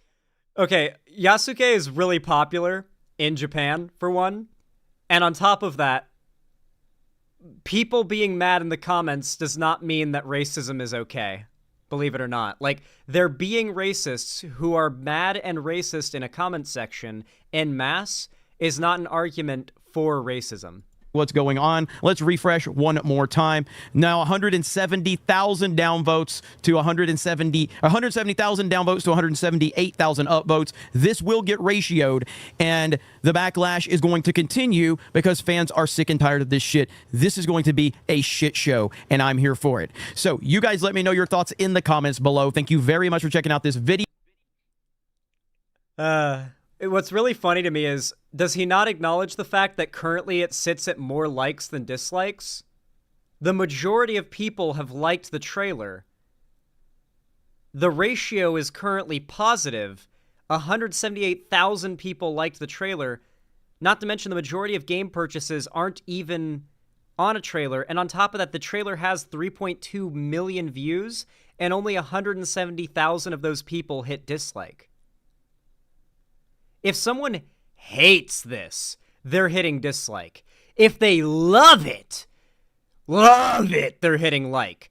You can tell by anybody's analytics how that works. This video has 45,000 views. It has 4.7 thousand likes. Who knows how many dislikes? Does that mean only 4.7 thousand people enjoyed this video out of the 45,000 that watched it? No. Naturally, because of how YouTube works, people have a bias. If they really hate something, they hit dislike, or they negatively review something. If they really like it, they positively review it, or upvote it, or give it a like. The vast majority of people, though, sit in the middle of that bell curve of, yeah, that was pretty good, I guess I'll pick this up, or maybe I won't, and they don't engage with it at all. But the people mad about this are the ones disliking. And the fact that the people who love it so much they hit like, which you see how much of the ratio, you know, out of 3.2 million, yeah, about right, you know, the ratio is about in line for, of the people who watched this video, the majority of them liked it. And hell, the majority of people hit like, but that doesn't matter to him. What matters to him is the hypothetical that, oh, it's totally going to get ratioed, guys, and once it does, that'll prove us right. Because to them, the end and beginning of the world is ratios, because nothing, like, there are no stakes to this to their side of the culture war at all. Theo, have a great day, and we will talk to you later. Hey, at least he didn't do a whole, like, 20-minute shill session with a sponsorship, you know? I was expecting that, but we didn't get it, and that actually makes me proud and surprised. Well, hey, if you enjoyed this video, please consider leaving a like. It really does help a lot, and I do like seeing my content do better than people like this. And of course, if you want to engage with my content, it also pushes it in the algorithm too. You can comment down below. It really helps a lot. You can subscribe and ring the bell icon to turn on all notifications. And of course, if you want to see more from me, go ahead and look down in the description down below to follow my social medias. And of course, if you want to, you can also join my fan Discord. It's totally free. It is the main hub of my fan base. I do game events, watch parties, and call-in streams there, and I announce my uploads and my streams there as well, so you won't miss anything. And do not forget, if you want to support me financially, and please consider it, you can always donate, subscribe, or gift a sub on my website, xanderhall.com/live, or support me through YouTube, Twitch, Streamlabs, Stream Elements, Patreon, or buying merch through the Streamlabs link down below. But with that said, I hope to see you on the Discord. I hope to see you again, and thank you for watching. How do you guys like that segment? It was a long one, but I think it came out pretty good.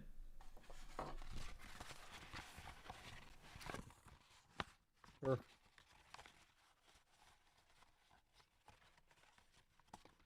Geeks and Gamers is failing to understand context. If you read the comments, most of the upset people are mad about Ubisoft's bad business practices, not even the game itself. Yeah, I forgot to even mention the fact that tons of Assassin's Creed fans are burnt out on the series, like, just because of the bad, like, choices in design. And that might lead to a fair amount of dislikes just by default, because every new Assassin's Creed game announcement has gotten a lot of dislikes. Not like a ratio, but a lot of them. Like, a lot of dislikes. This one would probably be prone to get less from the fans because it's what a lot of fans have wanted, but the dislikes are probably overwhelmingly just non-fan raiders that are just mass brigading.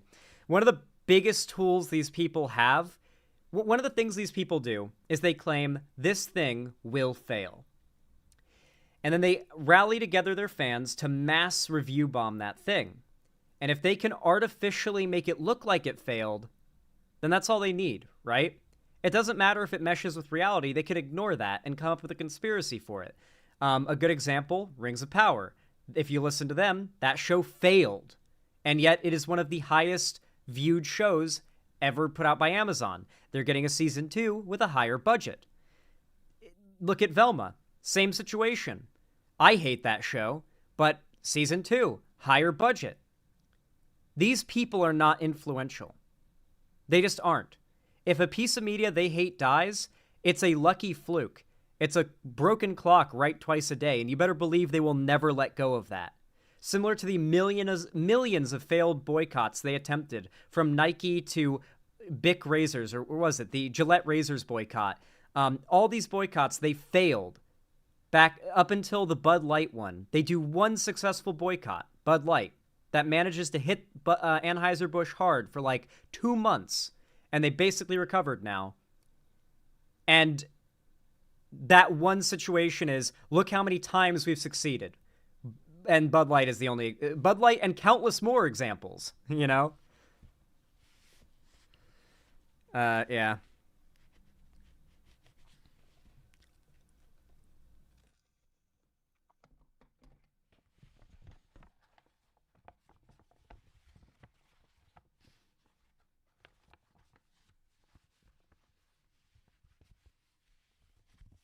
Chat, can you explain why they could not spin Barbie? They tried. First, it's woke, it's bad, it's gonna fail, it's woke, but then it succeeded, and then they tried to say it's anti-woke, it's actually anti-woke. Ken is actually, like, the main character, and he's good, and they like, stand Ken, but, like, they just fell apart with it. Like, their messaging was so out of touch, like, they just couldn't get their messaging right there. Like, such a woke movie that was going to be popular. they couldn't find a way to spin it in their fantasy world. The problem with existing outside of reality is sometimes reality hits your fantasy world real hard, and it's impossible to, like, find a way to twist reality to fit with your fantasy world. And that's what happened with the Barbie movie. It happened with The Last of Us 2 and The Last of Us show, for example. Remember the Last of Us TV show where, like, first episode comes out, all the right-wingers are like, oh, yeah, it's good, it's great, it's awesome. Episode 2 comes out, like, full-on gay sex scene. Whole episode is a gay love story and one of the, like, greatest episodes of TV, of zombie apocalypse television we've gotten, like, just objectively. Like, it's so... The scene where it's Bill coming out of the house and, like, preparing and everything is literally me on Zomboid. I watch that scene before I boot up Zomboid. If I'm going to play Project Zomboid, I go on YouTube and I look up Bill scene, The Last of Us HBO, and that scene comes up first, and it's like got that red line because I've watched it so many times, and I click that, and I watch that scene, and it gets me perfectly in the mood to play Zomboid. Yeah, they really fell apart with their messaging on some of these things. A good example of this as well is House of the Dragon, but they did manage to succeed on that. Remember how much they shit on House of the Dragon?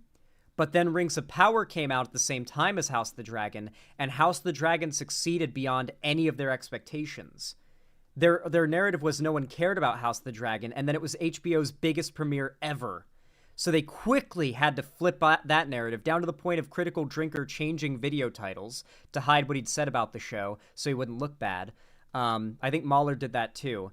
They're all very dishonest. And then they immediately made it Rings of Power is the bad woke show, and the, like, House of the Dragon show is the based not woke show.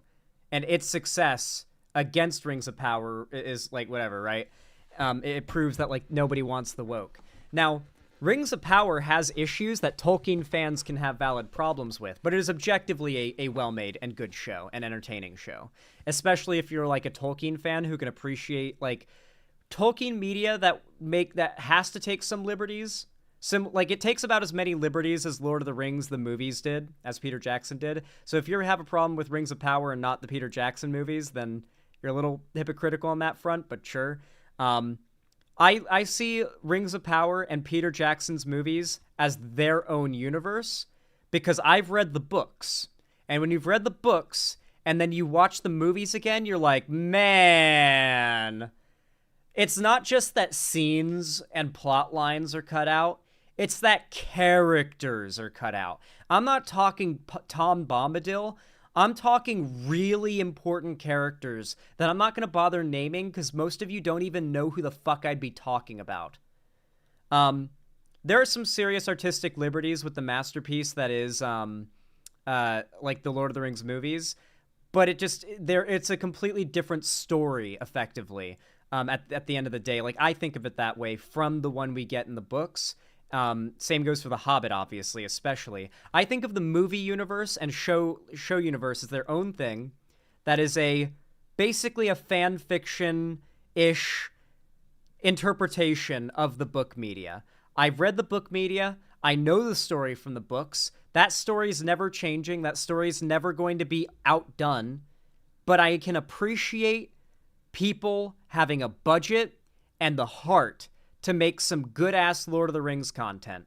It's why I liked the Shadow of Mordor games, even when the lore purists were freaking the fuck out about them. Though now those lore purists pretend like that was fine, and now they all focus on Rings of Power. It's like, I respect you're not liking Rings of Power, Delancer. It's fine if that's your opinion. But a lot of the stuff that I heard about it as a justification for disliking it in the, like, upcoming, like, when it was about to come out, were just lies.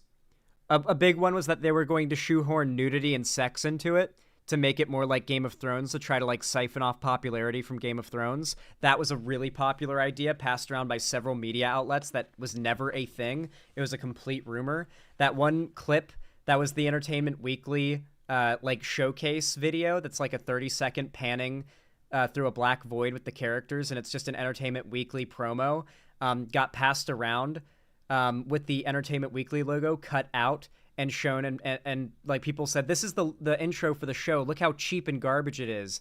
when in reality the intro is, well...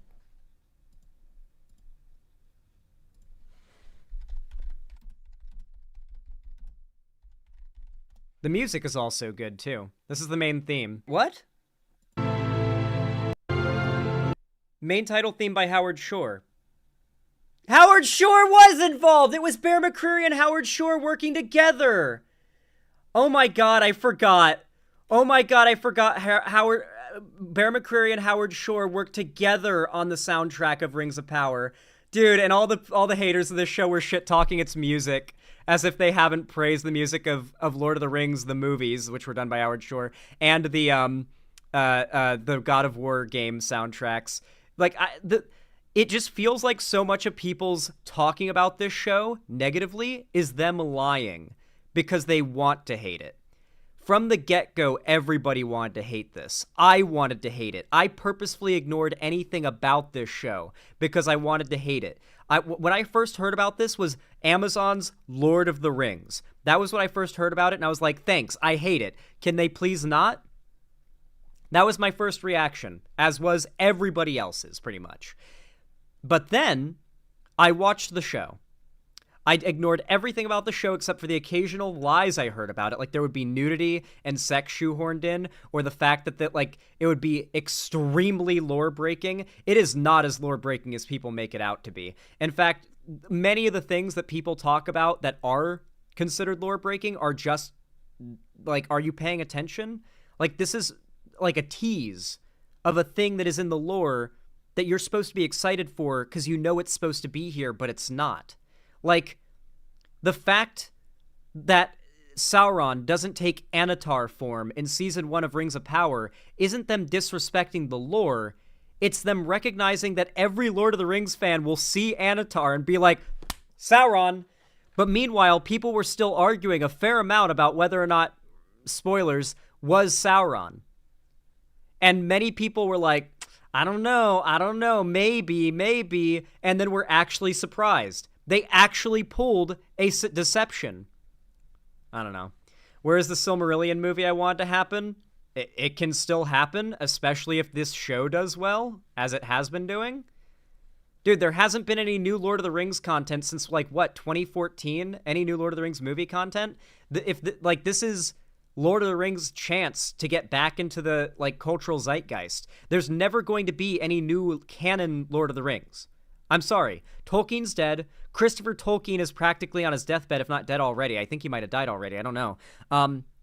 There's never going to be more canon Lord of the Rings. The closest you'll ever get is that, like, transcript of the New Shadow that got partially finished, the first chapter by Christopher Tolkien, which was supposed to be a sequel story that was never really made. The story was long ago set and settled, decades and decades and decades ago. No piece of media is going to ruin that story, all right? And this existing doesn't ruin the existence of a Silmarillion movie, all right? Also, the Silmarillion could never be a movie. Come on, let's be honest, Delancey. The Silmarillion would have to be a show. The Silmarillion would have to be a show. We've read the same book, right? That could not be fit in a single movie. You could not fit the epicness of that fucking shit in a single movie. It's like making the Bible into a single movie. This is done by Howard Shore and Bear McCreary. It's great. And also the intro here is practical. The way they did this is with, like, sand, like gold sand, and those, like, speakers that use sound effects to, like, there is some, like, CG touch-ups here to make it look a little more magical. But for the most part, it's sand on those, like, tables that vibrate and allow you to create patterns and shit. Really cool stuff. Really cool how they did the intro for the show. It's really pretty. The music for the show is phenomenal. I think I'm fine. Here, let me just show a single bit of music from the show that I love. I'm an actual Rings of Power fan. I could like rant about how much this show has been given a bad rap. Listen to this track. This is, I'm just gonna spoil it. This is Gandalf's theme.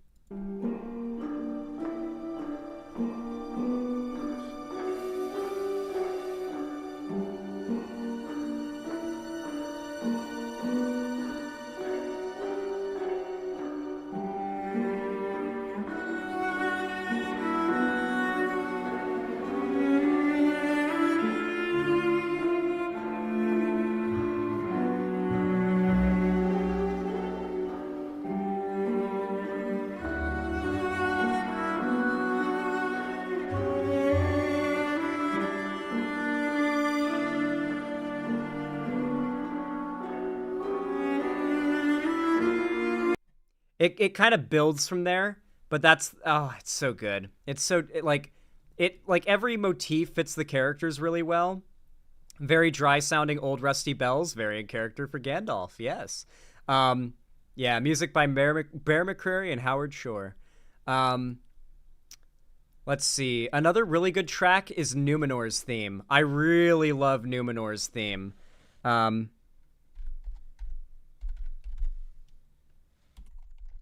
You can't tell me this theme is not Numenor.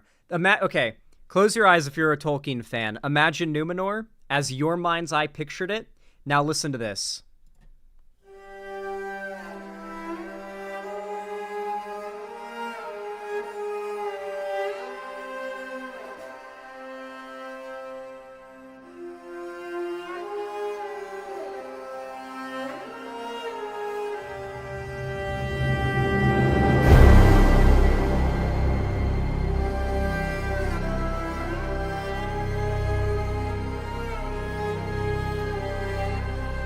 Imagine you're like emerging from the mist of the ocean, and the island is coming into view.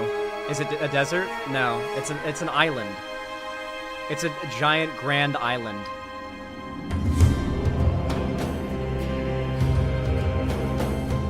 It's a little bit like, imagine the closest real life similarity I can kind of like drive to it is Numenor is very much like described to look a bit like an ancient Roman city, a little bit. Like it's supposed to be like peak human civilization.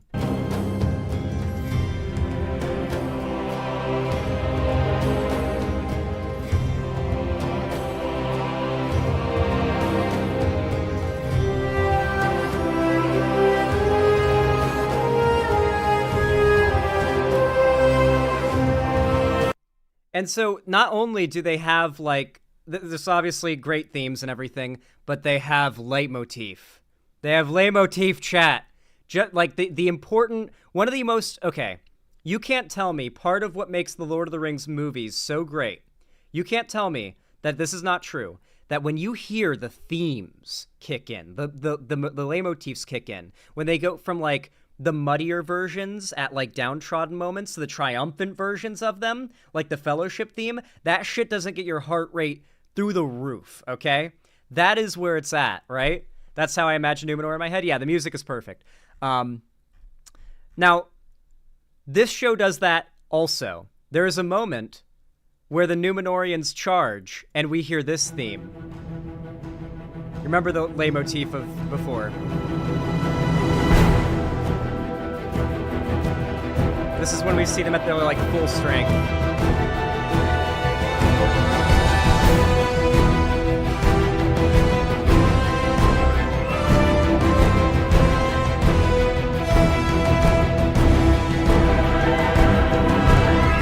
And then Galadriel's theme ties in because she's in the battle.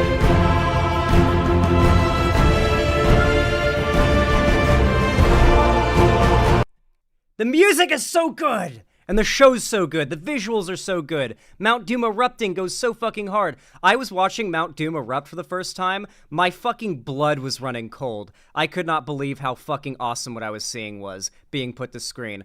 And I like frantically went to Twitter after that episode to see if like people were finally not being cunts about the show anymore. And no, they were still being cunts about the show.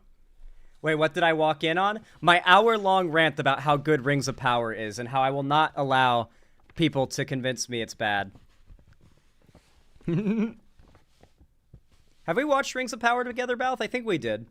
Did we? I swear I watch partied that in my Discord server. I would be down to watch party that again. After Dune, you know what? How about this, chat? After Dune, which Dune Part 2 we're watch partying after From, by the way. We might watch party From tomorrow. Are you down for a From watch party tomorrow, Balth? If so, we'll finish From tomorrow, and then next watch party will be Dune Part 2. Well, wait, what the fuck? Where did the scroll come from? It's where I get all my topics from. I wake up, I open up the scroll, and it tells me what to cover.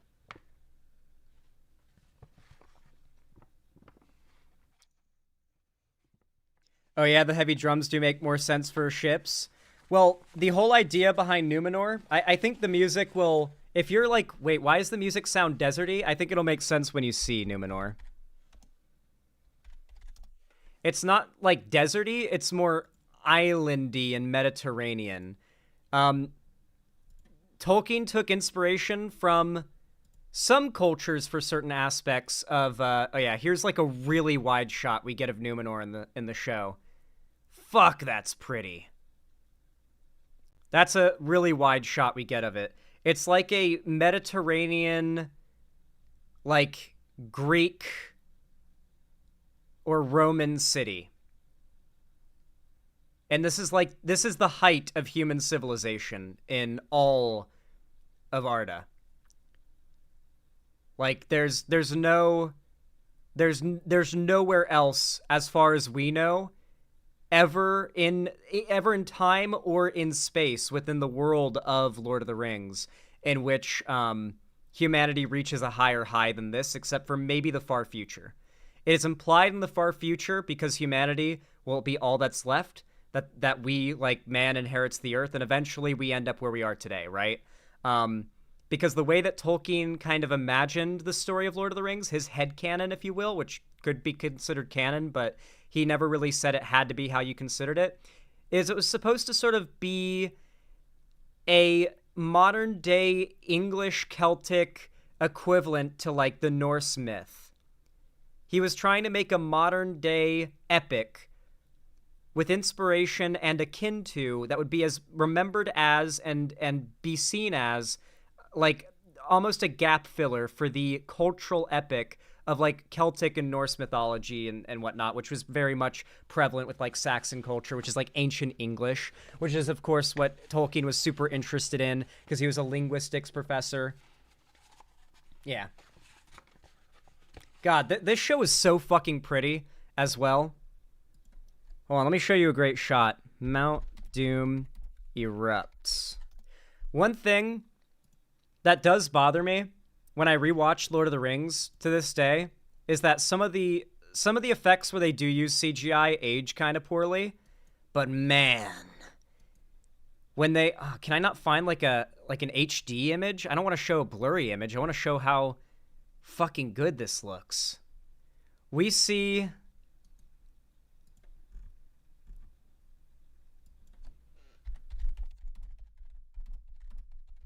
God, I could rant about this show forever. Forever.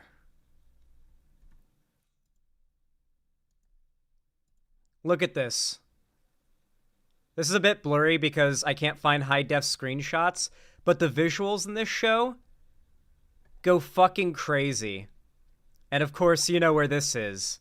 This is the final shot of the show, or of the final season. This is the final shot of the first season.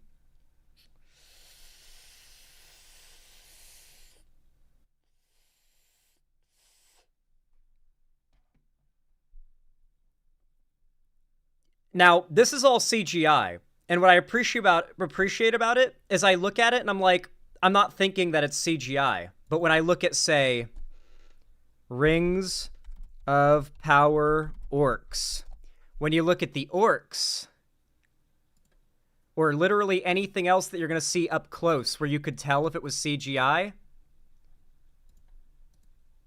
Actually, I'm going to show you the close-up. This is makeup. This is one of the, like, more prominent orcs in the show.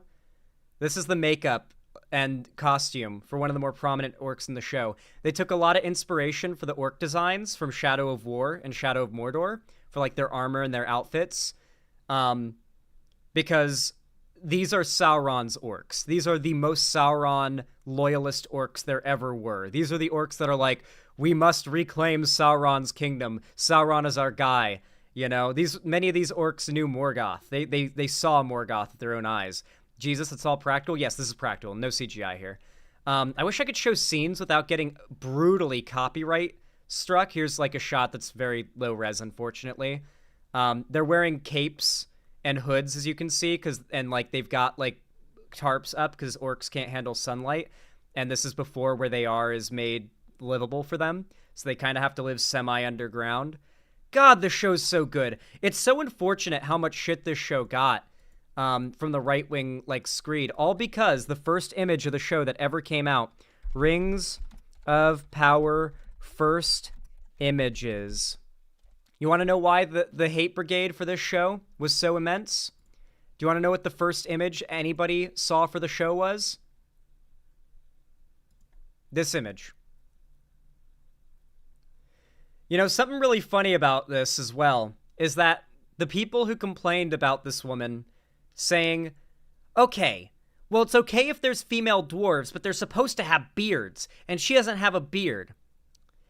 It's very obvious they didn't watch the show, and it's very obvious they need to get their eyes checked, too, on top of that, because if you actually watch the show, it becomes very obvious. I don't know if you can see it here. She has a beard. It's thin, and it's like it's like hard to notice here in this image, I guess. If I zoom in, you can probably notice it way better.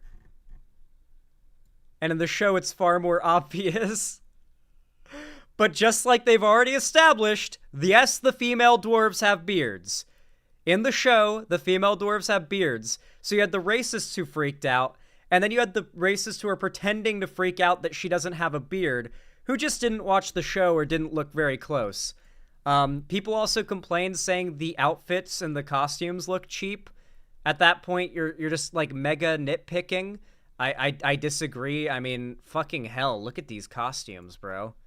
Here's a really cool. Here's Galadriel. Like, fucking awesome. And this is one of my favorite. Okay, this is one of my favorite outfits. One of my favorite costumes in the whole show. Look at these guys. They built these outfits for characters that are on screen for 30 seconds, maybe a minute. These characters are on screen for maybe like 2 minutes at most in the entire first season. Maybe they'll show up in season 2. They aren't framed as being very important, but they're just some humans that are like traversing the mountains, like the countryside. And they've got giant ass antlers strapped to their backs. Look how cool this shit is. Look at these designs and these costumes. People were saying this was cheap. You have to understand that, like, I get incredulous when people say they didn't like the show and worry they're just somebody who's riding, like, a sort of bandwagon, because so many of people's complaints are just lie, oh, didn't watch the show, oh, made something up, oh, fell for a post, fell for a lie, oh, you didn't watch the show, you know? I go to this Amish community regularly to buy shit, and like half their women have beards, especially the older ones. Whoa. Dollar store antlers.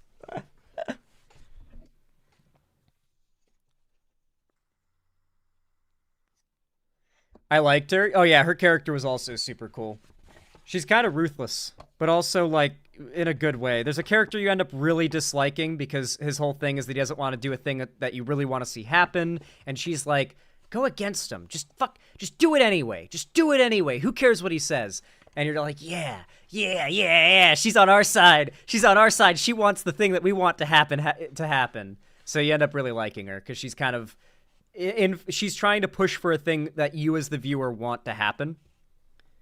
You know what I mean? It's hard to dislike her as a character. All right.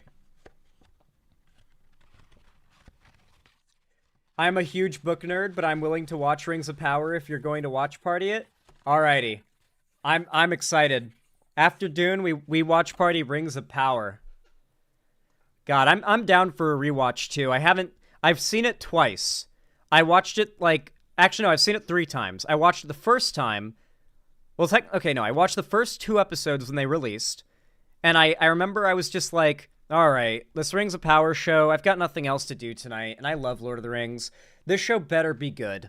I'll give it a chance. I know nothing about it. I haven't watched any trailers. I don't even know when it's supposed to be set.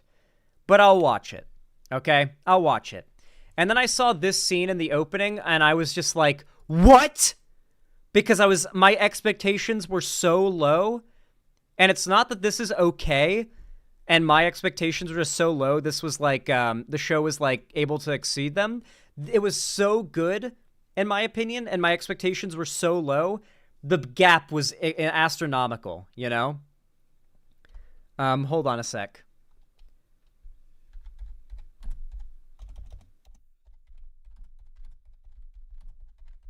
There's some lore breaking here, as there is in the Lord of the Rings movies, so I can't really complain.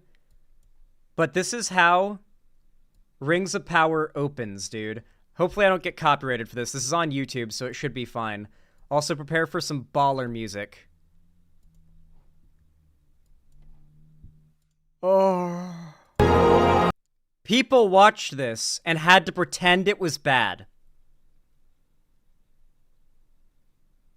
It's definitely lore-breaking in several ways, but they literally announced before this came out that the Tolkien estate gave them the rights to exclusively the appendices of The Return of the King. And I think the Two Towers, too. And I think maybe the appendices of the Silmarillion.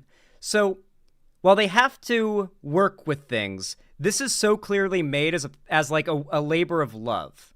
So a good example of like how they worked around the licensing issues with the Tolkien estate is they didn't have the rights to show Ungoliant, the massive spider and mother of Shelob that helped Melkor, aka Morgoth, attack the two trees.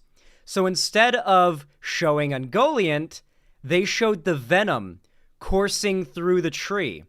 We don't see the spider, we don't see the spider bite, but we see the venom. And if you are a Tolkien fan and you're paying attention, you know what that is. You know what's happening to the tree there. You know who did that. It's not being said or shown, but you know that the creators of the show know what this is, and they intentionally put that in there so that you could appreciate that they knew. Yeah. Not a copyright mess? Oh, did I get copyrighted? Uh-oh.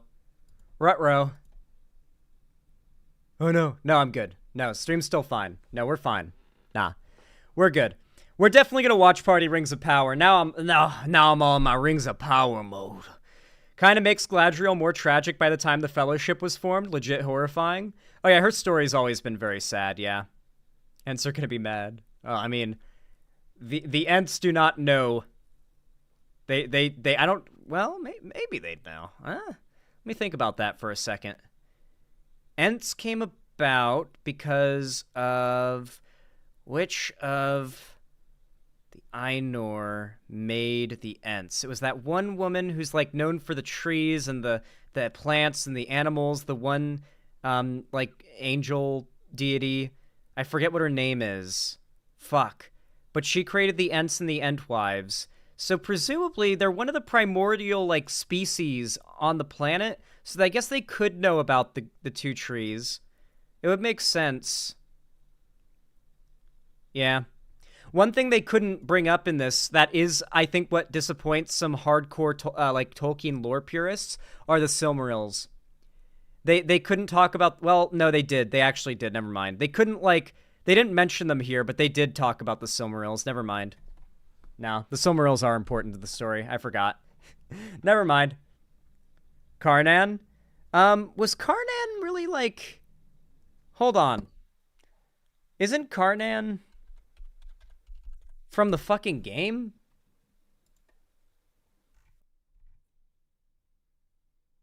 Yeah, this is from the game. This wasn't from the books. Yeah, I did not remember Karnan ever being mentioned once in any of Tolkien's stuff, which is why when I saw her in the trailer for the game, I was like, what the fuck?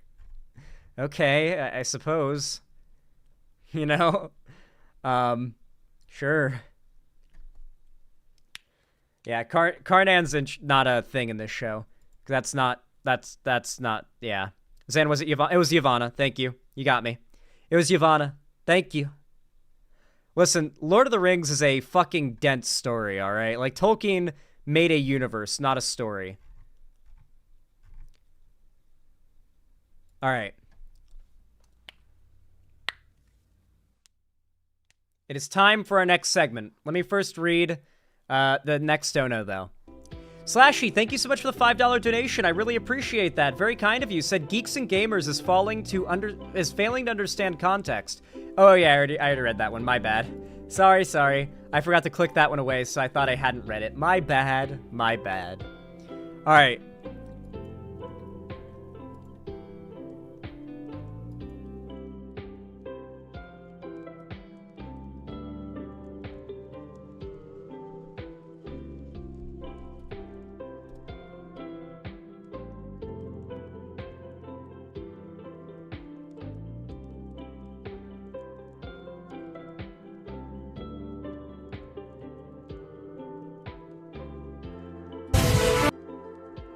Okay, well, this headline's confusing. You all know what to do when I say action, right? 3, 2, 1, action. All right, everyone. What is going on? This headline is a little confusing, because my understanding is, last I heard, breaking news, Donald Trump and Biden had agreed to a debate. But I guess now that's changed? Biden issues a challenge to Trump as he withdraws from traditional debate dates. So is Biden going to debate Trump still, but on a different date? I'm confused. This is the most recent video about this. So hopefully this is up to date on everything, because I am so excited to see these two old men fight. All right, we have some breaking news for you. The Biden campaign says it is willing to debate Donald Trump, but under certain terms. CNN's Arlette Saenz and Jeff Zeleny joining us now. Arlette, what are they saying about this debate that Biden is now saying? I don't like that. I don't like doing that. Like, when I try to do a debate, I rarely try to set terms, because it makes you look like you're afraid of losing. It doesn't matter whether or not that's the case. It just looks that way. That's all that matters. Just looks that way. So demanding there be no ad homs makes it look like to Trump supporters, oh, they're telling Trump he's not allowed to do the thing we love him for. That's not going to be effective. You have to remember, Hillary Clinton wasn't right to say it, but she was right. Trump supporters are a basket of deplorables. They take joy and pride in the fact that they love the guy who is a villain, right? They like being the bad guy. They like being evil. And so moralizing them and trying to optics them and being like, that's mean, isn't ever going to work. And you'll do. Well, Sarah, there is some major news from the Biden campaign this morning, as they are saying that they are willing to debate former President Donald Trump 2 times. And one of the top campaign officials, Jen O'Malley Dillon, sent a letter to the Commission on Presidential Debates saying that President Biden will not participate in the debates that they currently have scheduled. Now, Biden himself released a video just moments ago where he said that he will debate Trump 2 times in this upcoming election. Take a listen to what the president had to say. Donald Trump lost 2 debates to me in 2020. And since then, he hadn't shown up for debate. Now he's acting like he wants to debate me again. Well, make my day, pal. I'll even do it twice. So let's pick the dates, Donald. I hear you're free on Wednesdays. Bro issued a call-out post. What the fuck? Holy shit. Biden straight up, said, it's on site. Meet me outside of the Waffle House at 3 a.m. Now, the Biden campaign is saying that they want to have debates held earlier in the process. This letter that was sent to the Commission on Presidential Debates from Jen O'Malley Dillon outlines a request for the president and Trump to debate twice in this election cycle, once in June, once a former President Trump's criminal trial up in New York ends, and then another time in early September. One of the items that they are pointing to is the fact that they want to have these debates play out before early voting begins and ends in many of these key battleground states. Now, Biden has been saying that he is willing to debate Trump. Chad, I have a question. If Hunter Biden offered you some crack, would you smoke it? Like, if he was just like, oh, you've never had it before? Here, try it. Come on, try it. Just once, just try it. Would you do it? I think I would. Yes, yeah. No? What do you mean? You wouldn't do crack? What are you, a pussy? Just last week here at the White House, he was asked by a reporter when he would hold that debate, and he said set it up. In an interview with Howard Stern just last month, he said that he's happy to debate Trump, but really didn't get into the details of exactly when. But we will see what the Trump campaign has to say going forward. Trump himself has also called for earlier debates. The Republican National Committee had previously voted not to participate in CPD debates, but certainly even as the Biden campaign is putting forward some suggestions, this will all have to be agreed to by the Trump campaign as well. But President Biden, in this new video this morning, making clear that he wants to debate Trump twice, even as the CPD had scheduled 3 debates to occur in the fall. All right, Arlette Saenz, thank you. Jeff Zeleny, I gasped when I saw the attack that Biden just made, saying, "I heard you're free on Wednesdays," to former President Donald Trump, who is off of court on Wednesday.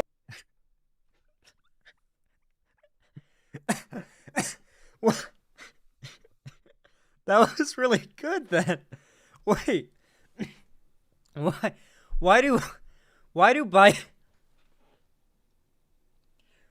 Biden's best, like, gotchas, Biden's best, like, quips are all really deep cuts I have to explain. So, like, obviously that goes hard as fuck, but another good example of a Biden W, like, quip that's a deep cut that just sounds like, what the fuck? Wait, what did he mean by that? Until you actually know what he means, is this.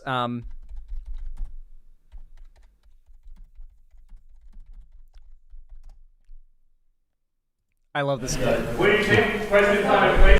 So this is a Fox News reporter being snarky to Biden about the inflation rate at the time, which has since, like, you know, not a problem anymore.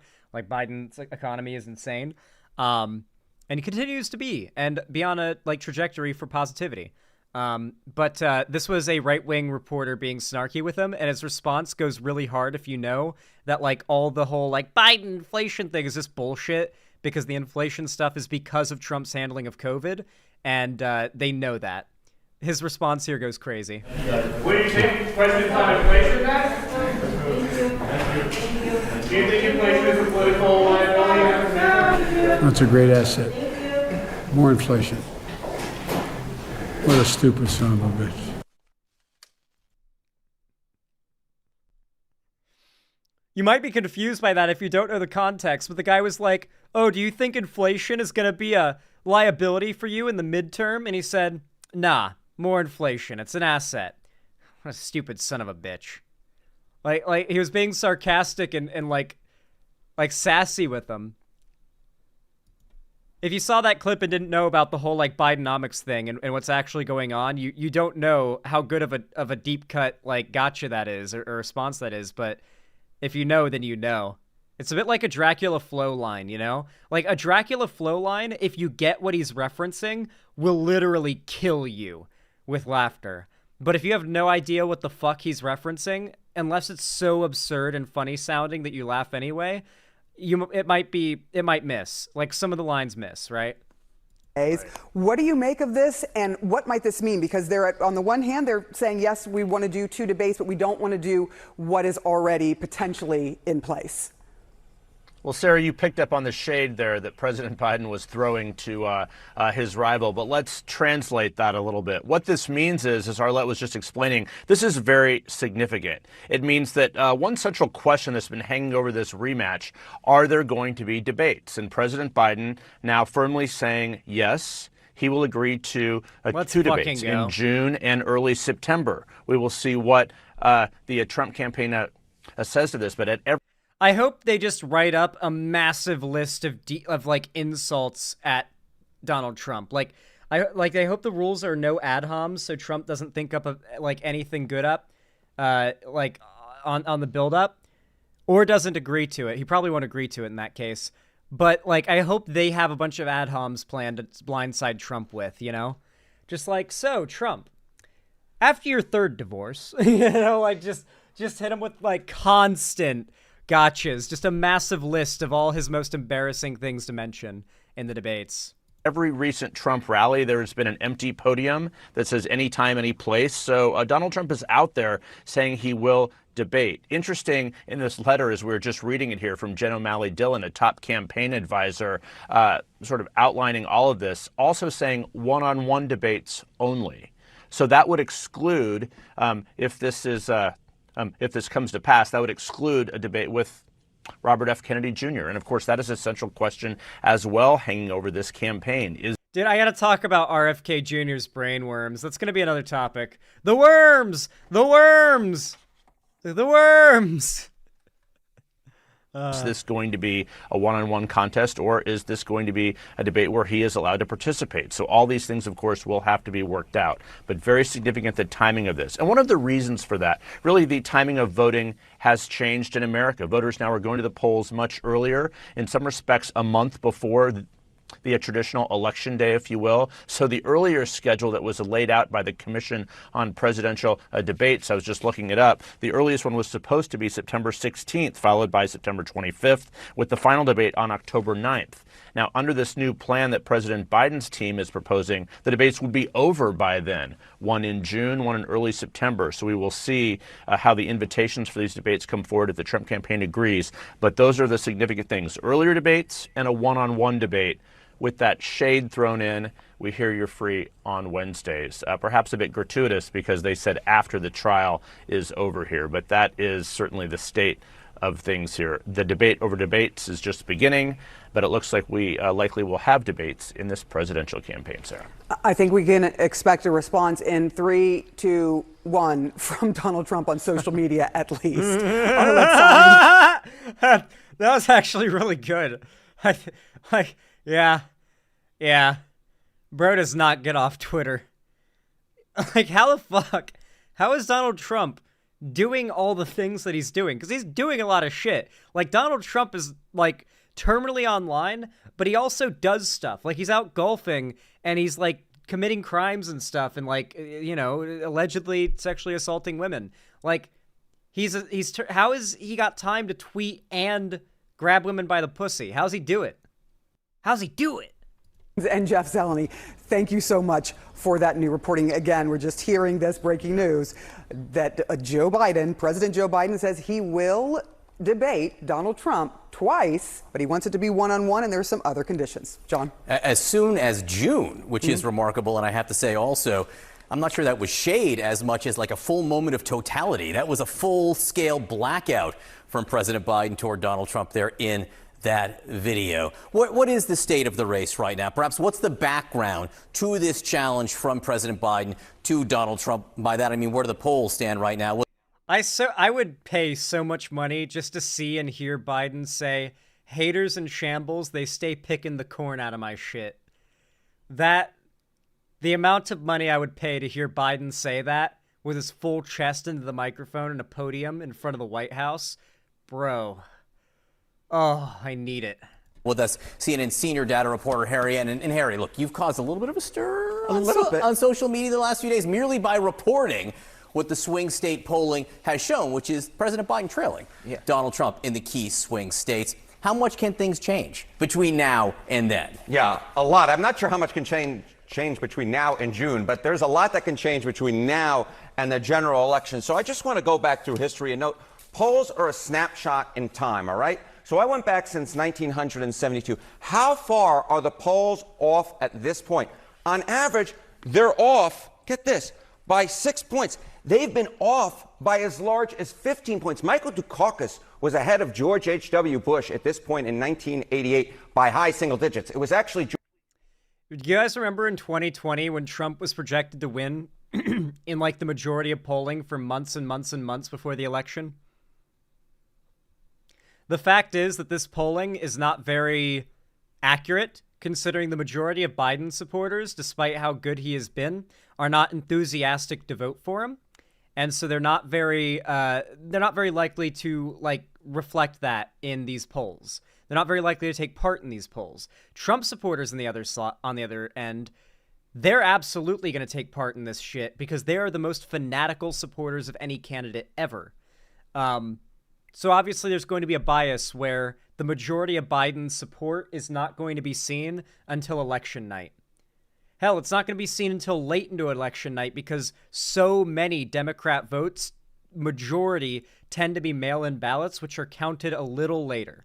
Not like super later, but like a little later. Like to give you an idea, like vote counting and reporting will start at like, 8 p.m. on the West Coast, if I remember correctly, maybe 6 p.m. And by like 10 or 11 p.m., the mail-in ballots start getting counted. And you start to see things really swing in favor of the Dems once the mail-in ballots get counted around 10, 11 p.m. At least that's how it was last election. I covered it. I stayed up all night. I stayed up well until the sun was up, until we knew, yep, Biden's got this. George H.W. Bush, who won by high single digits. digits. This time, and too. keep in mind, Trump's only up by a point at this particular junction. So the fact is, the polls can shift a lot. Yes, Joe Biden is in trouble, but we'll see where we are a month, 2 months, 3 months, 5 months, 6 months down the road.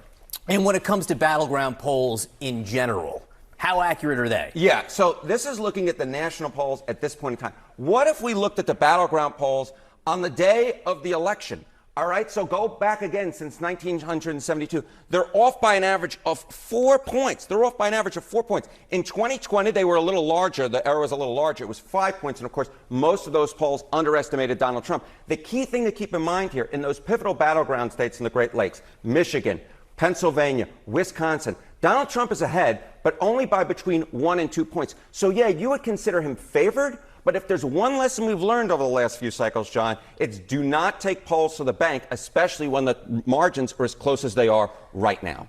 And who do the polls tend to be wrong for? Right. So one of the Basically, you can't really call it for Trump or Biden at this point. It is terrifyingly a toss-up. Chief complaints that Biden and the Democrats have was in 2022, the polls underestimated Democrats, right? In 2020, it was Republicans. In 2022, Joe Biden, the Democrats like to argue that the polls underestimated Democrats. Now, that was true in the key battleground states of Michigan, Pennsylvania, Wisconsin, those major races. The polls on average underestimated the Democratic candidates by about 5 points. But if you look nationally, look at the national House vote, the polls actually underestimated Republicans by about 2 points. So I'm not necessarily sure you could look at 2022 and argue that the polls will somehow this time underestimate Joe Biden. The fact is the poll errors, John, go back and forth. They go back and forth within a cycle, and they go back and forth when you compare over a bunch of years. Ariane, great to see you this morning. I have to say, we're going to have much more on the stunning political development. President Biden challenging Donald. I will say, Donald Trump, on his side of things, and the Republican primary side of things, is honestly struggling. Within the Republican Party, people who aren't in the cult, believe it or not, not every Republican or conservative is in the Trump cult. A lot of them, a whole lot of them, are getting off board and have been slowly draining away over time. I don't really see many people jumping on the Trump train.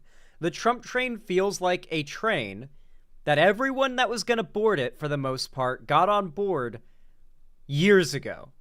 And since then, the Trump train has been running on the people that have been on that train since. Maybe a few young people hit voter age and they become, I'm a young Republican, young college Republican, I'm with TPUSA, and they end up joining up with Trump and stuff, but that is very, very rare, overwhelmingly. So with that in mind, it just seems like, I don't know.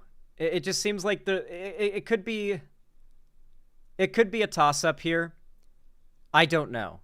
We could see that Republicans have jumped on board because a lot of young people are a little more radical, and if they lean more conservative, considering certain social pressures this election, then who knows? It could be a lot of misinfo about Biden and the fact that he is the incumbent and sitting with a pretty majority of his presidency was not comfortable for people, even if it wasn't his fault, right? He inherited Trump's economy. And Trump inherited 8 years of Obama and was able to slide through most of his presidency on a very nice, high interest rate, stable economy, where people felt pretty safe for the most part during the Trump years. As bad as Trump was economically, most people felt pretty economically secure compared to now during the Trump years. And that had nothing to do with Trump's policy. It had everything to do with the fact that Trump inherited 8 years of Obama-era policy around our economy. Trump quickly got to work destroying this when he initiated a steel tariff against China that American consumers immediately had to pay for. So a bunch of things like cars and whatnot got more expensive. Anything that had steel in it, like Chinese steel, not very cool. Not very cool. Turns out he was not a pro-businessman after all. Donald Trump to a debate next month. As soon as next month, which would be, by my count here, the earliest general election debate we've ever had. Absolutely. You know, you go back to 1980, the one debate occurred in late October, I believe. Yeah, whereas this is months before even the convention. So history making there. Sarah? Guys, I'm going to be honest. I think Biden will probably sweep. Maybe not like a full sweep, but like I think Biden will probably win with a comfortable margin. And here's why. Abortion. For all the issues that are being talked about right now, every woman in this country, besides an extremely small sliver, their reproductive rights are on the line right now. Roe v. Wade going away is something that is not going to be forgotten. The people responsible for it are not going to be forgotten. And Trump is not going to be forgotten as the person who put those people into power. For all of Biden's flaws in many of these people's minds, even many conservative women might have to jump ship from the Trump train. Maybe not onto the Biden train, but off the Trump train, if for no other reason than the Republicans have overstepped on abortion, on contraception, just across the board. I think that the Republicans and their overreach on that issue might be what kills them in this general election. I think that's going to be the thing that we look back on and say, yep, had they not done that, they would have had Biden by the balls. That margin would have disappeared and gone straight to Trump. That is my prediction right now. That's what I think is going to happen. But I guess we'll have to wait and see. Anyway, though, if you enjoyed this video, please consider leaving a like. It really does help the channel a lot. It basically boosts me in the algorithm and ends up helping to suggest my content to a whole bunch more people, so I really, really do appreciate it. If you haven't already, consider subscribing, ring the bell icon, comment down below so you see more from me and YouTube boosts my content. Follow my social medias, link down below in the description if you haven't already so you can see more from me. And of course, if you want to support me financially, consider doing so by donating, subscribing, or gifting a sub on my website, xanderhall.com/live, or supporting me through YouTube, Twitch, Streamlabs, Stream Elements, or Patreon. You can also buy merch through the Streamlabs link down below, because, you know, nice merch. You should check it out at least if you're not going to buy it. And you should also consider joining my fan Discord. It is totally free. It's the main hub of my community. I host game events, watch parties, and I do call-in streams there, announce all my videos and new uploads there. So if you haven't already joined, please consider joining. I hope to see you there, and I hope you enjoyed.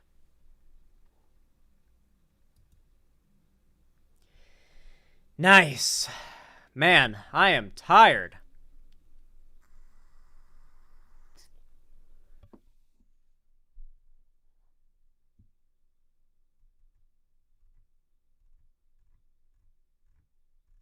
Yeah, Gaza isn't even the top three issues for Americans, while abortion is the number one issue. Yeah, you're right, One Piece. Very good point. You got to remember how so much of the American outrage against Israel it's mostly online and mostly very localized to young, hyper-progressive college students. The amount of overwhelming outrage over this towards Biden is far more scant than you might think. It's not I wish that was why most people were mad at Biden. If most people were mad at Biden and hated Biden right now because of that, that'd be like, okay, well, he's not ideal, but at least it's for a good reason. No, for the most part, it's things such as his age. I think his age is one of the biggest reasons. There's not much Biden can do with the situation without getting so much backlash other than calling for a ceasefire and peace while doing actions related to it. That's what he's been doing. Israel doesn't want to agree to it, sadly. Okay, chat. Can I show you something? I have gotten heavy back into Rust. Okay? I don't know if you guys are familiar with Rust. It's a fantastic game. I fucking love it. It is great. The only problem is I'm going to be real with you guys. I've never been great at first-person shooters. Or any shooter game. Or any game that requires aiming and doesn't have, like, aim assist, right? Never been great at shooters. My tracking is shit. I'm about to show you in a second how bad my tracking is. My tracking is so bad. My flicking is not too terrible, actually. Though it's not great. I'm just gonna outright say it. My aim's not great. I'm working on it, you know? I'm working on it. But my way of working on it is what I want to show you. Let me open up Crosshair X.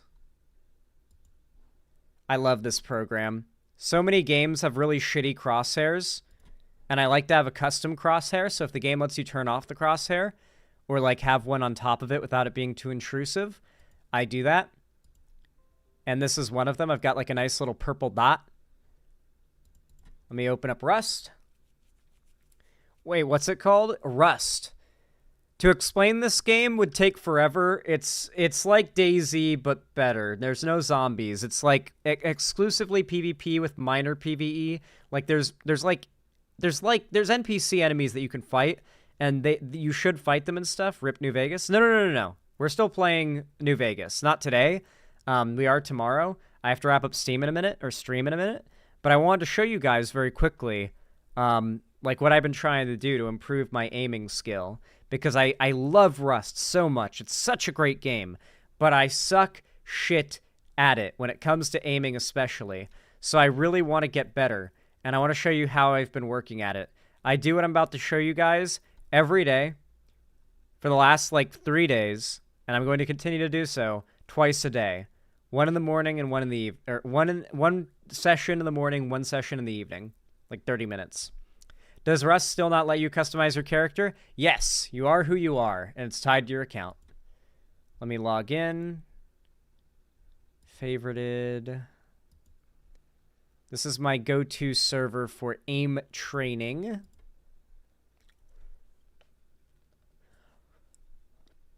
Hopefully I'm able to connect quickly.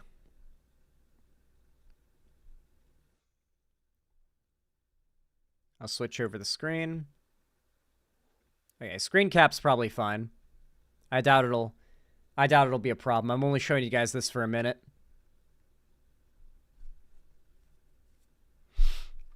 This is what we're about to do. Aim train. I just want to show you what my aim is like. I will raid Cirrus. Thank you. I will definitely raid Cirrus before I wrap up. Thank you, thank you. I pronounce Ontario the right way. Thank you, Balth. I really appreciate it. People were giving me shit for that. Thank you. My token Canadian. Balth, you have Rust, right? I'm gonna need you to install Rust, Balth. We're back on that shit. I got Ethan and everybody else. Like, we're slowly consuming that friend group into Rust. They're all giving in and playing the game and getting addicted. If you don't already have Rust, Balth, I will gift that shit to you, and I'll teach you the game. It's not Ontario, like how you Canadians say it's Ontario. Actually, Balth says it like I do too, I think. Balth doesn't sound like Ontario. Oh, I'm going down to the lodge, eh? That's not Balth.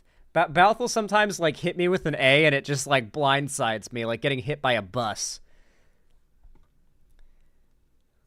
Or I get hit, or no, Balth will hit me with the bud. Not bud. Balth doesn't say bud, it's full on bud. And that shit, that's when I get the reminder that Balth is Canadian. It's like, holy shit.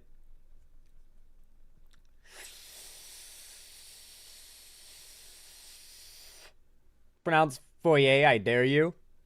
The foyer.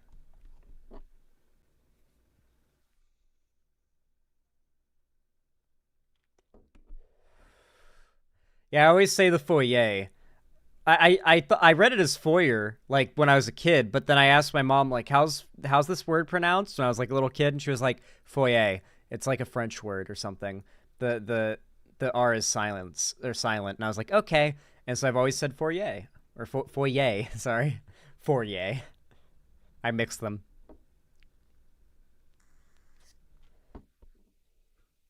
Xander Hall, also, I'm mainly encouraging this to annoy Ontarians because BC for life. Ah, yeah. Yeah, Ontario's gay. You know, I saw British Columbia with my own eyes. Or like Victoria, I should say, specifically. Or whatever the... Vancouver? Okay, I went to San Juan Island. I went to the northwesternmost tip and looked out across the water, and you could see Canada. And there were skyscrapers in the horizon. What city would that be? Vancouver? It's like seeing, like, the LODs. I've seen Canada with my own eyes as an LOD.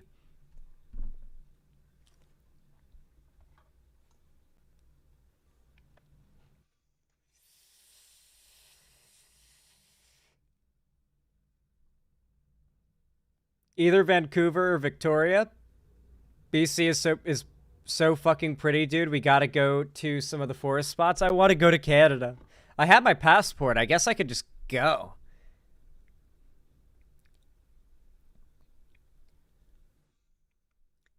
I'll see about, you know what? Every time my mom visits me, I always end up, like, renting her a car. And so I figure next time she visits, maybe I will take a week off stream and we'll go on a trip because we both have our passports. We'll go on a road trip to Canada and visit you, Bouth. That'd go hard. I want to enter another country for the first time in my life, and it's about time. I'm gonna vlog it, of course. My first time entering another country.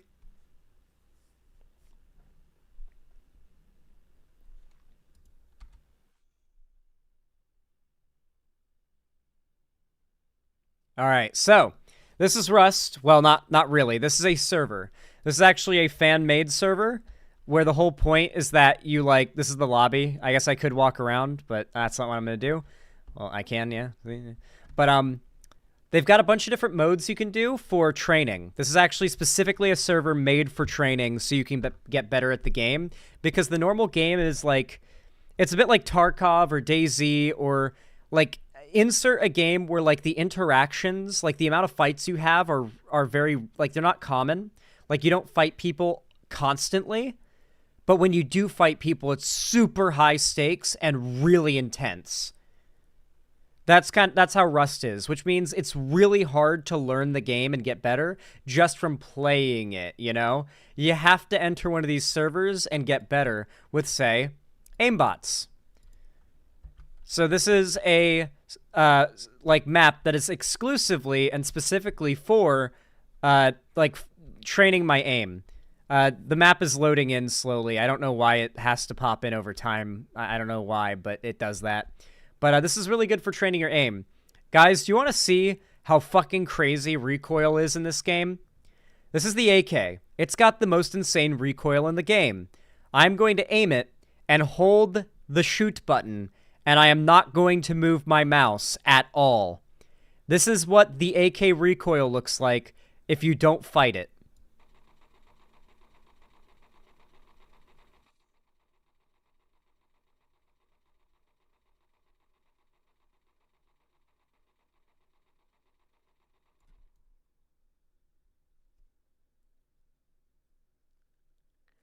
If you don't fight the recoil, you will point straight the fuck up in the air eventually. You will not hold your target. Let me demonstrate how that looks when you try to shoot someone you can't control recoil. I can't track for shit. This is... doing alright there. That's actually a decent... I was tracking alright. Okay. Alright. That's the best I've ever tracked in my life, by the way. I'm genuinely impressed by myself there. Let me show you what it looks like when you try to shoot someone in this game and you don't control the recoil. And you're dead. Yeah.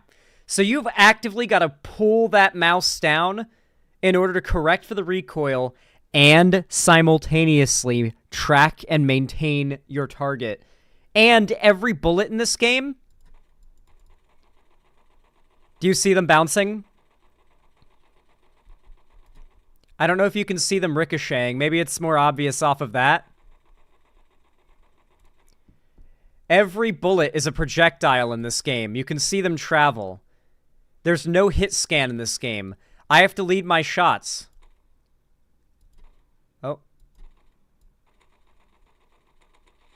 Ooh. I have to lead my shots. So if I want to actually hit a guy, I've got to crouch, aim down sights, and do something like this. I'm a little rusty, but let's warm up.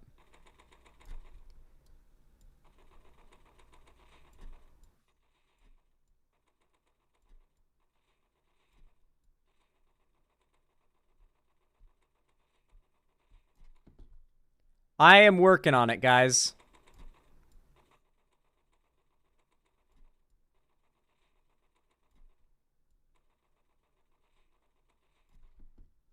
What game is this? Rust. This is how I train. I do this for roughly 30 minutes in the morning when I wake up, just a nice little wake up session, and I do it for 30 minutes in the evening. Like a nice little, like, before bed session. So, like, I've got my wake up, all right, let me ingrain this, and then I've got my, let me go to bed and, like, make sure it's one of the last things I have on my mind before I go to sleep. So maybe I'm, like, training in my dreams or something. I don't know. It's a little superstitious, but I will say, compared to my previous aim, this is nothing to scoff at. Like, really.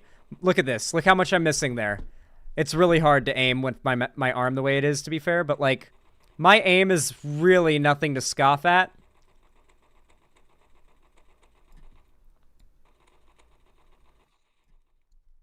My aim is really nothing to scoff at whatsoever. It's really bad.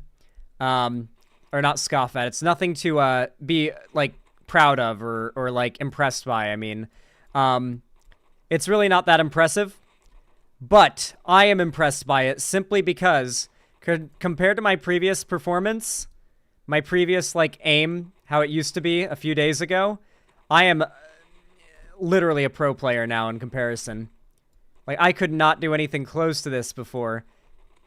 Hell, yesterday night I wasn't hitting shots like this. Am I armored core pilled? Not, I don't know what that E is. I've heard of it, though.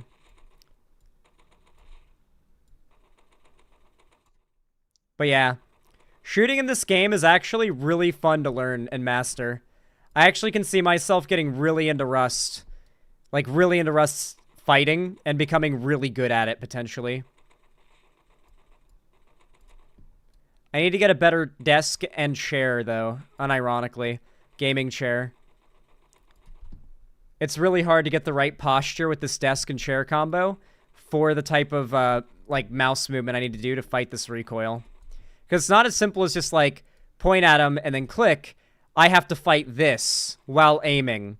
I have to look at him and pull down to fight against that recoil and keep... Basically, I have to make active movements non-stop, little micro adjustments non-stop to keep that purple dot on his head. I just got pushed aside by him. Standing up, you're way less accurate, but if you get down, you're way more accurate if you crouch, which is how it's recommended to shoot people, is while crouching. And mind you, these are all projectiles, so at a distance, I have to gauge, like, the arc and the bullet speed.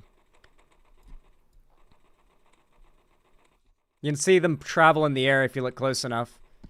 Once you get an eye for, like, seeing the bullets in the air, you get a lot better at aiming, because you know exactly where you're missing and where you need to arc it.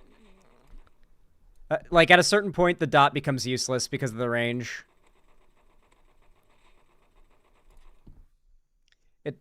Yeah. What's the last gun in the hotbar? Oh, this is a scrap LMG. You've got, like, the normal LMG here. This is, like, one of the best weapons in the game, possibly the best. It's, like, it's that good. This is really hard to get, and if you die with it, you're gonna rage. This is a scrap version that I think you can craft. Is it even good? It's actually pretty solid, damn. Not even a hard-to-control recoil, either. That's not that hard to control. Okay, maybe it is a little hard to control. Oh my god, I'm missing. Lead your shots, Zan. What the fuck? Yeah. I really like this game, and I'm excited to get better at it. I will become a Rust master. Do you guys know what my goal is, though? My goal is to be able to get together a massive Zerg of friends and fans. Once I hit 100,000 subs, I want to build a Rust clan. I want to get as many people to join as possible. And I want to build an army and fucking dominate an official server with an over 1,000 player cap. I want to build a fortress and outposts across the map and have an army with squads and squad leaders because it's such a massive clan. I want to build the Xanderhall clan, and I want you guys to join. I really hope you guys are down for that, especially once I hit 100K. Anyway, guys, like I said before, here's where I'm going to wrap things up. Let me quickly look up... let me make sure Surus is streaming, and go ahead and raid Surus. I think Surus is live on Twitch.